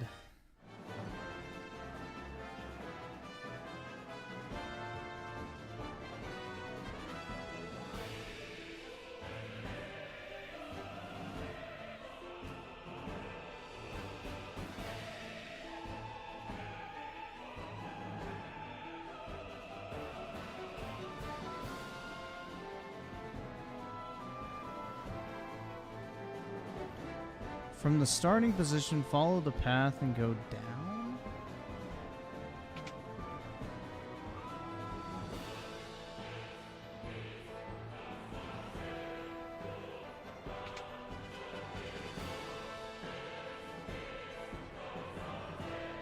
Oh, shit. Alright.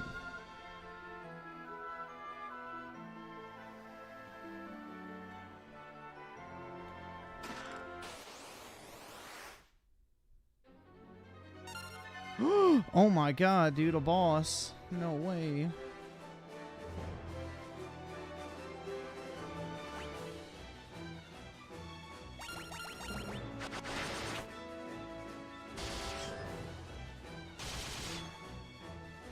Oh, that was easy.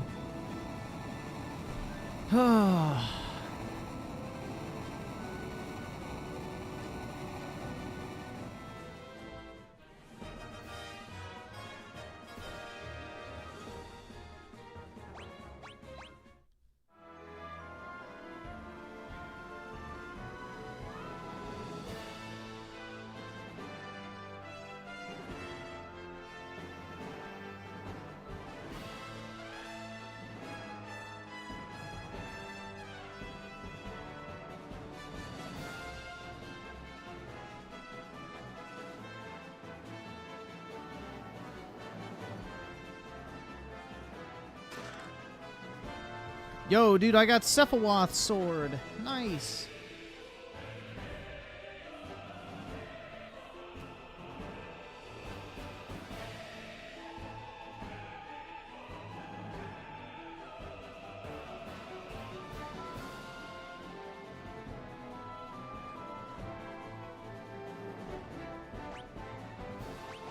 Do I have warp? I don't think I taught warp.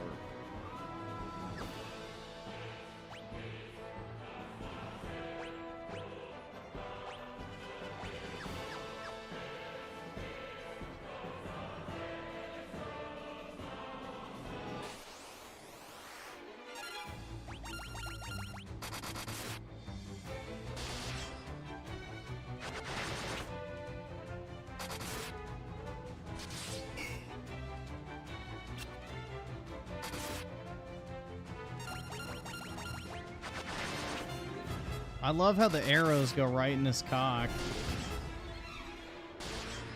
It's kind of funny.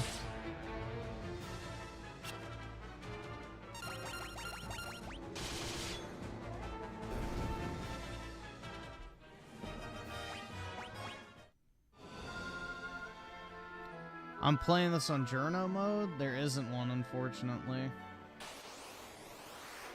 I put in a lot of hours to grind. Of course, dude. Of course, this worthless sack of shit dies once again.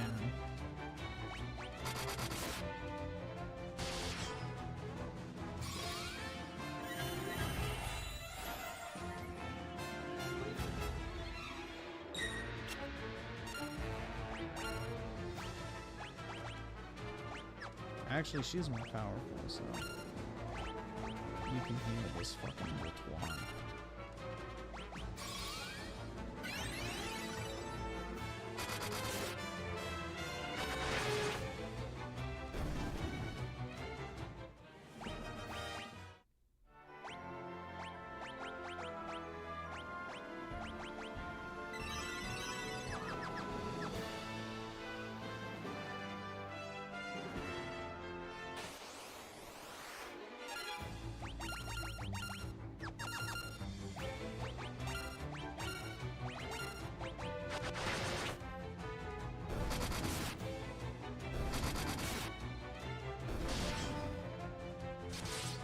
How did we get so lucky to get this guy in our party?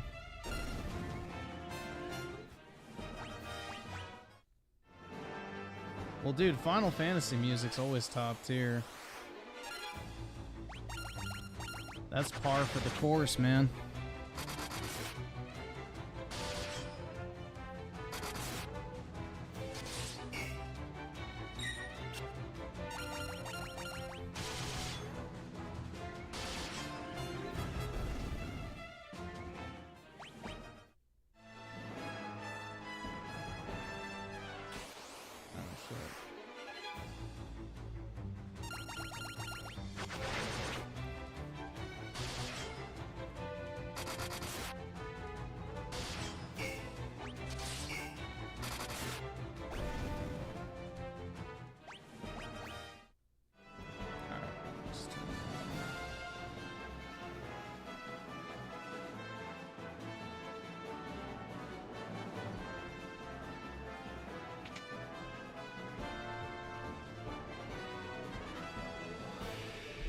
Alright, let me see this real quick. Configuration. Just make sure I'm on pace here.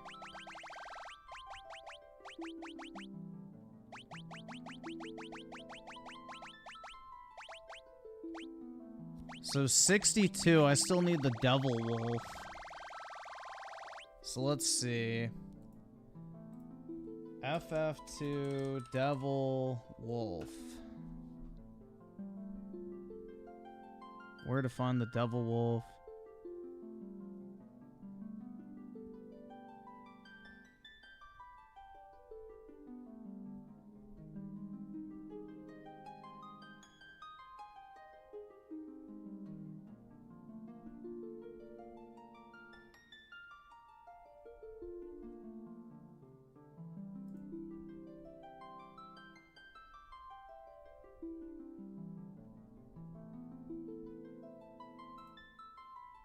Let's see.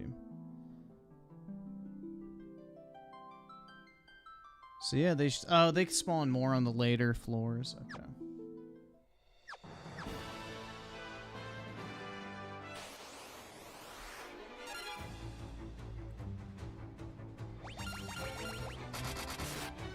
This is so boring, it's crazy. Yeah, and an hour and 30-minute tipster video is just peak entertainment, huh?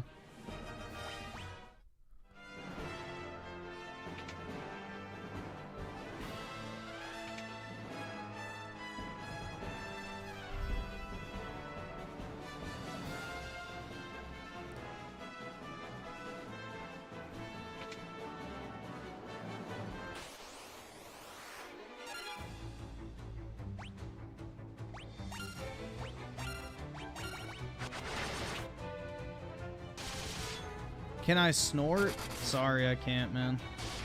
I have a normal nasal passage.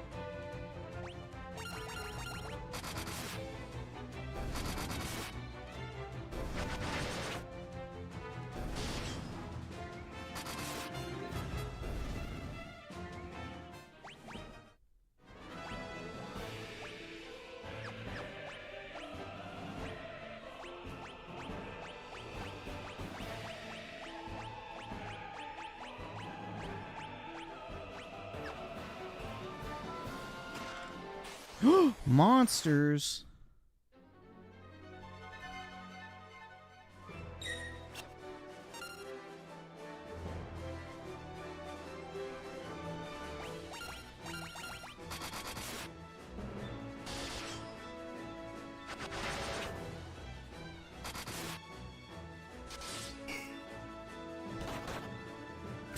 Of course. Oh, Andy's poisoned! Oh my god. Dude, he fucking sucks.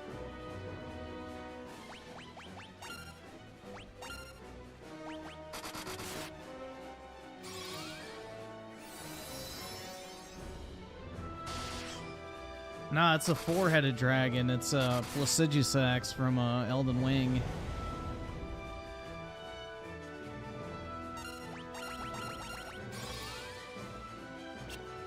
Oh, shit, I forgot to change them.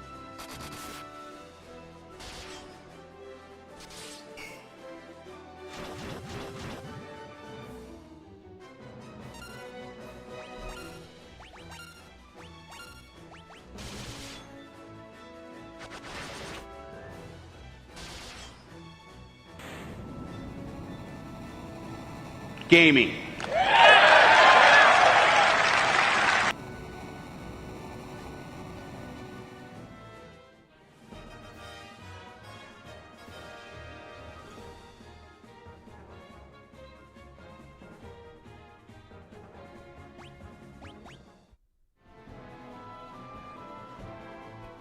The Genji helmet.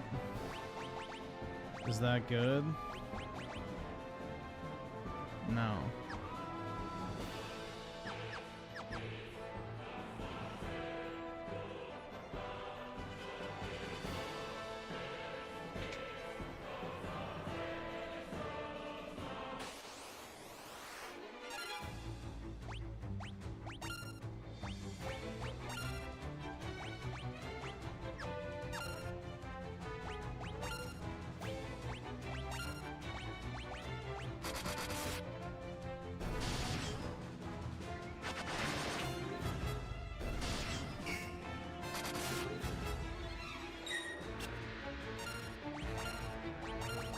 Why I hate Final Fantasy IX? I don't hate Final Fantasy IX.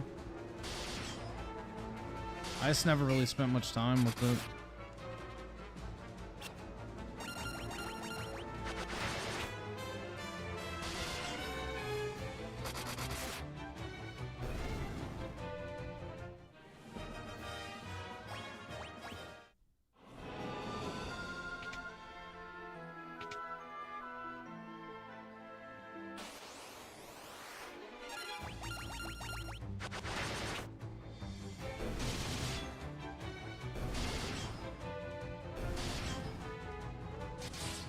Dude, I don't know why this Devil Wolf isn't spawning. It should be there.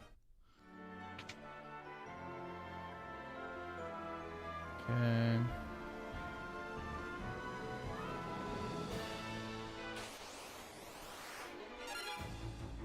The fuck?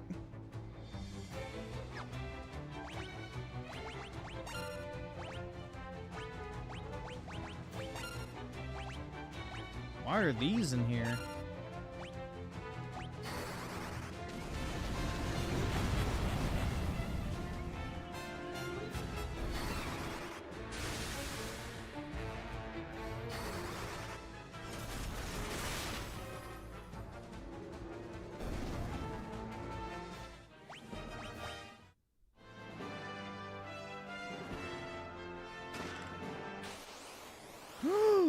Monsters.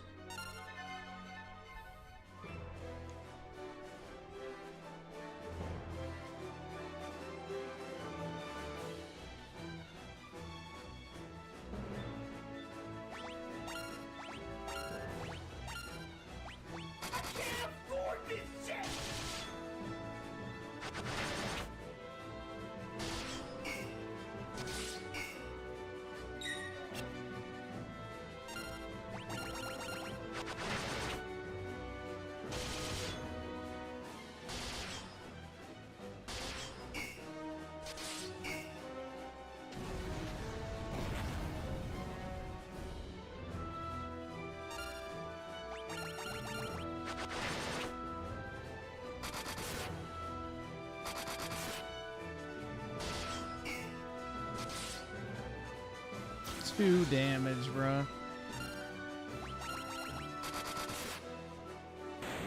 There we go. Yeah, big fucking beetle.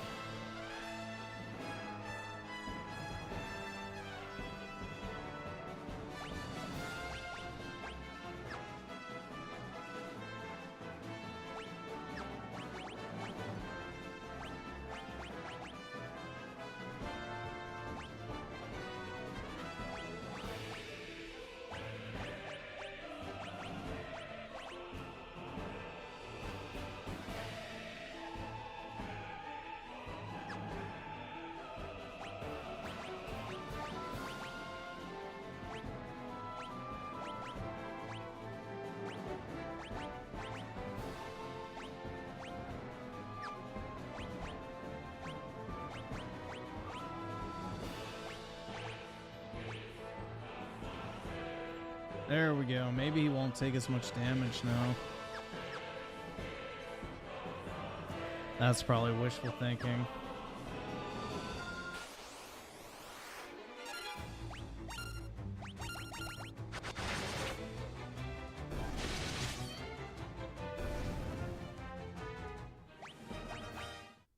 I won't reach the tip skull? That's not, man.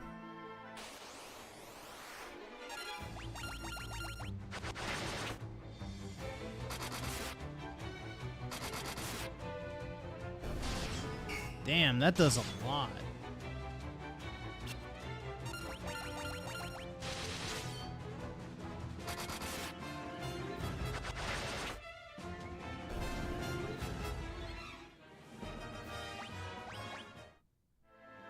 The Cephaloth sword is good.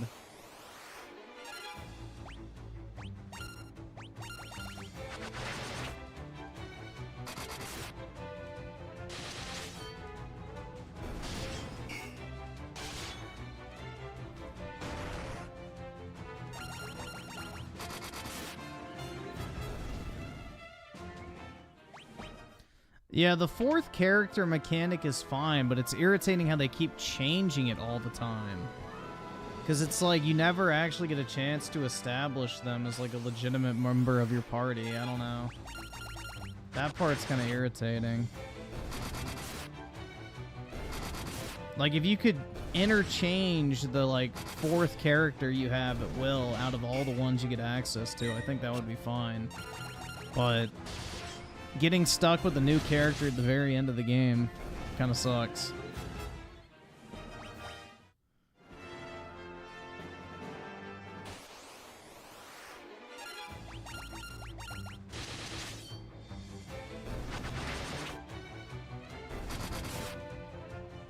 Yeah, well, Mike Tyson and Trump are like old friends. Because Trump used to do a bunch of boxing events back in the day, so... Ew, what the fuck is that?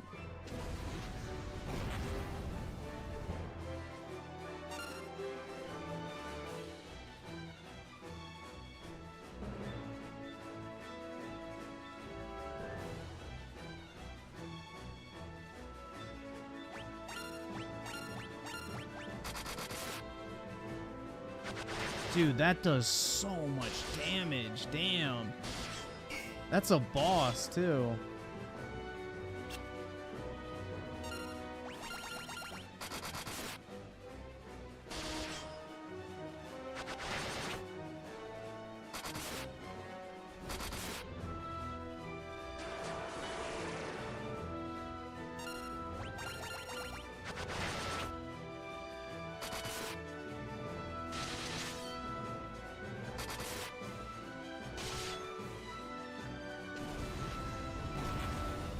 Is that gonna kill him?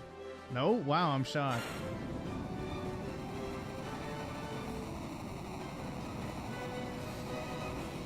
Yeah, well, he did number 10 as well, too. But yeah, he worked on Final Fantasy 1 through 10.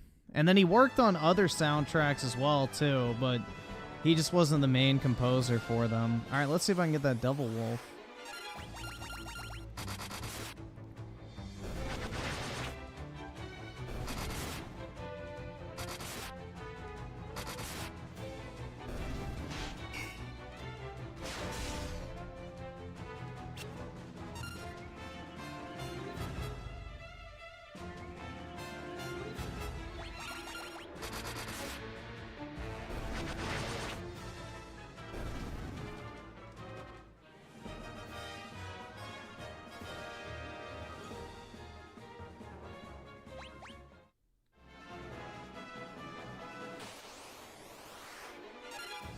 There it is. Finally, bro. Jeez. Little fucker took his time. You have to get an Asian girlfriend since you love Final Fantasy. What does that have to do with anything? My favorite Final Fantasy characters are all white. Thank you very much.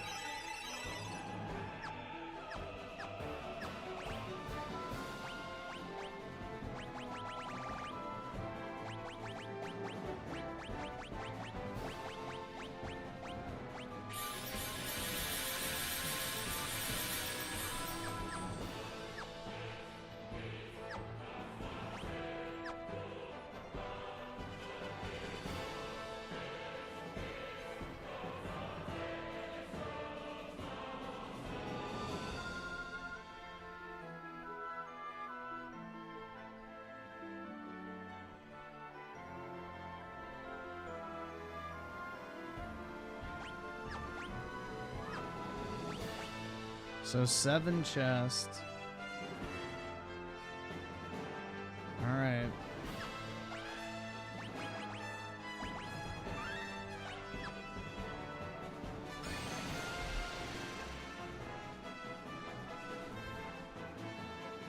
Confirmed white supremacist? Oops, guilty.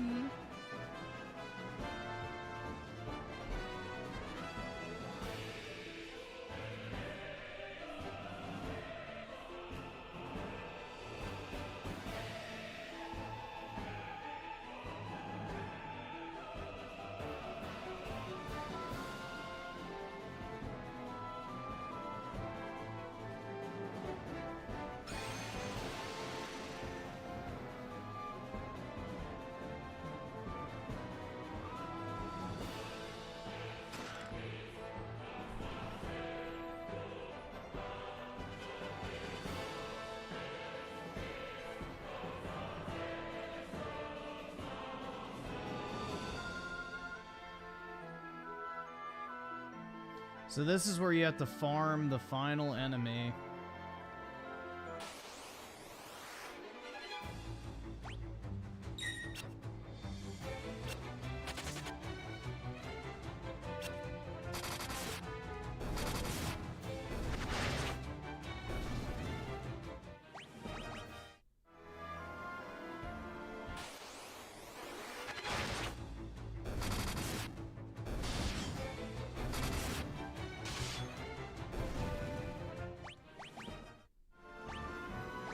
Yeah, I think I'm done with the beastery.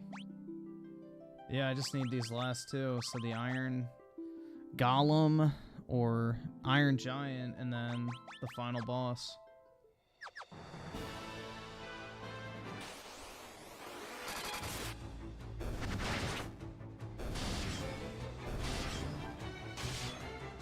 Free my ninjas? That's right, bro. Free use Yuffie. There you go.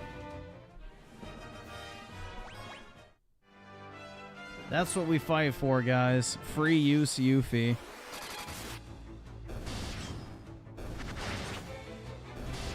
Of course Dreamcast guy changed my mind.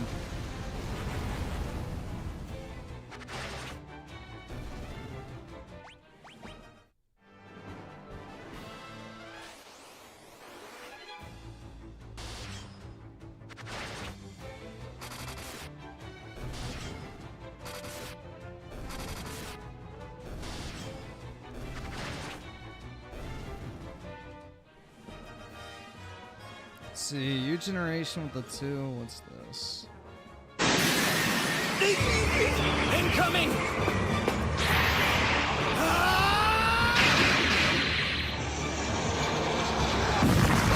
All right! Great! Plan B! Yeah, it's some This is for everyone you've killed! Egghead murderer! Hold your fire! This man isn't black!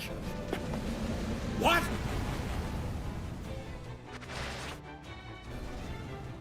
And Fluffle Nugget with the 2, make a tier list. Well, I don't really need to make a tier list. I'll just tell you which ones I like more than the others. Scotty Man with the 5. I'm tempted to get the Wukong Collector's Edition just for the card. You might be able to just buy the card on eBay later. I don't know, because people might just buy it for the statue and then sell the other shit. So you could always just check on eBay to see if they sell the card separately.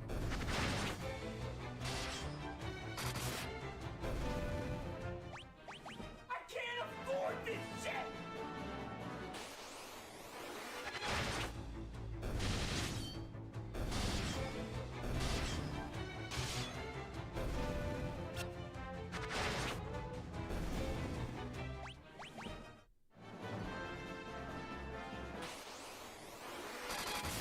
Well, I'm getting plenty of wolves now.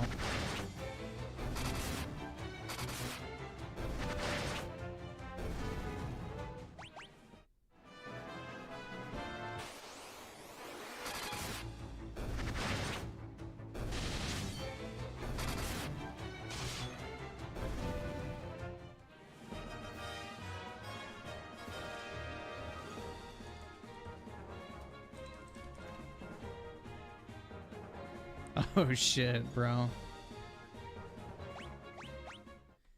He has a fucking 1.6% spawn rate. Oh, that's thunder shit. I got fucking baited.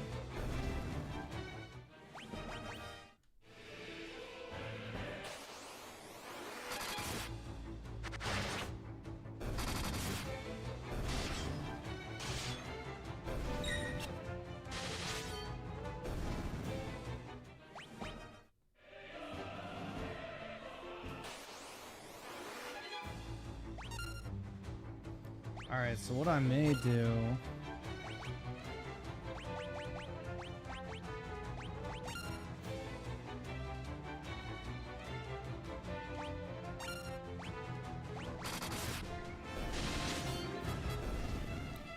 is just put it on that.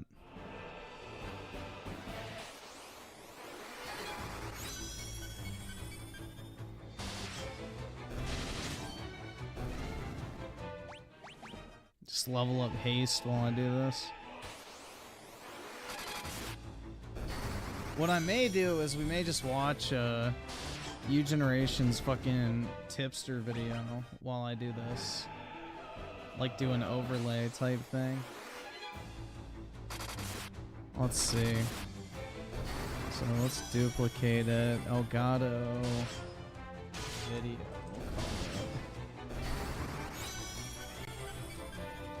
We'll call it. Let me... Ooh, that was a lucky grab. Alright, so... Dude, my fucking throat is like shitty.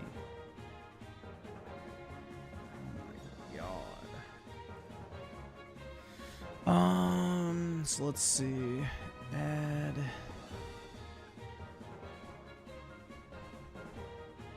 Display capture. Okay, whatever. Not that one. This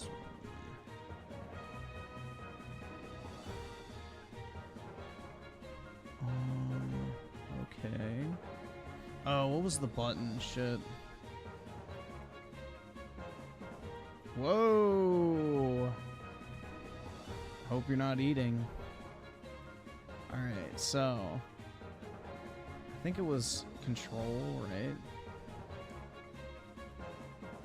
No, it was alt.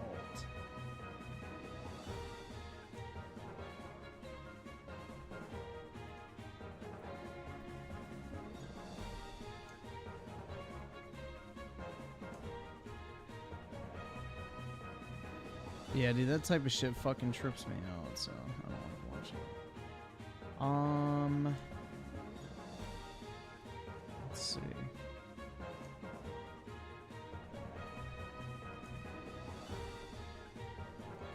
So that's what the YouTube thing will look like. So let's put it right here. And then drag that over here. Oh shit. Lock that, unlock this.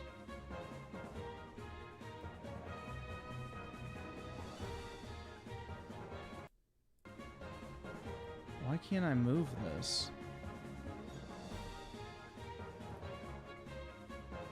There we go.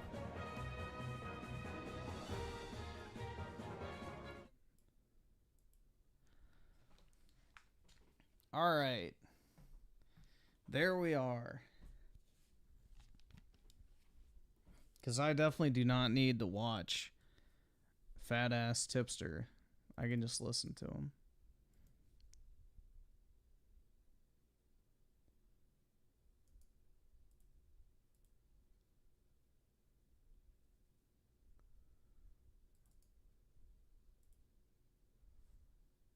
Late to the party. Speed him up. Alright, actually. That's like a 15-minute difference. Oh. Okay.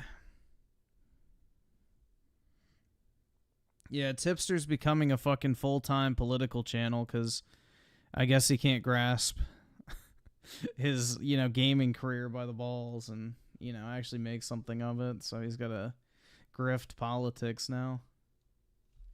But, you know, here we go. Party on this one, but I wanted to check this out with you guys on stream while we play a little bit of video games. We're going to react to this. But this is the interview that Elon Musk held with Donald Trump via Twitter Spaces. And my lord, I didn't catch all of this because admittedly the first time I listened to it, I fell asleep. Okay, it was that bad. Okay, so I'm hoping my reaction to it would be a little bit more entertaining than that, for sure. But in any case, I wanted to react to this with you guys, chat, and kind of go over it with you guys. So we're going to listen to it while I play some games. This is the interview between Elon Musk and Donald Trump that was held via a Twitter Space. So without further ado, let's just jump right into it. All right, hello everyone. My apologies for the late start. We unfortunately had a massive distributed denial of service attack against our servers, and which, by the way, chat, we haven't even like started, and we're already getting to like some insane levels of hope. All right, let me start my game here, and I'll show you guys what I'm talking about real quick. Hold on a second. So he talks about how like Twitter suffered a quote denial of service attack that kind of delayed their ability to like host the stream or whatever. It was such bullshit, honestly, chat. I was actually live tweeting this as it was going on, but Elon's interview with Trump has already crashed. So the thing was supposed to start, and it was like several minutes late. I want to say it was like over half an hour late because nobody could get into the damn thing. Just to show you some more of my live tweets. Elon's broken website literally ended Ron DeSantis' campaign. It's about to do the same for Donald Trump. Oh my god. True. How the fuck would a Twitter space end fucking Trump's campaign? That makes no fucking sense. But then again, Tipster's literally an obese retard, so par for the course. What else we got here? DDoS attack. I asked you. You've broken this website beyond repair. So this was his tweet. There appears to be a massive DDoS attack on X. Working on shutting it down. Worst case, we'll proceed with a smaller number of live listeners and post the conversation later. This is cool. Okay. Your website's just trash, and it couldn't support the influx of viewers that were going to be watching this thing. You didn't get DDoS. Yeah, it's just cope, bro. What, like, what was it, like 20-something million people tried to watch it at one time? Any website's gonna have problems with that. I'll show you guys like a clip art or like a clipping from like some, I guess it was an article that was done on The Verge, I think, and they talked to some employees at Twitter, and they're like, yeah, Elon's kind of full of shit. There was no DDoS attack. Our servers just couldn't handle that traffic. Here we have things are going well for Elon and Donald. Trump on X was trending along with crashed and DDoS. What else we have here? I'm dead. So this is him. We tested the system with 8 million concurrent listeners earlier today. We'll proceed with a smaller number of concurrent listeners at 8:30 Eastern, and then post the unedited audio immediately thereafter. Talks about the DDoS attack. Somebody says it's Dems fighting to save democracy from two massive disruptors. To which Elon said, "Yeah, I'm sorry, chat. I know we just started this segment, but that's cope. It's fucking cope. Like your website is just broken ever since you took over, and it just can't handle the traffic. Like it couldn't handle the traffic. DDoS attack my fucking ass." Hold on, retard break. I need a retard break. Jeez. Okay. Does Tipster's retarded ass not understand that DDoS attacks literally, like, increase the fucking traffic to a point where the website crashes? Like, saying, oh yeah, it couldn't handle the fucking traffic is the same thing as saying the DDoS attack was successful, you fucking dunce. Like, does he not understand how it fucking works? Like, I don't know, man.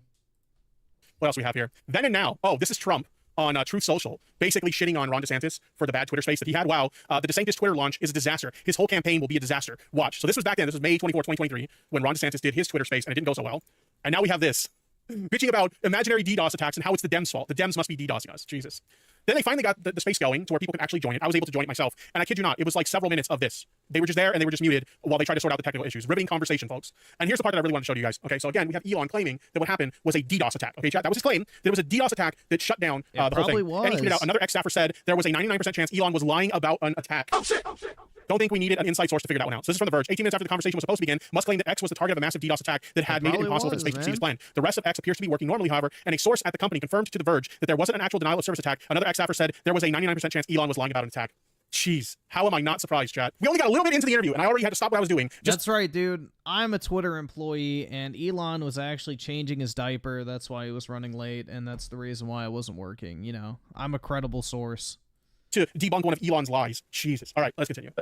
Saturated all of our data lines, like basically hundreds of gigabits of data were saturated. I think we've overcome most of that, and so it's not time to proceed. But as this massive attack illustrates, there's a lot of opposition to people just hearing what. See, I'm playing a real retro game, so I'm guys. To have this conversation. He's I went playing some slop. And it's really intended to just get a feel for what Donald Trump is just like in a conversation. So it's hard to catch a vibe about someone if you just don't hear them talk in a normal way. And when there's an adversarial interview, like no one's themselves in an adversarial interview. He's so monotone, says no gamer. Yeah, he seems like genuinely uninterested to even be having this conversation. Elon has autism, you retard. Donald Trump so hard throughout of the course conversation. He doesn't sound interested. And this is really he's a spurg, literally. Independent voters who. Dude, Elon is a literal diagnosed sped.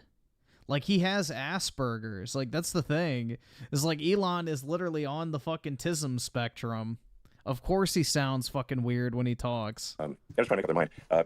And So you can understand like what is was it just blacked out conversation? So I wanted to like this is such a glaze fest. Okay, Chad, just to give you an idea of how much of a glaze fest this shit was. Like I don't know if Trump and Elon were in the same room during this thing, but if they were, by the end of the conversation, Donald Trump's shoes probably looked like a fucking glazed donut. Okay, like I'm pretty sure Elon was having this conversation, dick in hand, just jerking off to how much he was glazing Donald Trump. I mean, it was that fucking bad. Donald, great to speak. We had a great conversation yesterday, as you mentioned yesterday. If we could just record that conversation. Yeah, I love Tipster saying that. Like he literally wouldn't fucking trim Kamala's fucking massive bush with his teeth. And posted, it would have been excellent. I hope we can have something like that today. Well, I think we will. I'm pretty sure we will. And congratulations, because I see you broke every record in the book with so many millions of people. That's an honor. We view that as an honor. And then you do want silencing of certain voices. Usually those are voices that have something to say that are constructive, oftentimes constructive. And so we have to consider it an honor. But I think the funniest thing to come out of this is all the memes about Trump slurring. And like as funny as it would be to think of Donald Trump having this interview while sloshed out of his mind, that's apparently like a common thing with like Twitter Spaces, where for some reason it makes you sound like you're slurring. Yeah. Like I think there was a debate that Vosh held one time over Twitter Spaces where everybody was laughing at him because he sounded like he was slurring too. And like I don't know what it is about Twitter Spaces, but that's a thing. It literally makes you sound like you're slurring for some reason. congratulations on breaking every record in the book tonight. That's great. Well, thank you. Well, how do they know that they broke? This is a common thing that like Trump will say. Basically brag about like, oh, you broke the live streaming records and you like, you exceeded this like view count and stuff like that and this crowd size and stuff. It's like, do we have any sources to like back that up? That this do is you have actually a thing source, that happened, dude? is he just making it up? Why don't you back up with a source? My source is that I made it the fuck up. I think we both know the answer to that. Do you have a source, maybe, dude? we can start off with, I mean, also, one point that I want to make, isn't it kind of fucked that like a live streaming platform, because I do want to, I'm a little late to this one as well, but I do want to in the coming days do a reaction to the Donald Trump interview that he did with Aiden Ross. So we'll be reacting to that. That's on stream at some point. But isn't it funny that a live streaming platform that's run by like scam artists like, digital casinos was able to better handle the traffic for their interview with Trump than Twitter was? Like, I don't know about you guys, but that's pretty fucking pathetic. Because they had 500,000 people on Kick versus 50 million on Twitter plus a fucking DDoS attack. So, yeah, Tippy, it's a little bit different. If you ask me. But anyway. Assassination attempt, which was an incredible thing. And I have to say that your actions after that assassination he attempt knows nothing about technology, and it shows. Down, you were pumping your fist in there and saying, fight, fight, fight. And I think that... Did Elon actually watch the footage? By the way, it's really funny. Anytime you have traffic of that fucking scale directed at one aspect of an online platform, the fucking infrastructure of that platform is going to couple and collapse in most cases. Most social media platforms are used to like distributed traffic. Like they're not used to basically everybody on the site laser focusing on one fucking aspect of it. It's like when too many people join a YouTube premiere, it starts fucking up. So it's the same principle. I don't know. Like he's just fucking stupid. Tipster actually works in IT. Yeah. He's probably the guy that tells people to restart their computers. Like as soon as like Kamala, decided like when it was decided that she was going to run for the presidency when Biden dropped out, people completely forgot about like the Trump assassination attempt. Like I remember when that happened, I was super duper because I was like, okay, the Republicans are going to be able to play the sympathy card. You fucking leftist dipshits love to act like it didn't fucking happen, but nobody's forgotten about it. No one has forgotten about it. You'll go like, oh yeah, nobody remembers it, dude. But yet you're literally fucking talking about it, you fucking retard. So if nobody remembers it, why the fuck are you talking about it right now? Dude, Tipster is just such a fat cuck. Honestly. Such a fucking fat cuck. Hard to get the win because of this incident. Like this is gonna be bad. Okay, dude, if a fucking sniper shot his fucking fat gullet, the bullet would stop 2 inches in, and he would have thought a fucking like horsefly bit him or some shit. Real talk, man. And his skull's probably so fucking thick because the minuscule brain that's bouncing around that void between the fucking 6 inches of straight skull bone probably could just hold the fucking bullet in place and he wouldn't even notice. Like that's the way I looked at it. I was very humor-filled at the time. But as soon as like Kamala started like running and campaigning, everybody forgot about the fact that... And that's even assuming that he has a brain to hit. This assassination attempt happened and nobody talks about it anymore. And you can tell that bothers Donald Trump. That everybody forgot about that shit and nobody talks about that shit anymore. Like it's crazy. It's crazy. But did Elon actually watch the video of the assassination attempt? Because he talked about how like Trump didn't like duck down or anything. He did. No, granted, he did eventually get up and he did the whole like fight thing, but like he did duck down and like even like Secret Service like huddled over him and stuff. Wow, Tipster, you're saying that somebody who got shot at ducked? Oh my god! Wow, dude, somebody shot me in the ear and I ducked down so I wouldn't get shot again. Wow, what a pussy, dude.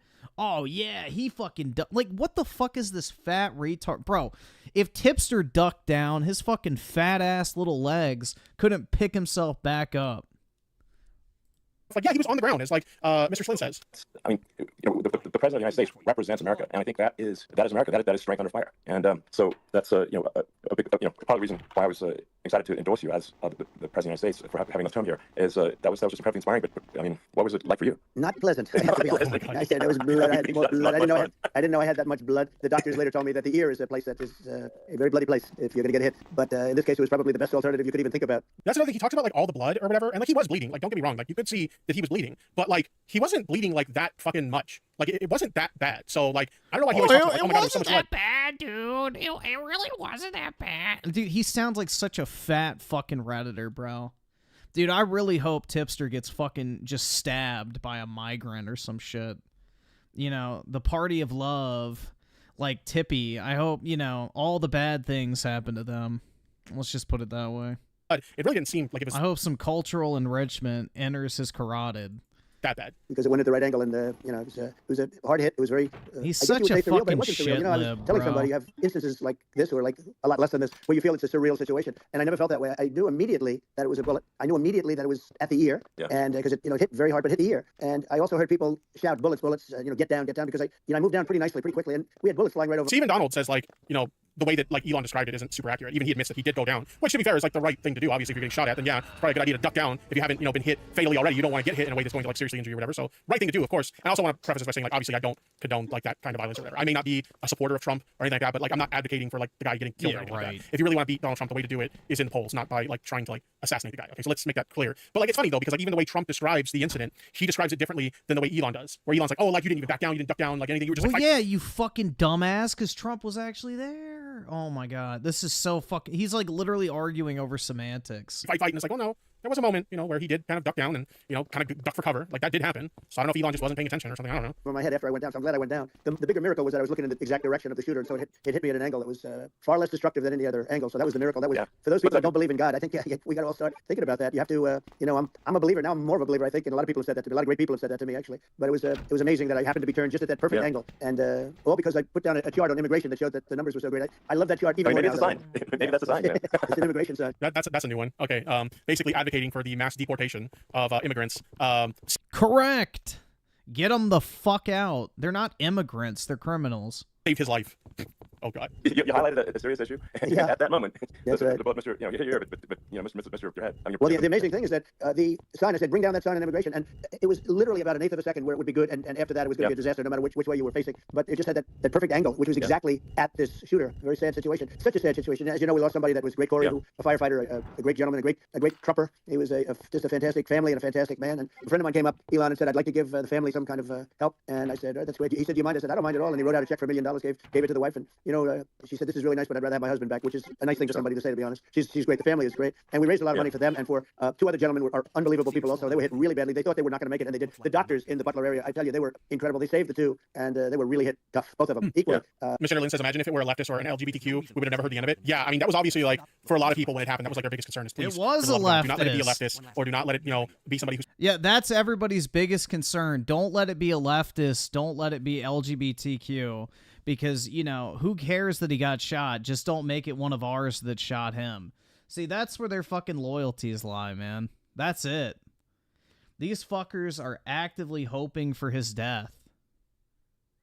They're just pissed off when one of their own does it, because then it makes all of them look bad, because this is the type of shit they've been advocating for by calling him Hitler 2.0 for the past how many fucking years. So, it's just so fucking disingenuous, man. It really is. I don't know, bro.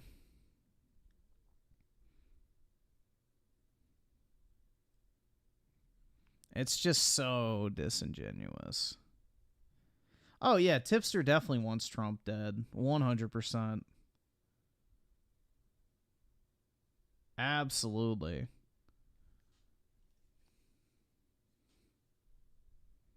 All right, I think I'm at the end, so let's do this real quick. Let's do the ending real quick.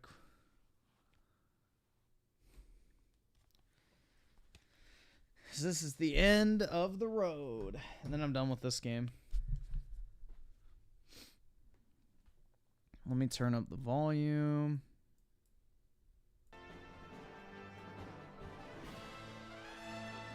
Alright, here we go. Quick save, yes.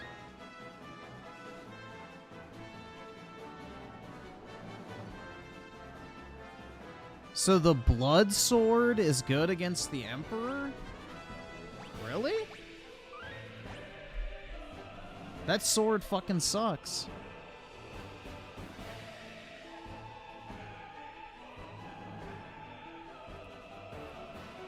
Blood, sword, Emperor.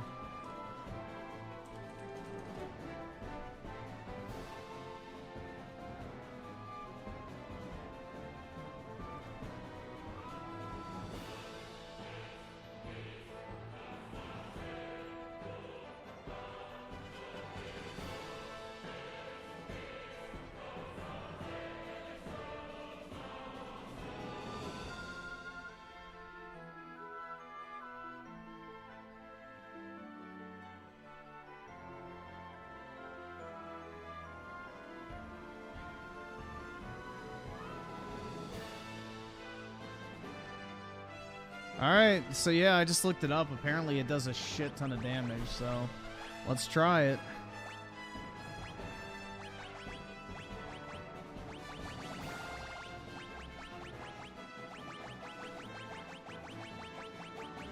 It's all the way down there. Damn. Alright.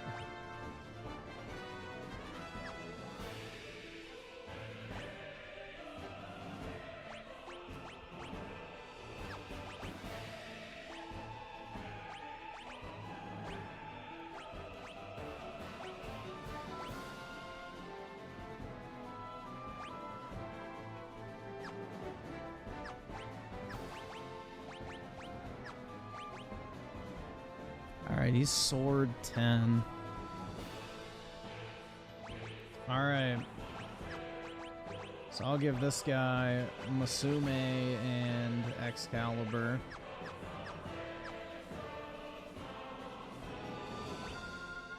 Alright, let's go.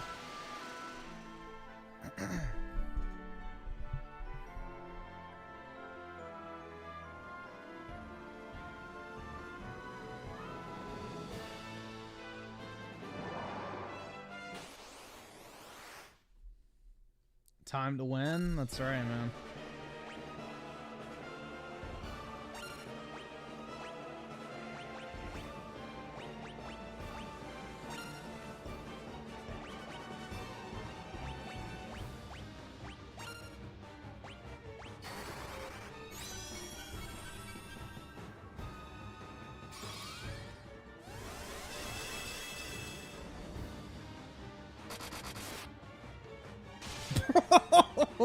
What the fuck? Holy shit. I just maxed out the damage. Holy fuck, man. Alright, well. Shit.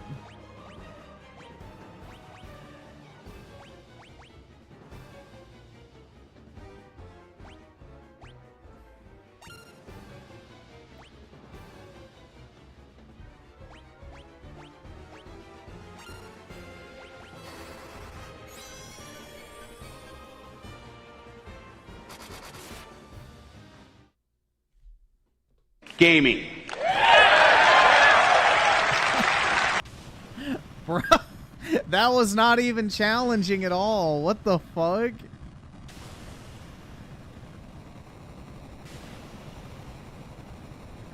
Oh my god, dude.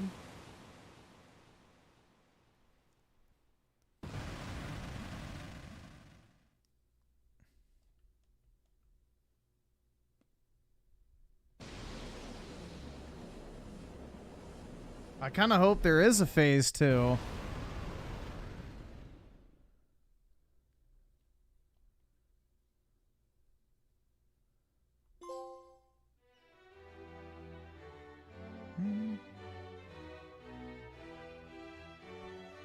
Yeah, I'm glad I saved before that, man, because that was a close call.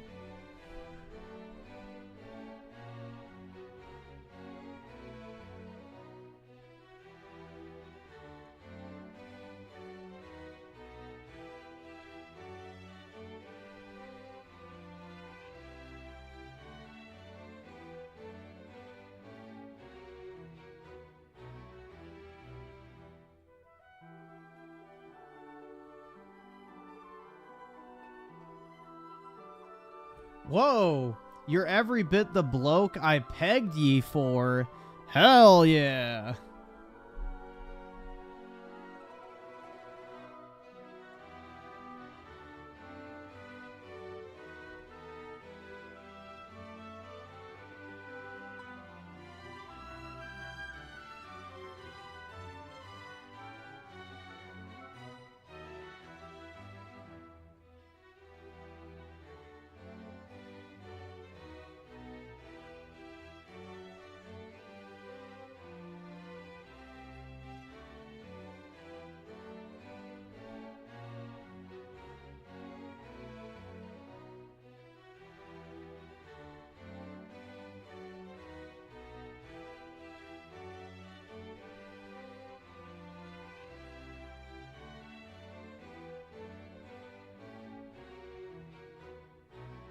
Can't afford this shit!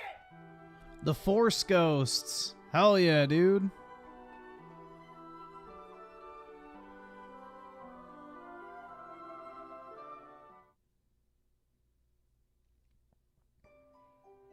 The Aerith pegging begins. Hell yeah, man. Their struggle was long and finally at an end. The Emperor Pandemonium. The monsters plaguing the world. Play the Final Fantasy theme.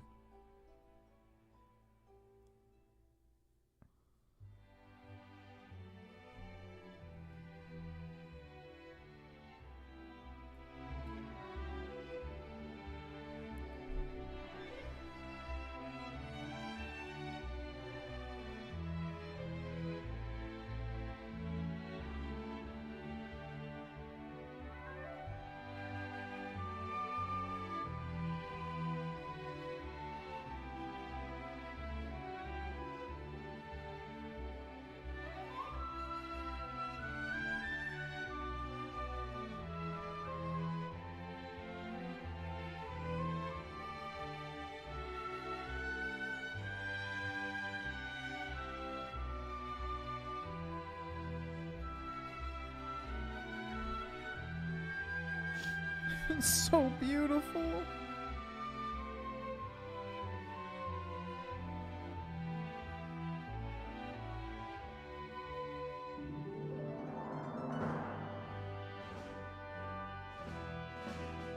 Yeah, I like this one a lot more than 1, personally. This was really good.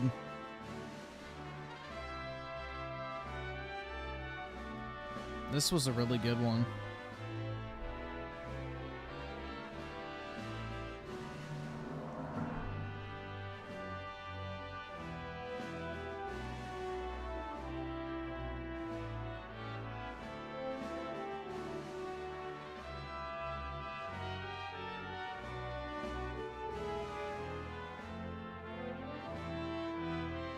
I wonder if that Ryo Ueda guy is the guy that does the Pokemon art, too. I bet it is.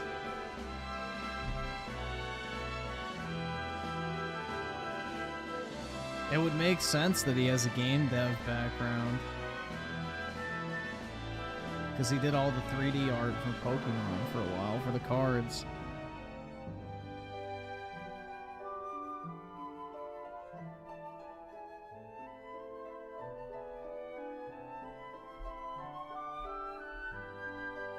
I have girly tastes in video games. That's right, man.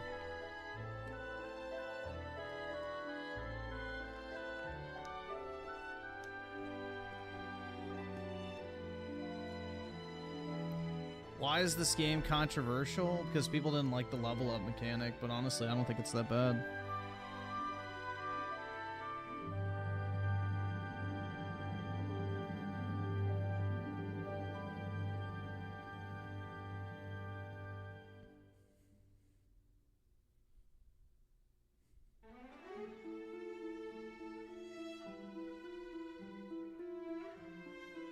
Kind of disappointed they didn't play the Final Fantasy theme at the end, though. Sad.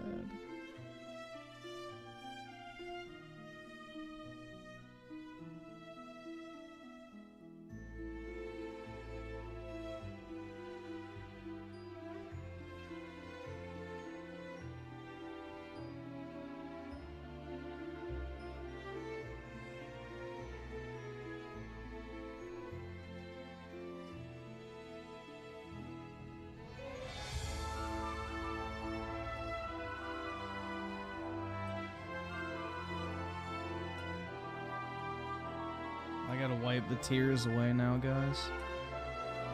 It was so beautiful.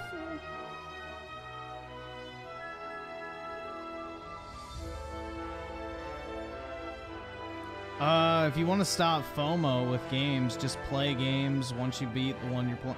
Like, only buy a new game once you beat the games you're currently playing. That's what I would do. Like, only buy a new game after you finish the one you're currently playing.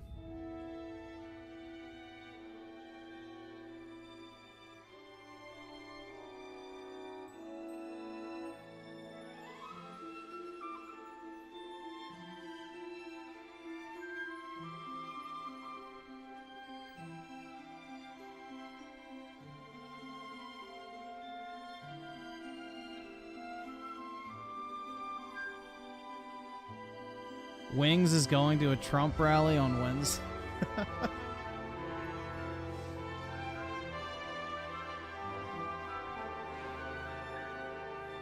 my god.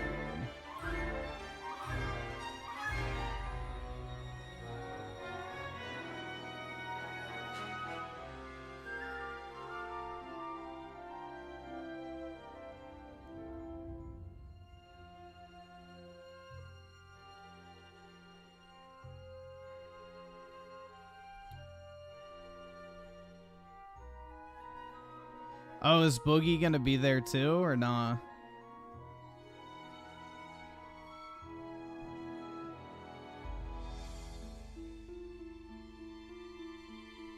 Is it true that Final Fantasy games didn't have a clear plot until 4? This one had a very clear plot. Final Fantasy 1 was basically just get the 4 crystals, beat the bad guy, essentially. This one had a much more in-depth story, I would say. But I mean, they're all like limited because, you know, it's an NES game, so there's only so much you could do with it back in the day. Every line of text, every like little cutscene moment takes up storage, so. This one had a much more, I would say, sophisticated story than 1.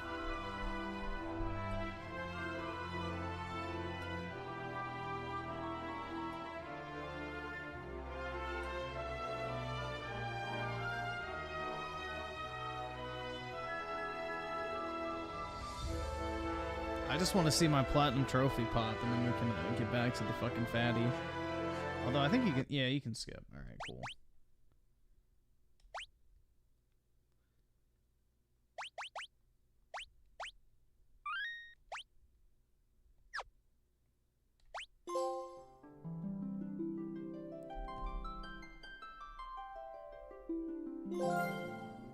Whoa!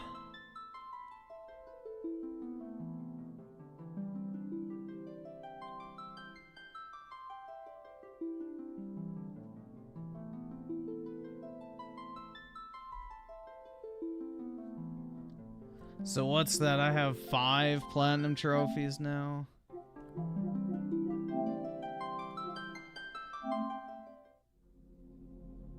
Oh, peak. Yeah, I have 5. Yeah, these Final Fantasy games are piss easy to fucking platinum, so I'll keep them coming.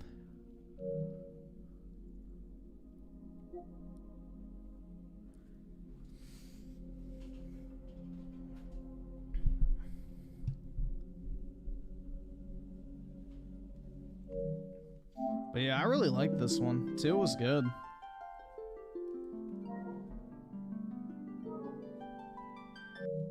Alright, I can delete it.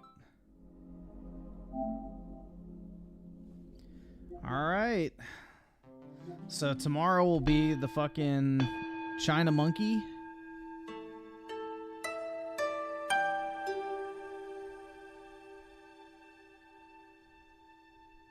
I had way more than 300 hours in Advanced Warfare. I had 2 separate PSNs I played on, and I also played on Xbox, so. Yeah, China Monkey will be tomorrow.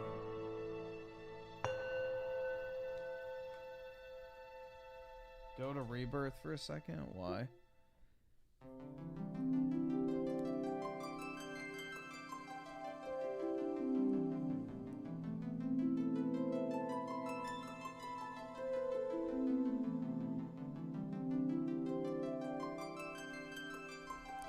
Yeah, Game of the Year 2024 you're looking at right now.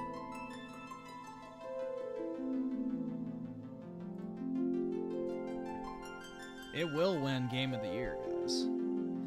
I hate to break it to you.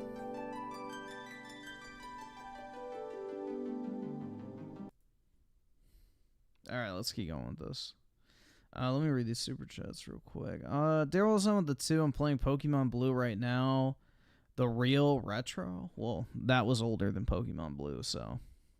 Get fucking wrecked. And skip it up, the fucking loser faggot. Daryl's on with the 2. I'm autistic too. Are you gonna make fun of me? Yeah. You're a sped. Get wrecked, nerd. 04 Alphatron with the 5. Can we look at this Crimson Desert White Horn boss? Yeah, if we have time, we can check it out. Claus Mystery with the 20. Guys, stop bullying Griff. He's gonna cry. Oh, yeah, dude. Literally. I'm gonna piss and shit a little, too. Who's part of the like LGBTQ community or something, because like the conservatives will never let that shit go. And you notice how like once it came out that like they were registered as a Republican, like they tried to sweep that under the rug so quickly. Like, oh my god, because it didn't fit the narrative. No, they're in a closed primary state, you fucking dumbass. People register as Republicans to vote against Trump in the primaries, you fucking dunce. You know, that's what they wanted the narrative to be. You know, it was some leftist who was trying to like take him out, and it's like, no, like it was one of your own people, my guy. And we thought my first question was because I heard bullets flying over me. I said, how many people? Yes, we had a massive... it was a MAGA Trump supporter that shot Trump, dude. That makes complete sense. That makes absolute fucking sense, Tippy. Oh, definitely. Crowd there, a tremendous thousands and thousands of people, and there was no land. I mean, it was all people. So I said, how many people have been killed? Because I knew there were other shots being fired. Sure. And they said, we don't know yet, but some people have been badly hurt. And I have to give the Secret Service sniper, they call him, or sharpshooter, but sniper, because he didn't know there was a problem. He's an extraordinary shot, obviously, and he didn't know there was a problem. And he was able to pick it all out within 5 seconds, and he used one bullet from very far away, I guess probably about 400 yards. The shooter was 130, but he was on the opposite side of the field and the podium, and he saw the smoke and the flame from the gun, immediately recognized it. They fired him. Wait, is that true? Did the sharpshooter actually get fired? Because I gotta be honest, I didn't really follow this situation like that closely. No, they fired the head of the Secret Service, you fucking dumbass. Did they? I knew that the what is it? The person in charge of the Secret Service was basically pressured to resign, and they did resign. But did they actually fire the sharpshooter? That's news to me. That's insane to me. You have Donald Trump basically praising this guy's work. Meanwhile, they actually got fired. No one knows. Wait, why did you say that then? Yes, they fired the sharpshooter. My husband saw stuff about it. Wait, what do you mean? Because he was doing his job? No, he did not. So he did get fired, or he didn't? I'm confused. And immediately He took did the shot, not. and it was one perfect shot from very far away. And if he didn't do that, Elon, he would have. I mean, if he would have, a lot more people have been. Oh, no one knows why he got fired. Gotcha. Okay, that's insane. Been badly hurt and killed. So let me take my hat off. let me praise the actions this guy took that day. After, you know, he apparently got fired from his job for the actions he took that day. That's insanity. Fucking insanity. Because that's also surreal. You know, he's been with them for 23 years, and he's never had anything like this. And all of a sudden, he has to act, and it's a very tough thing to act and to be shooting somebody. But he saw the gun, saw the smoke, saw the flame from the gun, very far away. Obviously, has very good eyes. He's got insane. He saved Trump's life. The guy would have kept firing. Yeah, true. very good vision, which I assume you had to have in that particular work. But he took aim very quickly, and they say it was approximately 5 seconds from long range, one bullet. If that didn't happen, because the shooter had a lot of bullets, he had a lot of cartridges up there with him. So Well, would have been I mean, that's clearly, Yeah, exactly. James Comey is a registered Republican, or fucking Liz Cheney, or you can go down the fucking list. You know, they're not actual Republicans. They just LARP. very confident in taking that shot to stop. I heard Trump dodge the bullet last second by turning his head. Yeah, my understanding is that actually is true, because you can watch the footage and see that like he kind of like turns his head, and that's like right at the moment when the shots get fired. So essentially, like what could have been, truthfully, it could have been a shot to the head for him had he not moved that way. It ended up just kind of nicking his ear, which like yeah, like you know whether you like Donald Trump or not, that's insanely crazy to think that if it weren't for that small head movement, like he'd be dead. You know, The attempted assassination. But I mean, there does seem to be, I mean, some pretty significant failings elsewhere in the system. Like, there's just no way that, like, how on earth does a shooter get on a roof 130 yards away? That seems crazy. I think most people, like, I will say that, you know, I do think that there was some failures on the part of the Secret Service that day, that, like, there was this building that was kind of, like, my understanding was left. You think there were some, Tippy? Wow, is that your expert opinion? Thank you for that expert analysis, bro. You know, what would we do without Tipster to break down the scenario, man? wide open where this guy could get up there. Jesus. You know, like that does seem like a shortcoming for sure. My understanding from what because I did listen to there was that hearing where the Secret Service director was talking about how like that building was outside of the range of their like coverage or whatever. I forget the exact like language he used, but like that to me that seems like a huge shortcoming. Like there's regardless of how you feel about Donald Trump or not, like obviously like I said, like this type of violence is not the way that you beat Donald Trump. Like if you really want to see Donald Trump lose, vote against him in the election, okay? But like having said that, like that's insane that could happen. Like that was a huge shortcoming on the part of the Secret Service. People are wondering how on earth could such a thing happen. Well, I view it as two ways. There should have been nobody on the roof. There were people because there were so many tens of thousands of people there. There were people that were seeing him, and there was one woman with a red shirt and Trump all over her, and she's screaming. And that guy's got a gun. You saw it probably. There's a guy up there with a gun. It's like I guess from my part, I think probably many members of the public. I will say it is funny like how many times like Trump has talked about this since the incident. Because correct me if I'm wrong, but didn't he say at the RNC that he didn't want to talk about this again because it was too traumatic? And it just No, he said that he wasn't going to do a step-by-step walkthrough of it. seems like because nobody else is talking about it, people completely forgot about it after Kamala started campaigning. It seems. But he also could have said that at a time where he was much more sensitive to the topic because it had just happened. So that's the other thing too, is like, you know, as time goes on, you start to become more and more like comfortable with talking about something traumatic like that. Like right off the bat, it's a little fucking like crazy to have to relive it, but he's probably fine now. It's like all he does is talk about it now. Like any opportunity he can use to talk about it, he talks about it. Like it's pretty funny. Which, like I said, like a lot of people predicted they were probably going to use that as like a means to get like sympathy votes and stuff. So it makes sense that he would keep talking about it. But it's kind of funny that he was like, yeah, I can't talk about this ever again because of the fact that you know it's too traumatic, and like literally every speaking engagement he's done since then, he's like found some way to mention it. Like it's pretty insane. Like I'm wondering how the heck are basically people wondering why pointing out this guy on the roof with a gun. Yeah. They're seeing it, but somehow it's not being addressed. That does seem crazy. Well, they're going to learn from this. The communication between the local police, who sort of had an idea, and then ultimately a man lifted himself up to the roof, could barely do it because he was pulling himself up, and he saw the man with the gun. The man with the gun pointed the gun at him. This is a police officer he's referring to, right? Because I think I saw the body cam footage of this, of the police officer who like spotted him and he tried to climb up on the roof, and the guy pointed the gun back at him. Like I'm pretty sure I've seen that. He thought he was probably going to get shot, but he was like pulling himself up, and because of that, he couldn't get to his gun, and he fell down. Actually, the RNC was very weird. Yeah, true. I mean, I think it's like, you know, there's a lot of people who vote right that they're like, obviously there's, you know, a lot of like people, like we've seen it on social media, a lot of like bigotry and stuff in regards to like, you know, the kind of policies that they're trying to push, you know, like anti-queer kind of like policies, stripping women of their rights and, you know, stripping trans people of their rights, etc. But like, what rights are they losing? To have people pay to have their penis chopped off? No. If you want to have your cock chopped off, you should pay for it. It's not a fucking human right to have your fucking cock inverted and breast implants put into your chest. Like, it's one of those things that like a lot of like right-leaning people would like you to believe, like, oh, you know, this isn't stuff that like actual right-wingers give a shit about. It's just like the really fringe people on the internet. But when you see something that was brought up that was like anti-trans sort of policies that Republicans wanted to push, the amount of crowd pop that they got when those topics were brought up, like it was huge. So like I don't buy that when I hear that. Like I'm not gonna say yes, Tipster, because most normal people, if they're able to speak freely, do not like this trans shit.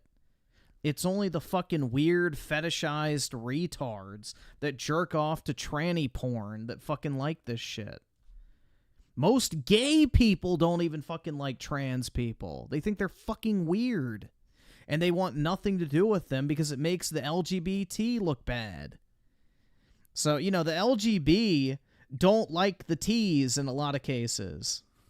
I think every right-winger is a bigoted person against like queer people or trans people or other like minority groups or et cetera, et cetera. But having said that, like you can't say that like a large base of the like Republican voter base isn't in favor of that kind of stuff, because go back and watch the RNC and watch the huge crowd pops they get when those topics come up. Like it's insanity. Badly hurt his leg, his ankle. So we got it wrong, but the Secret Service is potentially getting fired. They're under investigation because he saw someone with a rangefinder before the shooting and it could have been avoided. Yeah, I seen like they were saying that like they weren't sussed out by the rangefinder because apparently there's multiple like uses that people use a rangefinder for. I gotta be honest, I don't even know what a rangefinder is, but not all uses of a rangefinder necessarily in regards to like sharpshooting, I guess. So that's why they weren't sussed out by that. But I do know that the Secret Service director, she was forced to resign, basically pressured to resign as a result of this, and she did resign. Yeah. I hear very badly, but he fell down, and he did. You know, from what I understand, he did say there's a guy up there with a gun, and the shooting started very quickly. Well, after that. I think yeah, they were Democrats. It's how far away your target is, right? But like, my understanding. But fucking, you know, trans fat Tippy can't fucking think critically, so he's gonna omit anything and everything that doesn't line up with his narrative. At least from what they said during that hearing, was that not all uses of a rangefinder specifically in regards to sharpshooting. Like there's other non-shooting related uses for a rangefinder as well. At least that's what they were saying when they were questioned about it. Quicker, you know, you're supposed to be a very good shot. Yeah. My sons, Don and Eric, they can't believe what happened, but they said from 130 yards, a bad shot would hit that target almost every time. They said it's like in golf, sinking a 2-foot putt. Yeah, it's not a tough shot. It's not a long shot. The Secret Service person had the long shot. He had a triple the distance actually. So you know, it was a terrible thing. Look, he's not getting up. It's hard. I have to say this about the Secret Service. When I went down, and you know, I went down based on I think they're screaming, but other people also, because people saw this happen. You know, you had so many people. One of the miracles was that nobody ran. I mean, if a gun goes off, the crowd control bro, people. he's just so staring when at guns me. go off, and it does happen in stadiums, at a soccer match or some kind of event, everybody flees. They go to stampede like cattle. But everybody, and a lot of people get killed with those stampedes. We had more people than you'd have at, you know, some. I mean, well, it is true that a lot of times, like those kind of like basically crowds running from like gunfire or stuff like that, well, it could potentially cause like more injuries and stuff like that. So it's good from that perspective that people didn't run. Also, I don't know if it's like the smartest thing in the world to not at least try to flee for some type of cover and just stand there. Like, I'm sorry, but like, you know, I don't care who it is. Like, I'm not gonna stand my ground for anyone if there's like shots being fired in my direction. Like, I'm gonna do what I gotta do to save my own ass and like my family's ass as well. Like my safety and the safety of my loved ones is very important to me, and I'm not standing my. Tipster, you couldn't chase after someone or even run over to your fucking wife if she was in danger. You'd fucking trip and fall and like probably break a leg. My ground for some like politician, you know what I mean? I would have been like the fuck out of there. So like I know like he's kind of like representing that as like, oh, you know, it was very like a smart thing that they didn't like run or whatever. And to some degree, like yeah, the whole like the fact that it didn't like turn into a stampede to like. Clause Mr. the 20 anti-trans laws are pro-women. W for me, shrug. Yeah. I mean, that's the thing. I don't have a problem with like, you know, I guess feminism in principle. But like the fucking radical shit's dumb. But yeah, dude, the trans shit is definitely infringing on actual women's rights. Like, you want to talk about people being denied their rights, you know, trans people are literally taking away rights from women to, like, have their own fucking sport leagues, you know, it's, like, have a safe fucking bathroom, because now you have a bunch of people who are, like, 3 times more likely to be child sex offenders in your bathroom with your kids. So, I don't know, man. Like potentially injure or kill other people. That's good, obviously. But like, yeah, I think just standing there is like, I don't know, it's kind of risky and weird. It has its own risks associated with games it. And nobody left. You know, you had a small group behind us in the grandstand, and that was full. And you look at it as it was taking place, and normally they'd be running. Yeah, exactly. Funny how I would have booked that shit too.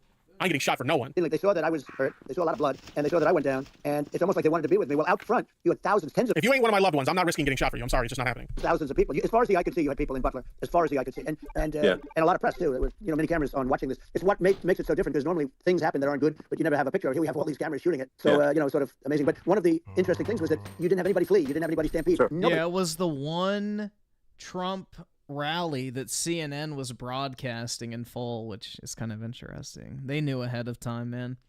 You know, Trump, they didn't save Trump from getting shot. They failed to kill him, is basically the best way to sum up that entire thing. The goal was to kill him, not protect him. And there were some people behind me. They stood up and they're looking like, you know, I mean, you want to have them in a foxhole with you. I want to meet some of them. See, that's even worse. Is like them just like there's that infamous like shot of the guy who's like literally like he stood up, like if for whatever reason like the shooter wanted to specifically target that guy, it wouldn't be that difficult to do so, because he's literally standing up and he's like looking around, kind of being like nosy about the whole situation. Yeah, because he's looking where the gunfire's coming from, dumbass. Like, yeah, that's not very smart. Like, you shouldn't be applauding that guy for putting his life in danger like that. Those people, because it's so different. Yeah, you shouldn't be applauding someone for actually being brave. Oh yeah, I'm quiver in fear like my effeminate fat ass. Holy shit, bro. This guy is so cocked. How dare you look and see where the fucking shots are coming from so you can alert authorities or, you know, take further action yourself in order to help other people. You know, cower in fear like a little fucking soy-infused cuck.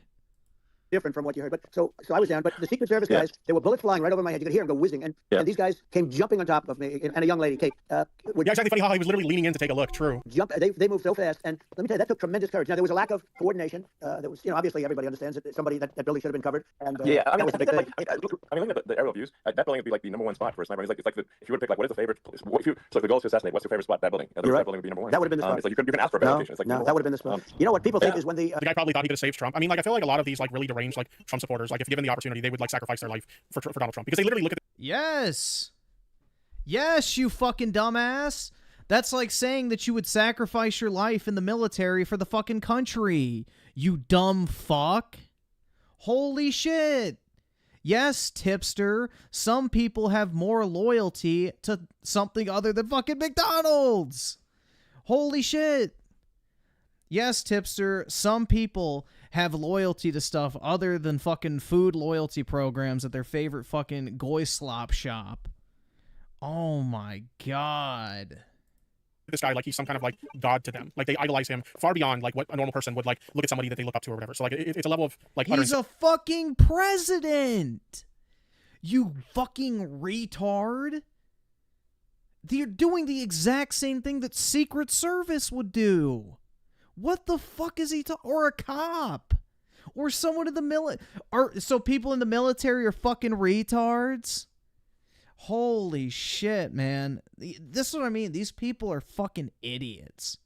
Like, Tipster's fucking fat, worthless ass needs to fucking roll off a cliff or something, bruh. Like, with a comical fucking tuba song playing as he, like, rolls on his side like a beach ball. Sanity, to say the least. Local putting it police, lightly. who, by the way, he really, he did what he was supposed to do. He couldn't hold on any longer. And then when he got his head just peeking above, this guy standing there with a gun in his head. And when he fell down, again, hurt his ankle very badly, but he was making the calls. But yeah, it's a little cold, exactly. What happened is the firing took place very soon. So what they think is that this guy ran to his site, which he had all planned out with a gun.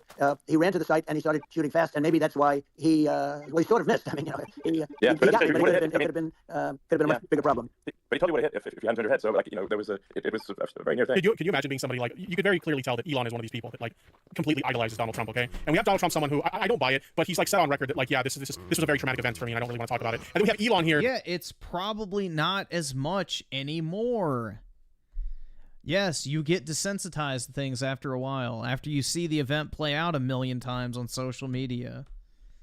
So, yeah, you get desensitized to shit. Creator's freedom with the 2. What is that supposed to be? Coffee? I don't like coffee, bro, but thanks anyway. Repeatedly telling him, like, yeah, this could have totally killed you, my guy. Like, holy shit, man, you could have fucking died. Like, jeez, bro, like, what are you doing? It was a miracle. If I hadn't turned my head, I would not be talking to you right now. As much as I like. I know you said. Yeah, Elon and Trump were both Democrats.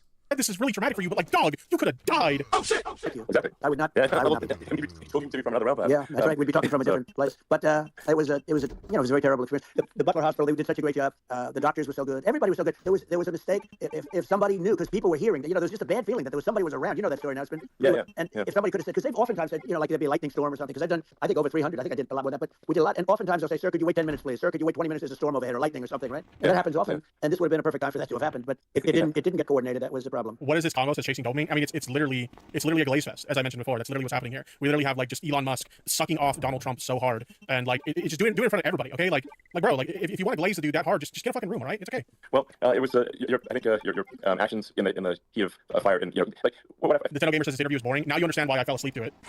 Now you understand why I fell asleep to it.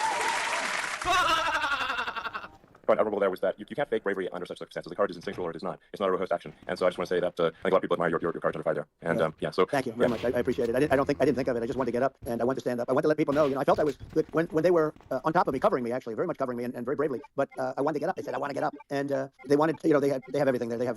They wanted stretcher. I didn't like the stretcher, and I knew I was hit in the ear, but I knew I wasn't hit anywhere else. They felt I was hit someplace else. It was such a lot of blood, and they were sure that I was hit someplace else. And they were saying, sir, you were hitting more than the ear. I said, nope, I was hit in the ear. I want to get up. Let me get up. And so I got up, and the crowd didn't know what to think. I mean, this was so many people. And you could see they were confused. They didn't know what to think. And I wanted to let them know I was okay. It was very important for me to let them know that. And they went wild. You've seen the. They didn't go wild when I got up because they didn't know was I alive. You really couldn't tell. When I stood up before the fist in the air, they didn't know if I was alive. Nobody did. And when I put the fist up, they were just relieved and happy and thrilled. And the place went crazy. It was pretty amazing. It was a terrible thing, but it was very nice. Moving. Yeah.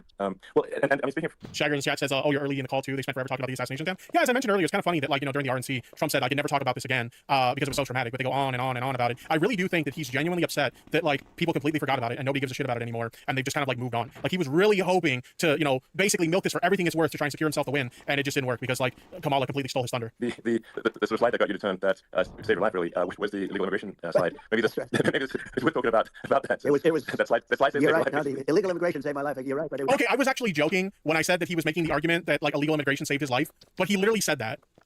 Oh my god, that's so funny. He's might be at an exact angle. He's making the joke too, you fucking autistic retard. Oh my god, bro. Jesus Christ. I mean, that's a great one. Saved by legal the incredible thing, though, when you talk about the odds, you had to be exactly at that angle. But the incredible thing is that the chart, I used it less than 20% of the time. It was just a moment. Yeah. It's always on my left, never my right. And it's always at the end of the speech. So here we have it. It's on the right, not the left. It's at the beginning, not the end. And even the people that put it up, they were unprepared. And they did a great job. They got it up immediately, fortunately. But I looked to the right, and the bullet came whizzing by, hitting my ear.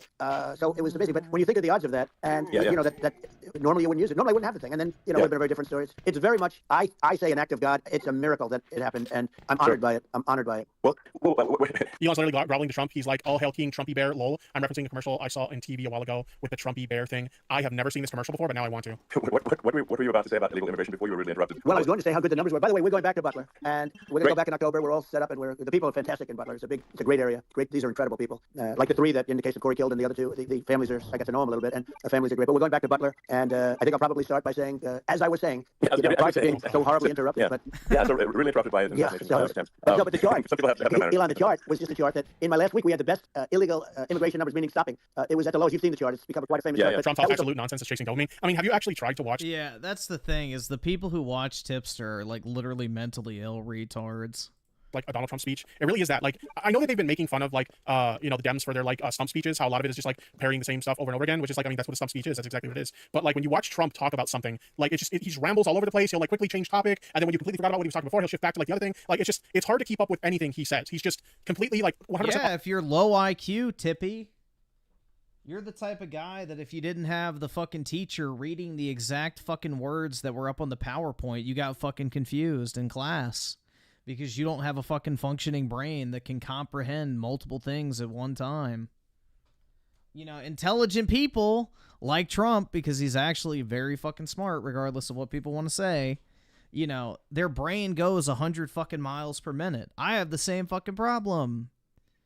Like, my brain goes in 100 different directions at one time at certain moments. And it's hard to stay on topic or, like, focus on one thing or, you know, whatever. Trump probably has, like, some sort of ADHD or whatever, which is, you know, usually associated with people who are very successful.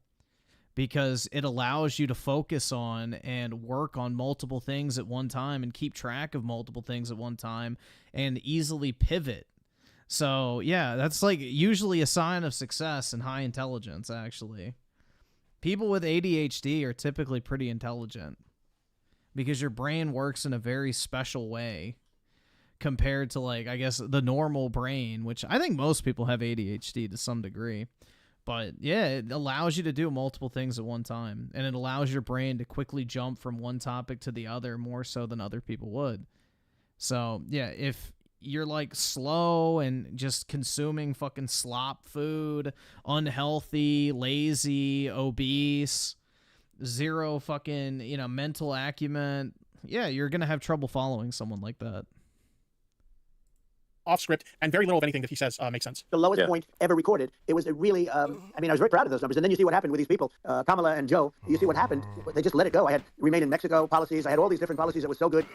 Guys like Tom Homan and Brandon Judd from Border Patrol. These are all people that they've been on television. They said it's the best numbers we've ever had. We had so many different checks. Catch and release in Mexico, not the United. We had catch and release in the United States. We had it in Mexico. We had so many things. We had things where if many people come in there, they have contagious diseases. We had everything passed. If you have a contagious disease, I'm sorry, but we cannot allow you into the country. So we were setting literally records. And all I was doing is showing that, and I used it sometimes, and in this case, I'm glad I used it. I can tell you that. But they were fantastic numbers. But I'm going to sleep with that chart always. I'll be sleeping with that chart. That chart was weird. That's all I can say is weird. Weird, dude. It's called a joke, Tipster. Holy fuck. Wonder why we call them weird. It's because of shit like that. Just weird. I'm going to sleep with that. Dude, that's a fucking old ass joke, you fucking dumbass. You're just gonna hold it close, or I'm gonna put it under my pillow. Like, bro, that's like literally one of the oldest fucking phrases out there. Holy shit. Dude, Tipster probably doesn't even sleep with his own wife because they both can't fit in the bed. I wish I had the oh shit button, but, you know, I don't. That chart now? Weird. Was very important for a lot of reasons. Well, I mean, would it be accurate to say that you're supportive of? Dude, it's so weird. You know what's weird is a fucking 400-pound man with a literal fucking gullet that's halfway down to his fucking man tits, that those are probably slapping his belly button, is sitting here judging anyone else when his fucking pathetic existence on planet Earth is literally him sitting in a fucking room in his wife's mother's house with a bunch of fucking goy toys surrounding him with zero fucking audience other than a bunch of mentally ill dipshits like Femboy and fucking Tranny 68 or whatever the fuck. So, yeah, the last person that should be talking about anyone else's existence being weird is this fucker, dude. Holy shit. Legal immigration. But we also need to shut down illegal Yeah, immigration. the unironic Keffel simp who defended that fucking piece of shit for how many years? Yeah, this guy is not the moral arbiter of anything. He's not an intellectual, figurehead of any capacity, and he's desperate to maintain any little bit of fucking relevance whatsoever. And especially unvetted illegal immigration, because and that's not the same as saying that everyone who's an illegal immigrant is bad. In fact, I think most people who are illegal immigrants are actually good, but you can't tell the difference unless there's a solid vetting of who comes across the border. Does that actually represent your position? I say it very simply. They have to come in legally. They have to be checked. Because look, Kamala was the border czar. Now she's denying it. Everything that I do, she's saying she was strong on the border. We're going to be strong. Well, she doesn't have to say. She could close it up right now. They could do things right now. It's horrible. No tax on tips, and all of a sudden she's making a speech saying there will be no tax on tips. I said that months ago. And by the way, they had just the opposite. Did he really say that months ago? Yes. Because I'll be honest, I don't know if he actually said that, but that seems to be his big thing. Is oh man, she shares a position that I do. She took that from me. That's mine. Holy shit. Okay. She literally did take it from him, but I guess it's possible for a broken clock to be right twice a day. Holy shit. They had not only tax on tips, but they hired 88,000 IRS agents, and many of them were assigned to go get waitresses and caddies and all of this on tips. They have a policy. They had a policy. They were really going to go after you, and we're really harassing people horribly. And then all of a sudden, for politics, she says, she comes out with what I said, which I think is terrible, and I think it's also hitting them very hard. These people are fake. Why would that be terrible? I mean, if she agrees with you on that position, you should see that as a good thing. See, this is where we have. No, you fucking dumbass. It's because she's hypocritical. The Biden administration hired 90,000 IRS agents to go after the very people she claims to be advocating for. It shows hypocrisy, and she'll do and say anything to fucking win, you fucking retard. This would be like Trump saying, we're gonna tear down the walls, after, literally campaigning for the past 8 years to build the wall. Do you not get that, Tippy? Someone completely doing a 180 on their existing policies to appear better optically or copy the fucking stance of another candidate? You don't see an issue with that? Oh, okay. Of course not. Some common ground. We both agree. Tax on tips is a bad thing for waitresses and other service people. So, you should be happy that she agrees with you on that. We should get rid of all income tax. A terrible thing. Now they're also saying they did a good job on the border. We had the worst numbers in the history of the world, not of our country. I feel like if you see that as a terrible thing, that tells me that you don't actually care about that. You're just saying what you think is going to get you the vote. You don't actually give a shit about it. Because if you actually give a shit about it, you would think it was a good thing. Dude, it would be so easy to debate Tipster on anything political. This guy's a fucking idiot. Holy shit, man. They both agree with you on it. There's never been a country in history that has had a catastrophe like this. We've had, I believe, and I think Jason Goldman says we can never tax the tip. That's bullshit. Because let me tell you, when my YouTube channel was doing well, the government definitely taxed the fuck out of the tip. Okay, that is not true. You believe this too? You hear 12 million. 30, I believe it's over 20 you million. live in California, which I don't know why. Again, no sane human being does that either. People came into our country, many coming from jails, from prisons, from mental institutions, or a bigger version of that is insane asylum. Not I with the two. I'm very guilty of rambling off on something to. Yeah, exactly. Everybody does it. I don't know. No, Tipster just can't stand it because Trump is actually entertaining and people like listening to him, and nobody gives a single fuck about anything any fucking Democrat politician has to say. They have to make their speeches 10 to 15 minutes, highly scripted, and to the point because people lose interest and leave halfway through a 10-minute speech. And many are terrorists. And I'll tell you what, they're coming not just from South America, they're coming from Africa, they're coming from all over the world, they're coming from Asia. Yeah, every time he says anything about immigrants, he always makes them sound like they're a pest. They're like a. They are a fucking pest. Tipster, if I kick your fucking front door in and start eating all your food, which I know would make you very angry, am I a welcomed guest or am I a pest? If somebody kicks in your fucking door and starts eating your fucking Cheetos and Oreos and drinking your fucking goy slop, whatever's, diet Dr. fucking do, whatever. I don't fucking know, bro. But yeah, somebody kicks in your door, starts taking all your shit. Are you going to view them as a welcomed guest or are you going to view them as a pest? They're a fucking pest. They need to be kicked out. And the fucking gap that is allowing the rats or whatever the fuck pest you want to compare them to into your house needs to be sealed off. If you have ants coming into your house, Tippy, do you have the exterminator come and spray so the bugs don't get in? Or do you lay out a fucking food trail so the roaches and ants know exactly where to come? A blight on society. They're the most They are. They literally are a blight on society. We spend $500 billion a year housing illegals. $500 billion a year housing fucking illegal immigrants. They are a burden. Get them the fuck out. human beings in existence. It's gross, isn't it? They're coming from the Middle East. They're coming from countries that are stupidly and horribly bombing Israel October 7th. They're coming from all over the world. And you know, you look at, it's so sad, October 7th, because it should have never happened. Yeah. It's so sad Sure. when you look at Ukraine. It should have never happened. We have a defective government. These are defective people, and they're not people that should be running it. But where you see it the best is the border, because you have millions of people coming in a month, and then she gets up and she tries to pretend like she's going to do something. She had 3.5 years. And by the way, they have another 5. Yeah, see, a couple people pointing out that they don't point out any of like people that immigrate from Europe. Yeah, it's kind of interesting, right? It's only like, you know, Mexico and like Middle Eastern countries. He literally just said they're coming from everywhere. Oh my god, bruh. Oh my god. Oh. I can't, dude. He is such a fucking retard. And like, you know, Africa and stuff like that. That's what they perceive to be like bad places where immigrants come from. But if anybody immigrates into the country from like a European country, we don't need to worry about that. Kind of weird, isn't it? Months that they can do something, but they won't do anything. It's all talk. She's incompetent and he's incompetent. And frankly, I think that she's more incompetent than he is. And that's saying something because he's not too good. Yeah, no, I think it is. Wasn't he literally praising like Tim Walz and the way that he handled the situation with like the BLM riots? I'm pretty sure there's audio out there. No, he was trying to be diplomatic, you fucking retard, because he wanted the fucking National Guard in there, and he wanted to control the situation, so he was trying to work with the governor at the time. But no, Tim fucking Harry Walls decided to fucking not call in the National Guard and then changed his mind, and then Trump praised him when he changed his mind. Of Donald Trump praising the way Tim Walz handled that in his state. But now he's incompetent. Interesting. Essential to have a secure border. I mean, you're really not a country unless you have a secure border. And secure elections. You know, absolutely secure elections. And so it's just essential to have a real border, or we can't function as a country. And our services, you know, our central services are being overwhelmed in a lot of cities. But that's what we were talking about earlier. I think having a legal immigration process that is smooth and efficient and done well. And I'm, you know, speaking as someone who is a legal immigrant, and I think that I mean, like one way to think of it is, who do you want on your team?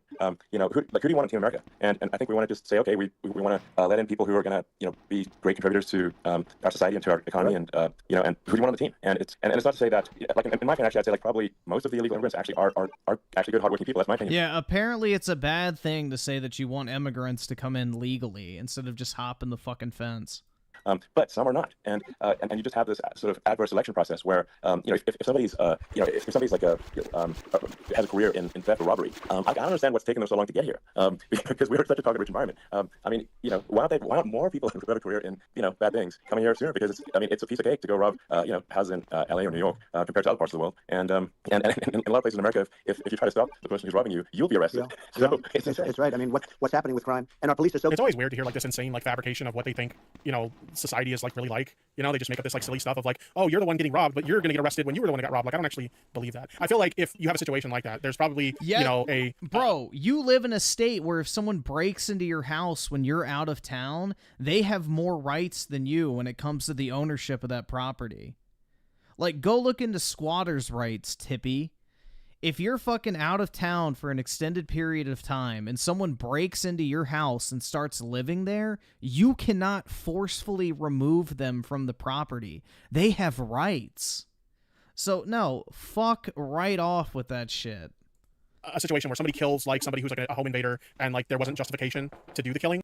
Wait, what state was that literally just ruled that you can't shoot someone even if they're about to kill you?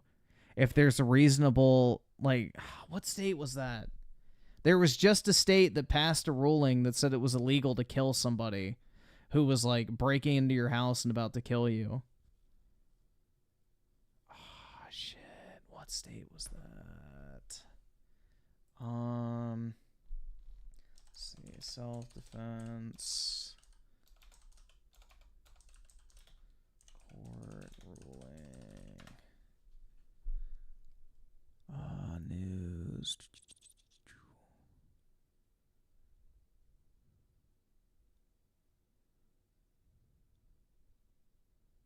Minnesota.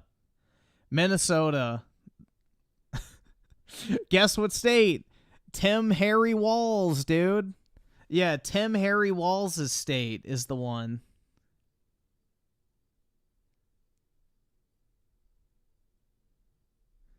Yeah, that's what I thought.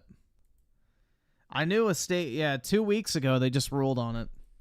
like that sort of thing. But like, you're not gonna have a situation where like cops roll up, you call the cops because somebody broke into your home, and you're gonna be the one that's just gonna end up in handcuffs for like no fucking reason. Like, yeah, that's really dumb. That's not real. So good, but they're not allowed That's a statement that's not based in reality. to do their job. But I have to tell you, Elon, I hate to say, because it's such a downer to say it. I hate to say it. I hate it. But you have a lot of people that just shouldn't be. I think it's a much bigger number than you think. They're allowing, again, they're allowing people from their jails. And if you were running one of these countries where they're coming from, you would have had all of them. As an example, Venezuela. Wait, Minnesota was also the other state. Oh my God! During the BLM riots too.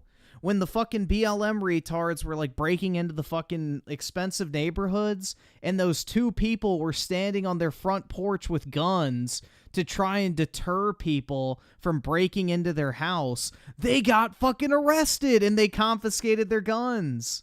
I forgot about that one too. That's another fucking beauty for Minnesota. So yeah, fucking suck a cock, tipster. You don't even know what the fuck you're talking about. Crime is down 72%. They're taking their That drug was dealers. Missouri? Interesting. They're taking, But frankly, yeah, no, that type of shit happens.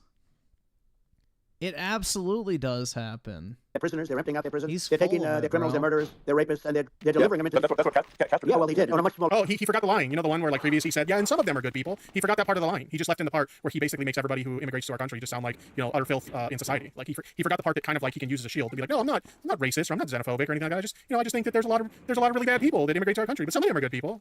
He kind of slipped up on that one. Scale. He let the mask slip a little bit. And it was a much smaller scale. But this is a massive scale because this is being done worldwide. But here's what's happening. Crime all over the world is down. And wait till you see the numbers that we have. You know, this is migrant crime. This is crime that's going to be. And I saw it today in New York where somebody was knifed, where they raped the girlfriend of a man that stood there watching in New York in one of the shelters and started pulling out the knives, and bad things happen today. But this is happening every day. These are rough people. These are people that are in jail for murder and all sorts of things. And they're releasing them into our country. And they're telling them, if you come back, we're going to kill you. We're going to give you the death penalty or kill you. So they don't want to come back. But They these are absolutely do that.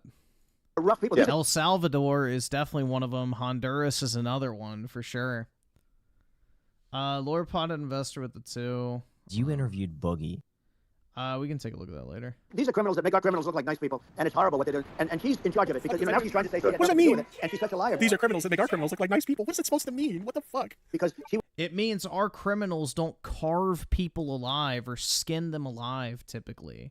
But you better believe some of these cartel motherfuckers do.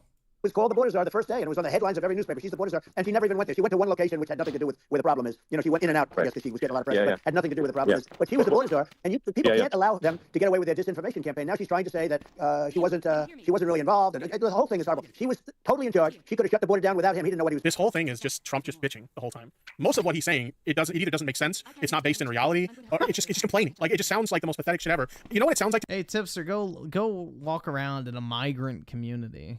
They'll love you. Go wear semi-nice clothing, you know, leave your car unlocked. Or better yet, leave something on your seat with your windows rolled up. And see how wonderful these people are. To me, I mean, it's just so disingenuous, too, because he lives in fucking California, of all places. And he's acting like such a disingenuous shitlib. No, Tipster doesn't even live with his parents. He lives with his wife's parents. And he has his little fucking goy cave with all his little toys and shit. It was nice of, you know, what, mommy-in-law to let him have his little gaming room with all his knickknacks and toys and gaming cabinets. Jesus Christ, dude. it sounds a lot like Cope. It sounds like a lot of Cope to me. I think Trump's chances of winning this are very... Doing anyways, he wouldn't even know what happened. You could shut the border down, he wouldn't even know the difference. But the fact is that she was border czar. But if you don't have to call her that. The fact is you could just call her, she was in charge of the border, and the border was the worst ever. It's simply not working. No, it's horrible. Whether it's a question of intention or competence, either way. Dude, Tipster's fucking a torta, so isn't that the word for the fat chicks in Spanish? I don't fucking know. But yeah, that's probably what he's banging, bro. Some, like, one of those, like, fat bitches that you can barely even tell is female. We don't have a secure border, and we have people screaming over. Anybody can land one of those. It's like a World War Z zombie apocalypse at times, and sometimes you got to sort of wonder, like, is it real or not? So because you see, no wonder you fell asleep during the Tipster. Yeah, you get it, right? You get it. Thank you. Like, is it real? So I went to the border. Like, if you're ever having a hard time, falling asleep at night, because we've all been there. Chat, one in the chat, if you've ever had one of those moments where maybe you're Agorda, I don't fucking know. Whatever it is. Your mind is wandering, or maybe you had a rough day, so you just can't fall asleep. I ain't Mexican, bro. Or whatever. One in the chat if you've ever been there before. If you're ever having a hard time, falling asleep. My type, dude, I'd rather live the life of a fucking monk than resort to having to fuck a fat chick. Before you reach for the melatonin, or you do the whole NyQuil trick or something like that, although they have ZQL now, you should use the ZQL, not the NyQuil, because that's habit forming. But like, before you reach for like some kind of supplement to help you fall asleep, Just turn on this interview. Turn it on. I guarantee you listen to it for about 10 to 15 minutes. You'll be out like that. Dude, Almost just turn on Tipster's content. You'll fucking pass out faster than that. as good as counting sheep. Legal pass, and I saw it for myself in Texas, and I was like, okay, it's real. I'm like seeing this in real time. I actually posted the video like just live. I just flew there one day and just to see, hey, is this made up or real? And I'm just seeing people stream across the border, and I have to say, you know, these people I saw did not look friendly. You know, these are people can look at one in the chat if you think that this. Figure Griffin's type is that one blonde gymnast from LSU. If she's like 5'8", skinny, and I guess toned, then sure. Is a real story that Elon's telling. That this story that he's telling right now is based in reality. That he actually went to the border and this actually happened. One in the chat if you believe that it's true. I don't anticipate I'll see many ones. a video and say, hey, you know, these people look friendly. I don't look super friendly. So these are people that Elon would not be the same man if he had to walk across the street and look these people in the eye. These are rough people. These are really rough people coming across. And I know rough people. And these are people that we don't want in our country. And you know, the caravans are coming in and they're putting, and who's doing this? I like how he says, I know rough people. Like, I know what bad people look like. Yeah, you would have a pretty good idea of what a bad person is like because you are a bad person yourself. Oh, shit. The heads of the countries. And you would be doing it, and so would I. And everyone would say, oh, what a terrible thing to say. The fact is, it's brilliant for them because they're taking all of their bad people, really bad people. And I hate to say this, the reason the numbers are much bigger than you would think is they're also taking the non-productive people. Now, these aren't people that will kill you. We have enough of them. But these are people that are non-productive. They are just non-productive. One thing that was funny that Elon said after this conversation is he basically said, you know, I'd welcome Kamala to have a conversation like this as well. So, Kamala, if you want to do a Twitter space with me and we can have one of these conversations too, we can definitely do that. Do you honestly think that he would glaze Kamala Harris as much as he's glazing Donald Trump right now? I think we all know the answer to that. I think he'd be civil. I mean, for whatever reason, they're not workers or they don't want to work or whatever. And these countries are getting rid of non-productive people in the caravans in many cases, and they're also getting rid of their murderers and their... So basically, what Tippy's saying is Trump should never go to a debate. He should never do another media interview or ever, like anything ever, because, you know, unless they glaze him like they glaze Camel Toe, then why would he ever talk to the media? So, yeah, shut the fuck up, Tipster. They're drug dealers and the people that are really brutal people. And they're coming into our country at levels that have never been seen before. And I saw an ad just before I got on the air. I'm walking over here, and I saw an ad by Kamala saying how she is going to provide border security. Where's she been for 3.5 years? For 3.5 years. Yeah, no, we have 20 million people. It's a terrible... Yeah, I think this, frankly, I think this is a fundamental existential issue for the United States. And if we have another 4 more years of open borders, and it's going to be even worse with another 4 more years, it's going to be even worse than it's been for the past 3.5 years. I'm not sure we've got a country. You don't have a country left. Elon, if they get in, you will have 50 to 60 million people from all over the world, not South America only. You know, we think of South America, we think of Honduras and El Salvador, Guatemala, and Mexico, you know, the 4. But it's not that. I think the funniest thing about like them having this conversation about immigration and how much they need to like close up the borders and stuff is the fact that Elon Musk is himself an immigrant. He's not from the United States. He immigrated to this country. That's what he literally said earlier. Oh my God, he literally just pointed that out earlier, Tipster. So it's really funny to see them demonize immigrants when Elon Musk, who was in this call, is an immigrant himself. Everywhere. They're coming in from everywhere. That's literally what they were just talking about. Oh my God, his fucking fat, retarded brain can't even keep track of what was talked about 10 minutes ago. Holy shit, man. Bro, lay off the fucking McDonald's. The fucking trans fats are literally blocking your fucking frontal lobe. Everywhere. And I had to stay in Mexico. This is super he's got fucking fat growing around his fucking brain. Point. Like people, it's like basically when I went down there, I was like, well, where are people from? It's like almost no one was from Mexico. No, Mexico left. It's just the border. It's just the border with Mexico. But the people coming in, it's Earth, the rest of Earth. and America is only about 4 or 5% of the population of Earth. It would only take a few percent of the rest of Earth to overwhelm everything. We're already overwhelmed, Elon. We're overwhelmed. You had to see the news tonight about New York, and I love that place. And Elon's daughter disowned him. I don't take anything he says seriously. Have you seen all the shade that his daughter has been throwing at him on social media? Because he did that interview. I forget who he did the interview with. I'm sure somebody in the chat would know what I'm talking about. But somebody he did an interview where he literally said that his like daughter was dead to him. He misgendered her, but he said his daughter was like dead to him. Like that's just fucked up. Like insanely fucked up. Yeah, with Jordan Peterson. That's the one. Thank you. What they're doing to it is horrible. What they're doing to it, and all the courts do is they try and focus on Trump. Maybe we should react to that interview one day, chat. I know I'm a little late to the game. I'm having to get caught up on stuff because I hadn't done topics on stream in a while. But one in the chat if that's an interview you guys would like to react to in a future stream as well. Let me know.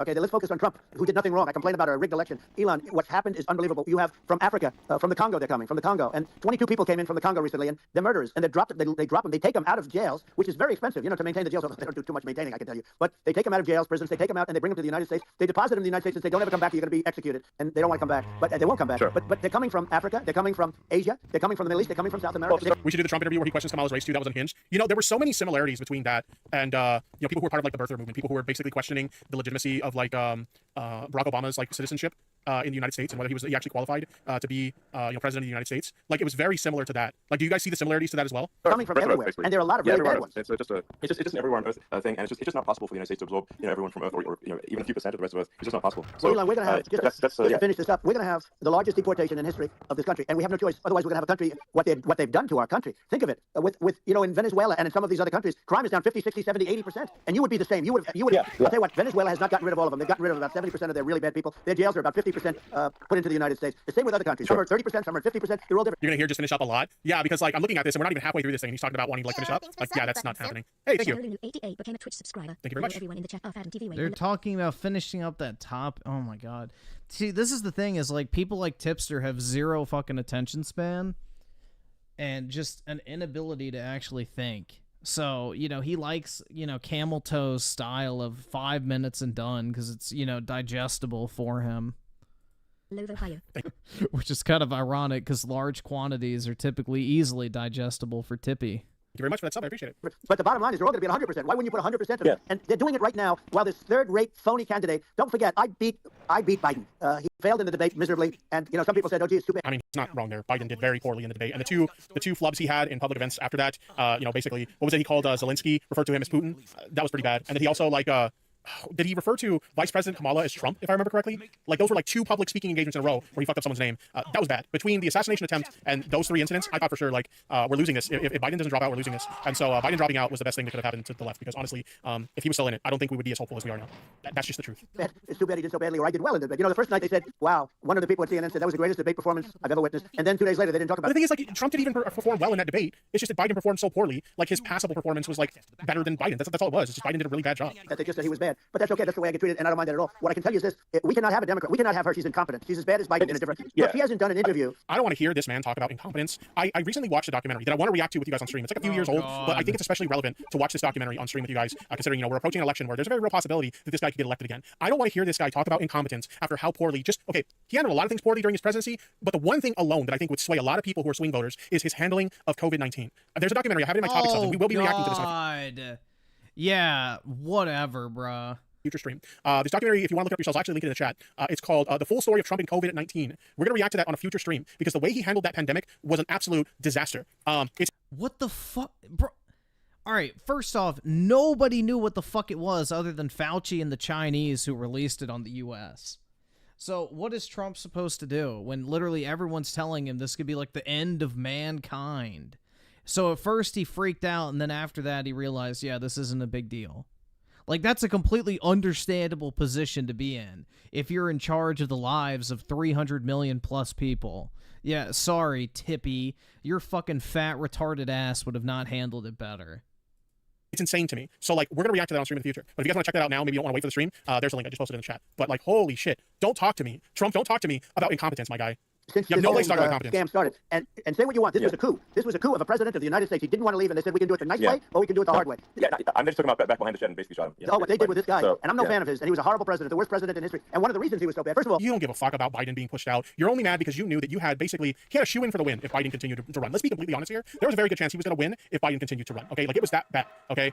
That's the only reason he's mad. Because now he actually has to fight for it. And he knows even that probably isn't going to secure him the win. Like, Kamala is getting so much support right now. Like, he actually has to fight for it. And he doesn't want to have to do that. Yeah, the astroturfing campaign. The Israeli attack would have never happened. Russia would never have attacked Ukraine, and we'd have no inflation. And we wouldn't have had the Afghanistan mess, if you think of it. And we wouldn't have had Afghanistan. But when you think of it, you take a few of those events away, and we have a different world. We would also have inflation was caused by oil. Yeah, no, you're, I think, making an excellent point here, which is that when other countries, that are thinking about invading or doing bad things, when they're thinking about that, he's mega salty. Oh, he's beyond salty. Like, I can taste the salt from here. They're thinking about, okay, what's the American president going to do? And I can taste the salt so much. Oh my god. Now he's gonna get cravings. I just fucking choked on it. Do they fear the American president, or is it someone they do not respect and do not fear? And I think they would rightfully be. I mean, look at the footage of the assassination. They're like, okay, President Trump is like, don't mess with me. Chasing Domingue says, can you do that again? Look, I get that I'm a very attractive, sexy man, but I'm not here to arouse you, okay? I think that's your husband's job.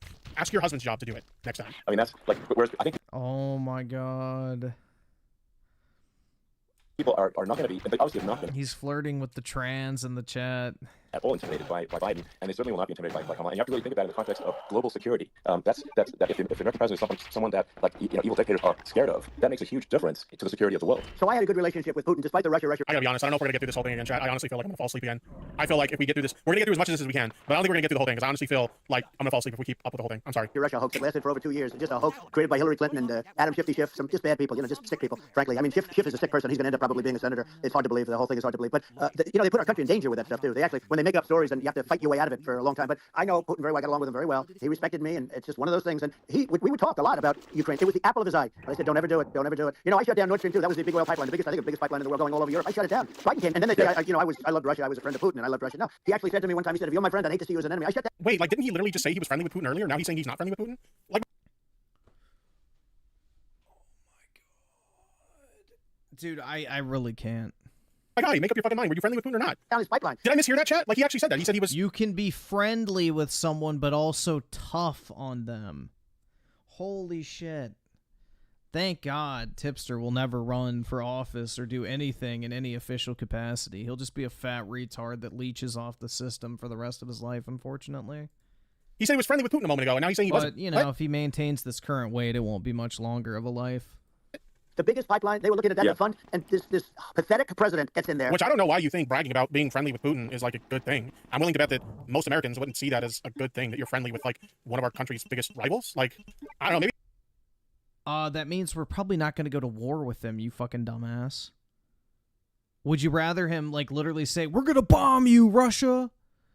Holy fuck. He's an idiot. He is an absolute fucking idiot, bro.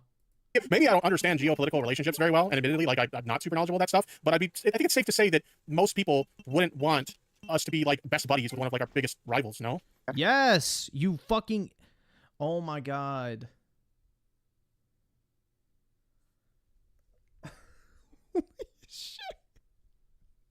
So, Tipster, you'd rather us be enemies than allies with the country? Is he really that fucking stupid? And the first thing he did, one of the early things he did, is he shut down Keystone XL pipeline, which is our pipeline that would have employed 48,000 people, pipeline workers. Shuts it down. That was, a massive job. That Trump is a Russian asset for Putin? I mean, yeah, it definitely seems that way. Obama refused to allow. Oh my god. Yeah. I allowed it in my first week because it was jobs and it moved oil. And by the way, in a much more environmentally friendly way. It's underground. It's not a truck. Yeah, Trump is the Russian asset, but, you know, Hunter Biden's the one that got money from the Russian companies. That's interesting. Catches on fire, or a train that catches on fire. But think of it. He shut down the XL pipeline, the Keystone XL pipeline. Yeah. He shuts that down, and he approves the Russian pipeline. Yeah, it doesn't make any sense. It's inconsistent. Certainly, but I mean, I think it's just worth emphasizing, to listeners, the immense importance of whether the United States president is intimidating or not intimidating, and how much that matters to global security. Because there's some. I mean, I think there's some truth to that. Yeah, you do want other like nations, the leaders of other nations, to be, intimidated by your leader in hopes that they won't, do anything aggressive toward you, for sure. Like, that makes sense. But I'm sorry, like, with how incompetent Donald Trump is, I don't think anybody would see Donald Trump as intimidating. Like, what? Real tough characters out there, and if they don't think the American president is tough, they will do what they want to do. I know every one of them. That puts the whole world in danger. Elon, I know every one of them, and I know them well. I know Putin, I know President Xi, I know Kim Jong-un of North Korea. I know every one of them. And let me tell you, people say, oh, this is terrible. He said, I'm not saying anything good or bad. They're at the top of their game. They're tough, they're smart, they're vicious, and they're going to protect their country. Whether they love their country, they probably do. It's just a different form of love, but they're going to protect their country. But these are tough people at the top of their game, and when they see it come up... Is he pretending to, like, both sides, like, all these people that we can all agree are, like, genuinely, like, horrible people? He's pretending to, like, both sides them, like, be neutral. No, he's not. You... Oh my god. On the topic of them, but then he proceeds to, like, glaze them. What? So you think President Xi of China is fucking stupid? You think Putin's stupid? No, you're fucking stupid. Look at you. I mean, Tipster, look at yourself. You are the epitome of everything wrong with the modern man. Literally. If you opened a fucking textbook and said, what is the worst case scenario for an adult male, whatever your age is, you're the fucking textbook picture. What? Or when they see Biden, Sleepy Joe, they can't even believe it. They can't believe this happened. All the stuff that you're seeing now, all the horror that you look at Israel, they're all waiting for an attack from Iran. Iran would not be attacking, believe me. When I was there, and I say it with respect, because I think we would have been good with. We need to make sure he doesn't win. It's funny. Haha, I agree. Like, don't let the polls, like, basically put you into a feeling of, like, complacency where it's like, oh, she doesn't need my vote, she's gonna win. Make sure your ass gets to those fucking, ballot boxes and fucking votes, okay? Even if you're going, like, the mail-in ballot road, just vote, just fucking vote, okay? Because we can't let this clown win. We cannot let this clown run our country for another 4 years. With Iran, I don't want to do anything bad to Iran, but they knew not to mess around. Iran was broke because I told China, if you buy from Iran oil, it's all about the oil. That's where the money is. But if you Russia's different form of love, isn't Putin punishing LGBTQ people? I believe I've heard something about that. Admittedly, I'm not super well versed on Russia. I'm sure someone in chat can vouch for that, but, like, I believe I did hear something about that. Yeah. Buy oil from Iran, you're not going to do any business with the United States, and I meant it. Or longer than 4 years? Yeah, true. If the whole Project 2025 thing goes through, like, holy shit. Like, I understand, like, Project 2025 is a lot of stuff to, like, dig into. If you really want to follow a streamer who's been doing some great work on covering Project 2025, I highly recommend Riverboat Jack. But also, Legal Eagle did a video on Project 2025 that summarizes it very well. So if you want, like, a decent summary of what Project 2025 is about, highly recommend Legal Eagle's video. And if you want something that's more in depth, I highly recommend checking out Riverboat Jack's channel. She's been doing an amazing job covering Project 2025. It's really scary stuff. and they said, we'll Yeah, pass. yeah. They didn't buy oil. Other countries likewise. Sure. You want to buy, you're not doing business with the United States. And they were at a point where they had no money for Hamas, they had no money for Hezbollah, they had no money for any of these instruments of terror, and it was amazing. In fact, there were articles when I was leaving, which is hard to believe actually, especially when you look at what's happened to our country. Our country is so bad right now. It's such a different place. We were respected. Think of it. 4 years ago, we were so respected to a point where when I said don't buy oil, they didn't buy oil, but they had no money, and Israel would have never been attacked.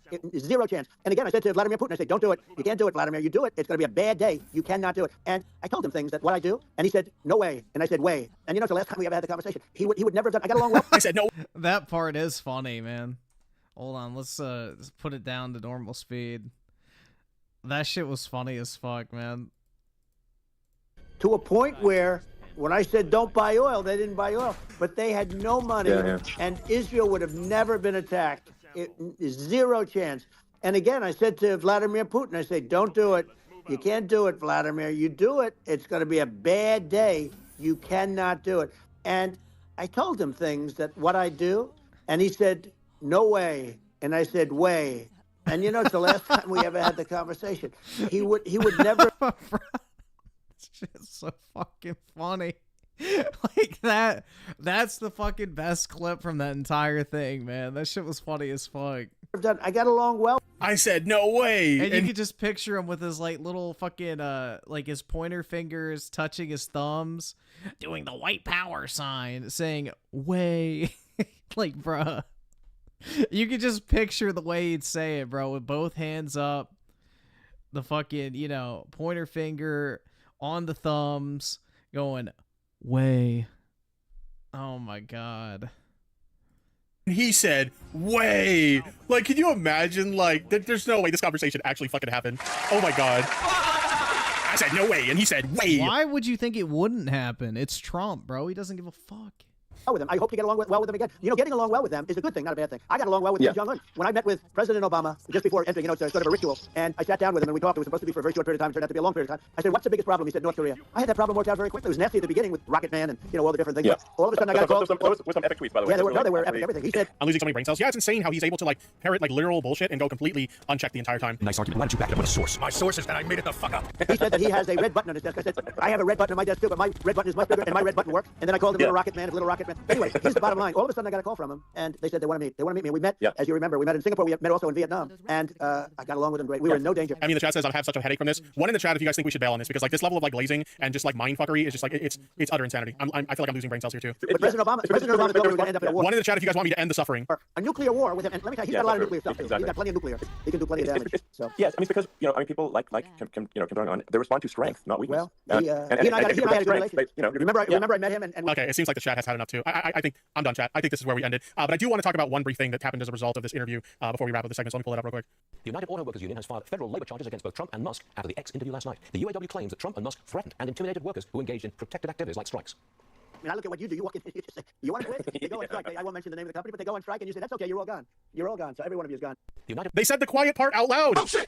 Oh my god, what an idiot. So yeah, this whole thing has been utter insanity. Just like many of you guys in the chat, I can't tolerate listening to any more of this. It's so mind-numbing to just hear these two go on and on and on about so many things that aren't even based in reality and just make no sense. And like, Elon, like, get off the ground, get off your knees, and stop glazing Trump, okay? Like, it just makes you look really fucking pathetic, my guy. Like, seriously, have a little bit of self-dignity. Like, Jesus.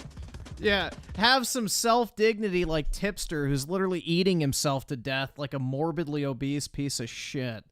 Yeah, have some self-respect, Elon. You know, be more like Tipster, who eats 7 fucking meals a day and literally probably goes through 3 chairs a year. You know, be like the fat retard who lives with his wife's mom in his little fucking goy den, who literally weighs more than double what the normal male should weigh. Because he's definitely the fucking spitting image of self-respect. Dear God, man. It's just insanity. Like, they're delusional. Absolutely fucking delusional, bro. Not even like human beings. Like, that is literally... Bro, he has the mind of someone that should be a slave. Honestly, bro. Even though he probably would be a shitty slave, too, because, you know, I don't know, man. Even that would probably be too much responsibility for old Tippy. I mean, he is a mind slave, bro. Literally. He's completely cucked out. You interviewed Boogie, and that was something completely unexpected. The interview came out. For those unaware, Boogie's one of like the OG YouTubers. He's been doing this for like 15 years, has millions of subscribers, and he's broke. And so when this documentary came out on his lifestyle, people were very much criticizing his lifestyle, and they said he had narcissism and personality disorders. But you went at it from the perspective of his personal finances. What was it like meeting him? He's interesting behind the scenes. Well, wasn't even expected to talk about him. Like, do I want to just like out his entire existence? No, probably not. But I mean, okay, a little. I heard he was talking trash after the episode. He was talking trash after the episode, but the dude is just so nice and gentle in person, and you can tell. Yeah, it's an act. He's acting.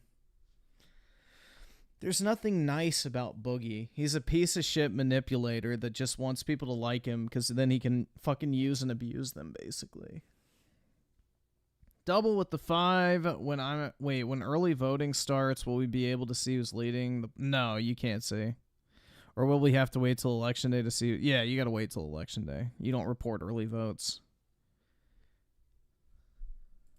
Unlike you guys, who you're the same as you are off camera. I think I'm the same off camera as I am on camera. He's not. He kind of puts on a show, which I think is why a lot of people find him to be a little more fake, which isn't surprising why an audience would fall off like that. If like the person you're not watching is genuine on YouTube, YouTube is supposed to be the place where you're literally just seeing the person, you know? So he was very nice, very happy. But then, you know, after we recorded the episode, he kind of looks like Boogie if he weighed like 200 pounds less. And everything. He went, he trash talked on his own podcast. It's so funny because I did this Caleb Hammer episode, but number one, that guy was such a dumb thought that I actually bought a Tesla. Anybody with a brain knows I didn't buy a Tesla. He's like trying to find something nail me on. He's like going through my bank account, and the only thing he can find to nail me on is like eating out. Bitch, look at me. Do I look like somebody who's saving money on food? He trash talked on Twitter, and then a couple times on Twitter he was like, "Oh, this is for the drama," and this is it was very confusing to follow. And like me and my team, we were just like sitting back, watching him just do his own thing and just confused as to why. So what did he say about you? I think he said I was a dick, which fair enough. It's fair. That's a little bit of a dick. True. Yeah, it's fair. Though I was actually pretty gentle to him because one thing he's really good at. Yeah. He's very good at the manipulation around therapy talk. What's therapy talk? Therapy talk in terms of just bouncing around subjects and making everyone feel very sympathetic for your situation and just making it seem like everything's excusable in a way. Yeah, dude, Boogie would not last in a... Dude, I would make Boogie rage quit a conversation so fucking fast because this fake-ass sympathy shit would not work on me at all. I don't know, bro. Like, if he started threatening to kill himself, I'd be like, yeah, it's a real fucking shame you haven't done it already, you big fat piece of shit. But you won't fucking do it because you're too fucking egotistical. You like, bro, I don't know. I would call his fucking bluff at every opportunity. I'd have that fucking fat retard literally breaking through his fucking walls. I don't know, man. I have zero sympathy for people like that. I'll call your fucking bluff in a second. Yeah, he tried to harm himself with a paring knife. Yeah, I would have told him, Boogie, don't go for the wrist. Go for your fucking neck. Let's get this shit over with. It'll take too long for you to fucking bleed out if you cut your wrists. I don't know, man. Like, that's the type of shit I would say, personally. No, I don't give a fuck. Like, you know, if you want to go there, then I'll fucking go lower, bro. I don't know. That type of shit does not fucking work on me. He was very good around just dancing around things. And also, I mean... Never meet Boogie in person? What's he gonna do? Fall down if I, like, try to walk away from him? As well. Did he? I mean, so I he... didn't catch anything. That Chick-fil-A thing. I don't know if you guys watched the full episode, but he was... Dude, you could absolutely wreck Boogie if you just kicked him in the fucking leg once. He'd be down. Oh, going to Chick-fil-A, he spent like $20. He was like, I gotta feed 2 people. You know, or I gotta feed 4 people or whatever. And that's why I spent $20 there. There's no shame, fat shaming, anything like that, but you do not stay at his weight if you're only consuming for a meal 1 Chick-fil-A sandwich. Yeah, you know? Boogie cries wolf and pretends to be all this shit. He is way too fucking egotistical to ever kill himself. There's no fucking chance. He's too self-absorbed to ever even think about doing it. There's zero fucking chance it would ever happen. That motherfucker jerks off to his own existence. There is zero way he would ever take his own life. Well, you don't. It's impossible. It's like calorically, mathematically impossible. So he was certainly lying a lot about his overall spending and just making excuses for things. Yeah. And it's hard because a lot of people that come on the show, we see their statements, they'll admit to things where we see the statements like, why do you spend money on this? He's like, oh, I'm buying it for other people, not consuming it for myself. I'm like, okay. So what predictions do you have for Boogie? He might be forced to sell his house, which really sucks, but forced to sell his house just to have enough. No, I hope he does have to sell it. Money to survive. He talked about moving into like a rural environment after selling his house, but then his healthcare needs require being close to like good medical facilities and people, and he wouldn't have that in the place he talked about moving. So, I mean, the sad likelihood is, I mean, the dude's probably not going to be here in 10 years. And that's the hard part, financially speaking. I mean, he's not going to be able to make it much longer with the bills he's obligated to pay. Just his monthly health insurance cost. Just his monthly health insurance cost. A lot of money. How much it's ridiculous. I don't remember. It was like $1,500 a month. Yeah, it was something like out of pocket. It was immediately like half or 60% of his $50 a day just in health insurance. And the dude runs on bumps too. He runs on bumps in like his little YouTube algorithm. So he goes out and chases something, and he probably used my show for that as well, just like the podcast. He chased that. He gets a little bump in his YouTube. Really absolutely. But I mean, it wasn't that much more impactful. He was celebrating bringing in like a few $1,000s, which I mean, that's exciting to bring in a few $1,000s, but from where he was and what he needs to survive, it wasn't that much. I feel bad because I'm not actually like, I don't like to trash talk people, but since we're here, but yeah, the dude's not gonna make it. My takeaway from your episode, when you really did the budget and you broke it down, how much he was spending, how much he needs to spend, he was really only $1,500 a month off at the end of it, assuming he's gonna like cut back where he needs to. Everything. Yeah. only $1,500. I mean, there's no reason why he couldn't find a way on YouTube, especially to make an extra $1,500 a month. And he So has it's a like low-cow doable. podcast as well that I think is starting to do okay with Keemstar and some other person that's kind of fallen off the YouTube world. So I mean, there's definitely ways. He puts low effort into things like his Patreon and other things that he tries to sell his audience. He doesn't put any value into them. No, so he really... doesn't put low effort into things. He puts no effort into things. Boogie could upload like 5 videos a day of his slop content, but refuses to do it. Even rewards him. His Patreon that came in was like $40 or something. This Twitch was like 150. He doesn't put effort into things and actually provide value that people want to consume as a viewer or pay for. Could be though. He's not giving that value because he's not receiving. Thought you didn't understand that if they go low, we go lower. Yeah, if somebody's gonna bait suicide for attention, then I'm gonna call their fucking bluff. I don't give a shit. Anything first. So if it's hard to put value into something, it's like, I'm making $40 a month. Why would I spend time on this? Yeah. It's $40 a month versus I could make more YouTube videos. So I'll keep this going and I'll do this. But which is why I recommend all in on yeah. YouTube. But I think you said in your reaction to the video, he's kind of stuck on YouTube 10 years ago. Yeah. He hasn't really evolved with the platform. You got to constantly evolve. But with all this being said, very pleasant person in person. It's interesting that there's a character on screen, off screen, because I'm not used to that. Most people we've met are the same people all throughout. Most people I've met at least. So that was a little weird. And the trash talking afterwards, that was very weird because like, I don't think I'm that intimidating. I'm just over here, just got chuggy little boy. Yeah. If you want to tell me to fuck off, tell me to fuck off. You know, I'm good with that. Just tell me in person. Yeah.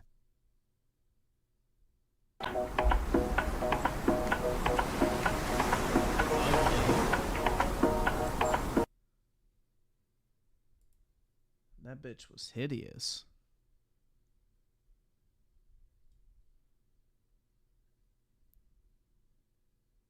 Griffin experienced real depression with his buddy shit is wild. Huh? I've never been depressed in my entire life.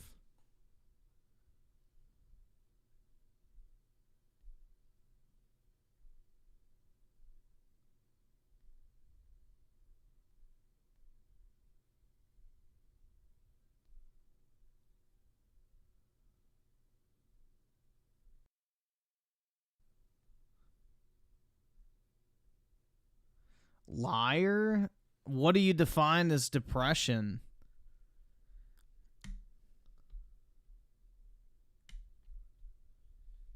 I mean, if you have a different fucking definition to it than me, then maybe, but have I ever been sad? Yeah, I've been sad, but I've never had depression.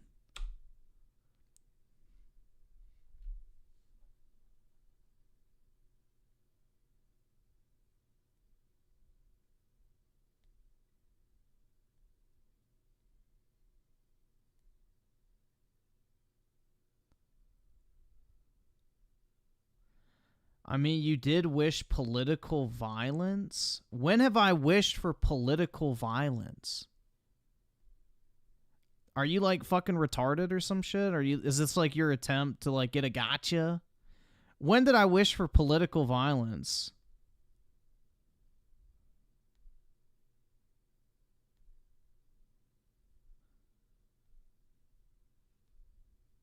Saying that I hope you step into oncoming traffic isn't political violence, bro, but, you know, that wouldn't be a bad thing. What the fuck is that even supposed to mean?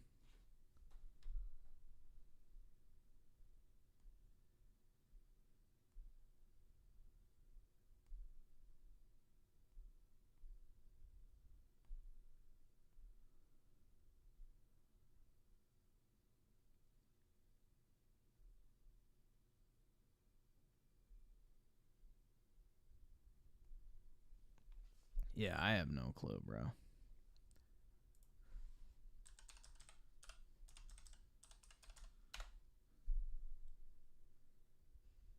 Isn't like depression mostly no. No, most people who have depression just need to go do something with their life and get off of social media or whatever. Most people are not actually depressed. They're just unfulfilled.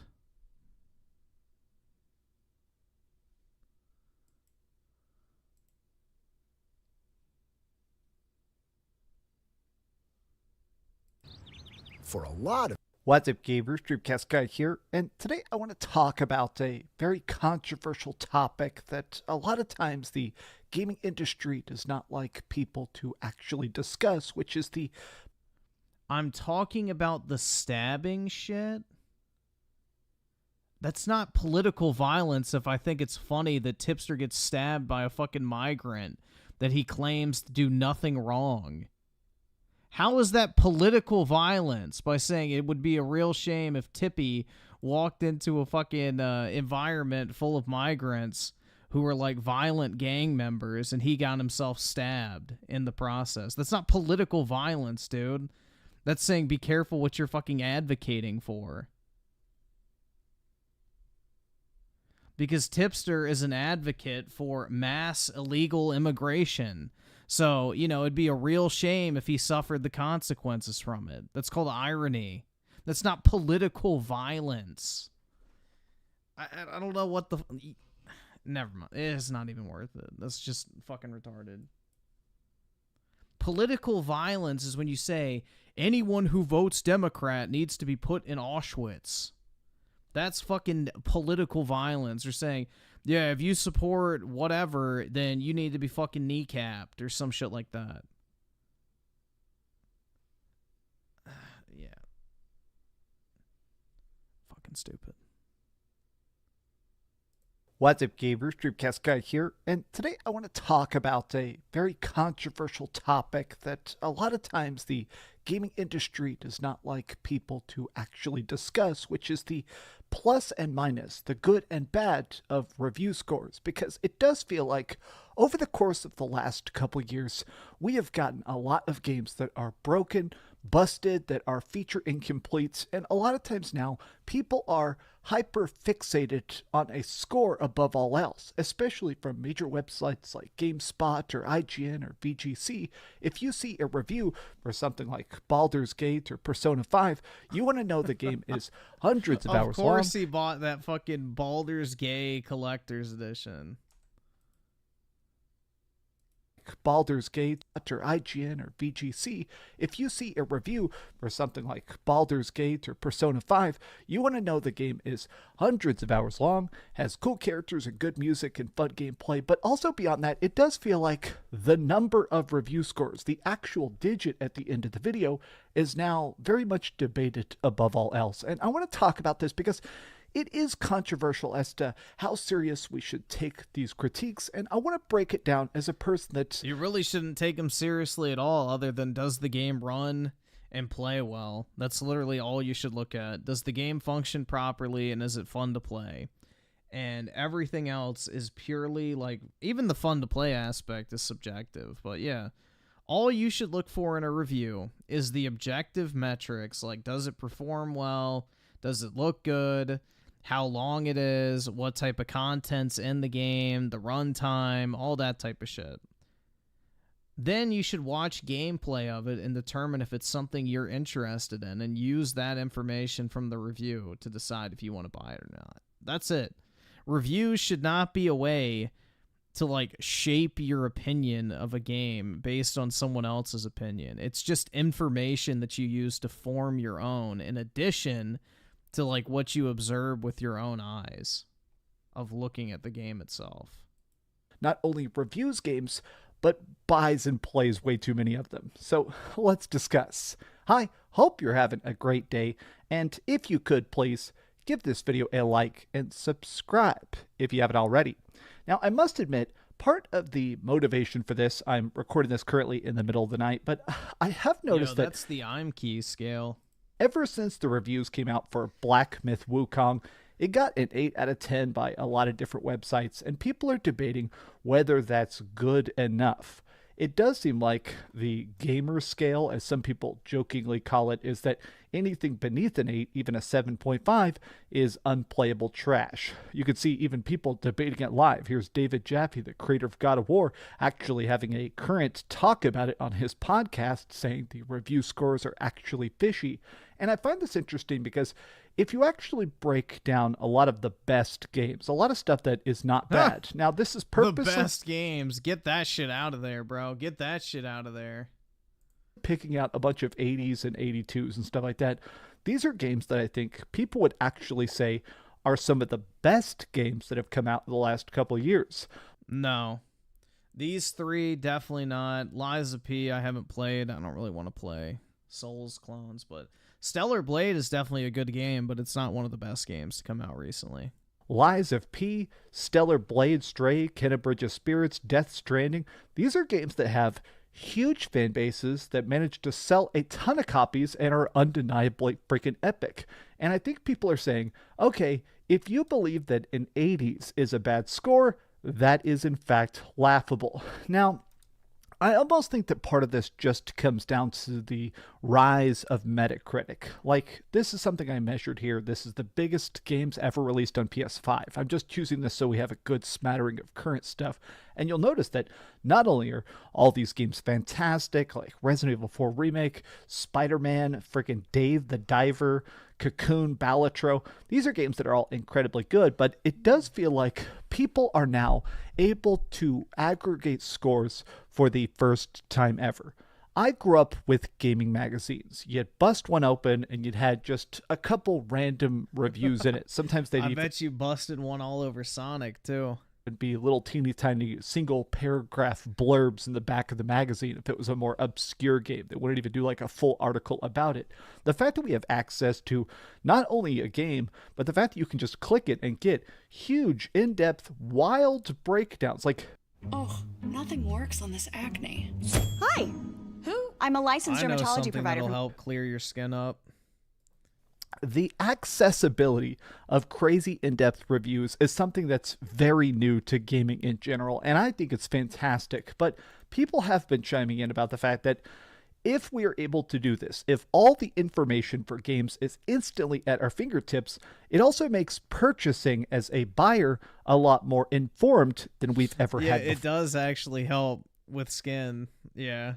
The fact that that's a real fucking thing, which is really funny. Can actually just see not only long gameplay of something, the fact that you can watch stream of something, and then of course you can watch 5 or 10 reviews about it. I think it's made people extra frugal because a lot of people have been scammed.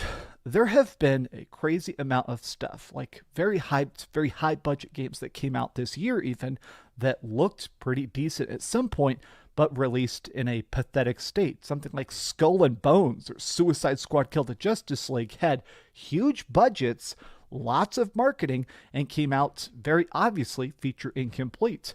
And I see stuff like this. My 2 cents, these review scores are lower than I expected, except for Black Myth Wukong. Liza P deserves that, but I'd rather see reviewers be more charitable to things they did innovatively. So I've seen this a lot. The debate of review scores. More people talking about the idea of not just breaking down the goods or the bads, but how important the number actually is. There has been a surprising amount of discourse. There's no fucking chance this game's a 97 in any actual fucking game evaluation criteria at all. About the concept of what makes a game actually good. Maybe as an interactive movie, it's a 97, but as a fucking video game, not a chance. And what makes a review score good enough? And so this guy, Synth Potato, he just defends endlessly the perfection of Red Dead Redemption 2. He's like a big Red Dead Redemption 2 fan account. I mean, he talks about a lot of games, but he basically breaks down the fact that it's really interesting that this score, even when this came out, there was talks that the score was not high enough. I mean, it seems insane to consider that somebody... Dude, most Rockstar games are like an 80 at best, but, you know, people soy out over it. Would say that a 97 out of 109 review scores is not enough, but that was an actual topic that came out, or people mad that it's too high. Very normal response to saying the highest rated game and the 8th best generation is actually good. I wonder how many accounts that literally have mental... Listen, it isn't political violence. I misspoke earlier, but it is wishful thinking. You seem to do that a lot. I'm guilty of that too. Yeah, if people openly invite harm onto other people, then yeah, I want it to happen to them instead of others. I feel like that's pretty fair. Like, if somebody says, yes, we should open all the jails and let all the murderers run free, you know, what are those people going to go do? They're going to go fucking kill people again. So who should die? The innocent people who had no part in that decision, or the people that freed them? If there was any justice in the world, the people who are responsible for freeing those people should be the ones to suffer the consequences. But that, unfortunately, is not the reality. So that's all it's on. Is like when you invite harm onto others, you're deserving of the harm that you welcome in the first place, not other people. Breakdowns over people having different opinions, how they get so many followers, wild.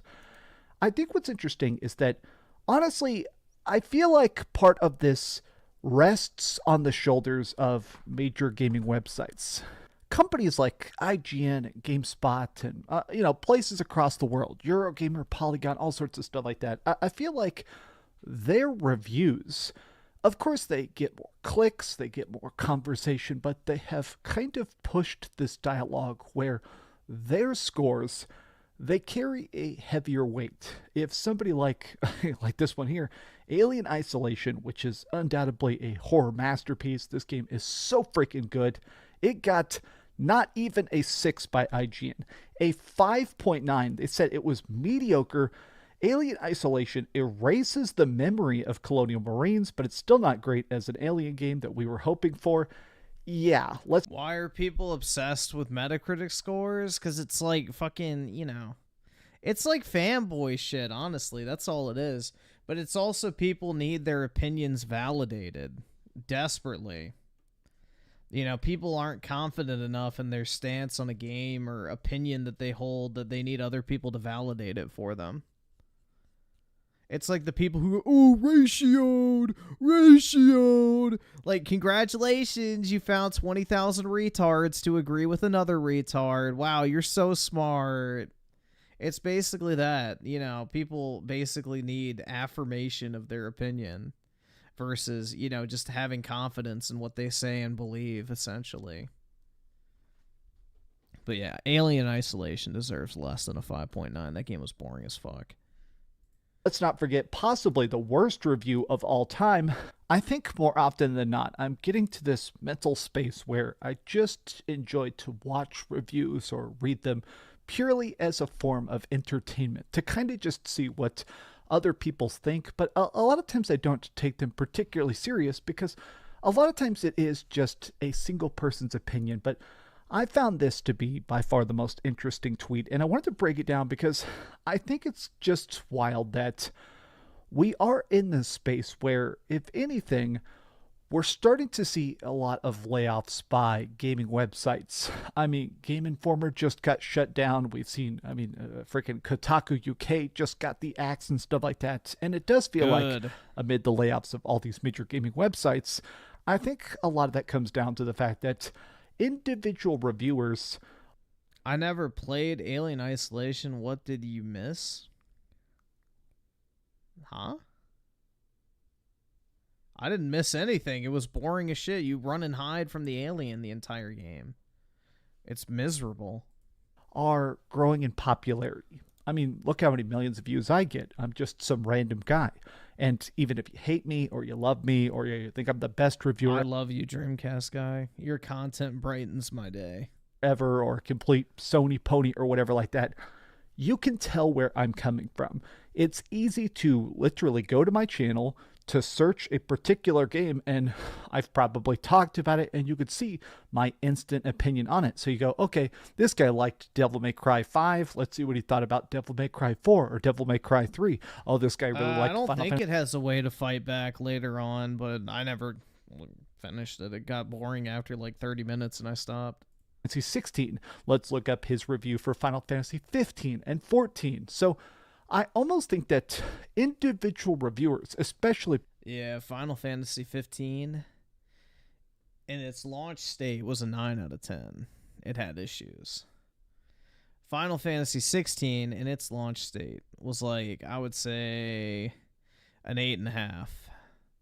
Final Fantasy 7 Remake, in its launch state, I would say it was like a 9.5. Rebirth, 9.5. I mean, what other Final Fantasies? I haven't played 14, but out of the recent ones, that's it. Crisis Core, I'd say, is like a solid 8. people with a huge back catalog of hundreds and hundreds of reviews, you can kind of get a feel for their particular tastes, and so their review score... Oh, also, Strangers of Paradise is fucking awesome. That is such an underrated game. Everybody should play that. It's like $20 all the time. But yeah, Strangers of Paradise is like really fucking good. Well worth playing.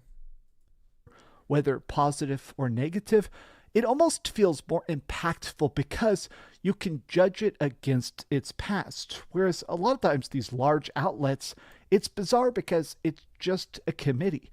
It's a huge conglomerate. It's a company that's not just reviewing it, but a lot of times they have multiple editors and people chopping the videos. Sounds gay? It's literally not. It's like basically Ninja Gaiden, but way more arcadey.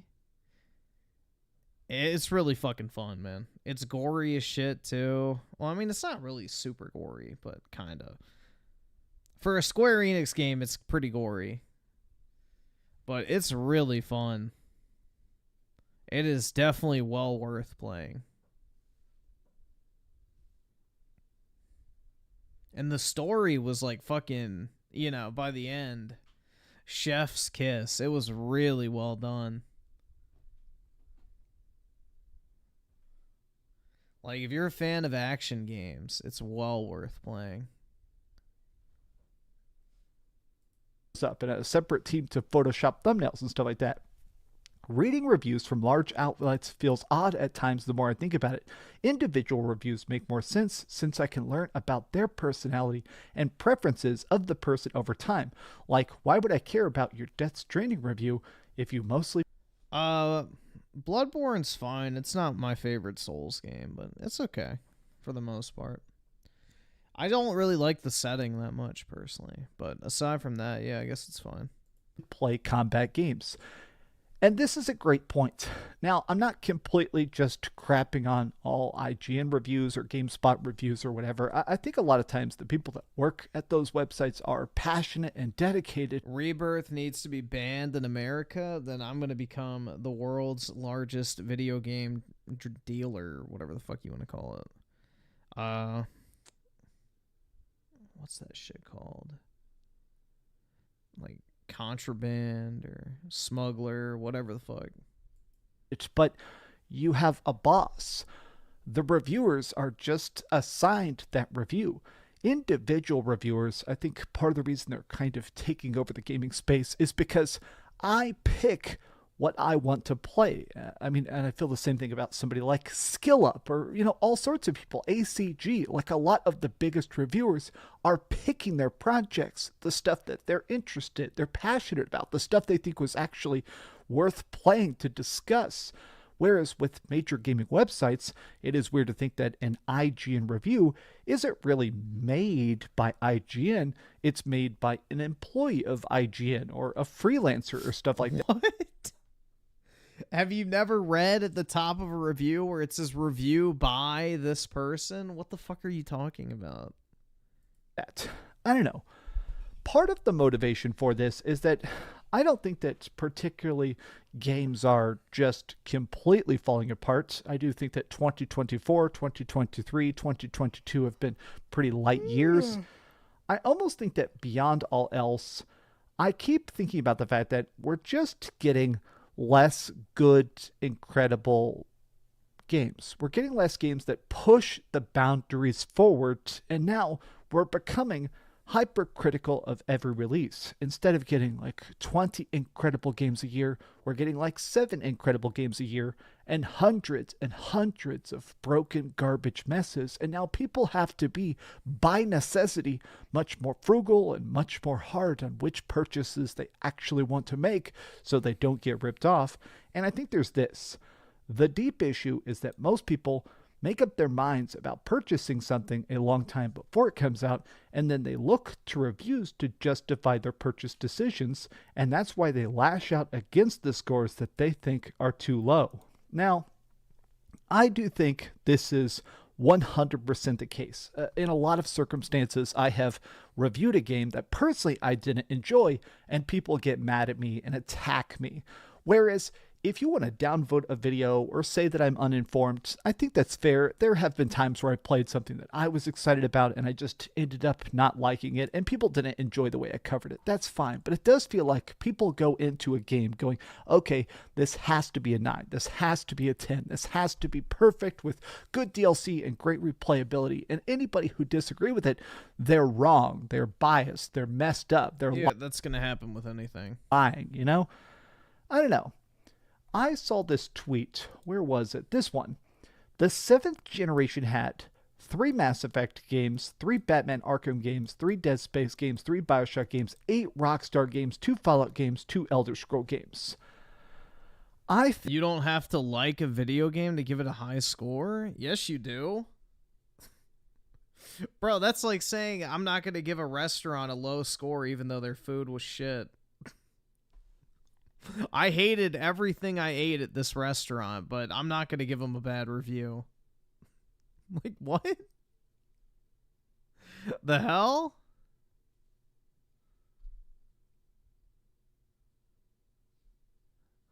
Bruh. If I don't fucking like a game, I'm going to butcher that shit in the review. I think that part of the reason that people are upset, the reason people are so disheartened, the reason people are so hypercritical of current games, I think in a lot of circumstances is because there's just so much less high quality stuff. Like, this is wild. Can you even imagine this now? We're in the 8th generation. If we had this amount of output, like in this generation, we've had 1 Mass Effect game and it wasn't very good. We had 1 Batman game and it's... Why doesn't he list like 4 Halo games, 4 Gears of War games, all this type of shit, bro? Like, there's way too many examples to count. It's unfortunate. 3 Uncharted's, and then also The Last of Us on top of that. Like, shit. Suicide Squad killed the Justice League, which kills Batman. We had 1 Dead Space, which was Dead Space Remake, and then the studio got shut down after they made it. We've had no Bioshocks at all. We've had... Well, we're about to get a new Bioshock, basically, in everything but name, but... 1 Rockstar game, if you count GTA... I don't care about Rockstar games. 5 being ported, and of course, the greatness that is Red Dead Redemption 2, but even that's last gen. It's wild that if you truly consider it, it's not that gaming is backsliding, but the necessity for review scores is important. But I think the criticism, the debate, the discussion about them, I think it's important. Be nice to reviewers. I've definitely seen a lot of threats, a lot of violent messages being sent to reviewers. That is obviously too far. But if you want to critique the critiquers, review the reviewers, I think that's always a valid thing to do. But these have just been my off-the-cuff thoughts, and please, if you could, please give this video a like and subscribe if you haven't already, and please keep dreaming. If there were a lot of jump cuts in this video, 4 times while filming this, my cat meowed to go out, meowed to come in, meowed to go out, and then meowed to come in. So? I love my cat, but sometimes he's a goober. He's the most goober that's ever goobered. Beat that pussy up, Dreamcast guy. Thanks so much for watching that video. If you want to see something else, you can always click this link to see what I put up last, or, you know... Yeah, who the hell cares if your cat's meowing? Like, so? Cats aren't even loud.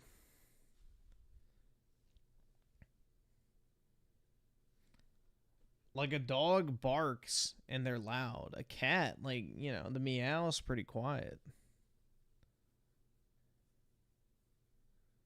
Can look at a game objectively. I mean, if you want to base your review on how many frames per second it runs at, how long the campaign is, and how many missions are in the game, then yeah, you can look at a game objectively, but you can't objectively say, this game is good. This game is fun. This game is worth your money. Those are subjective metrics. So, objectivity in a review is a fruitless endeavor. There are certain objective metrics you can look at, But everything that comes down to an opinion is subjective by nature. Objectivity in a review is almost counterintuitive. Print out a like stat sheet if you're interested in objectivity.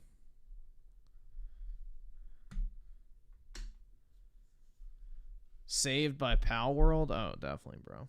Everybody's talking about that game still.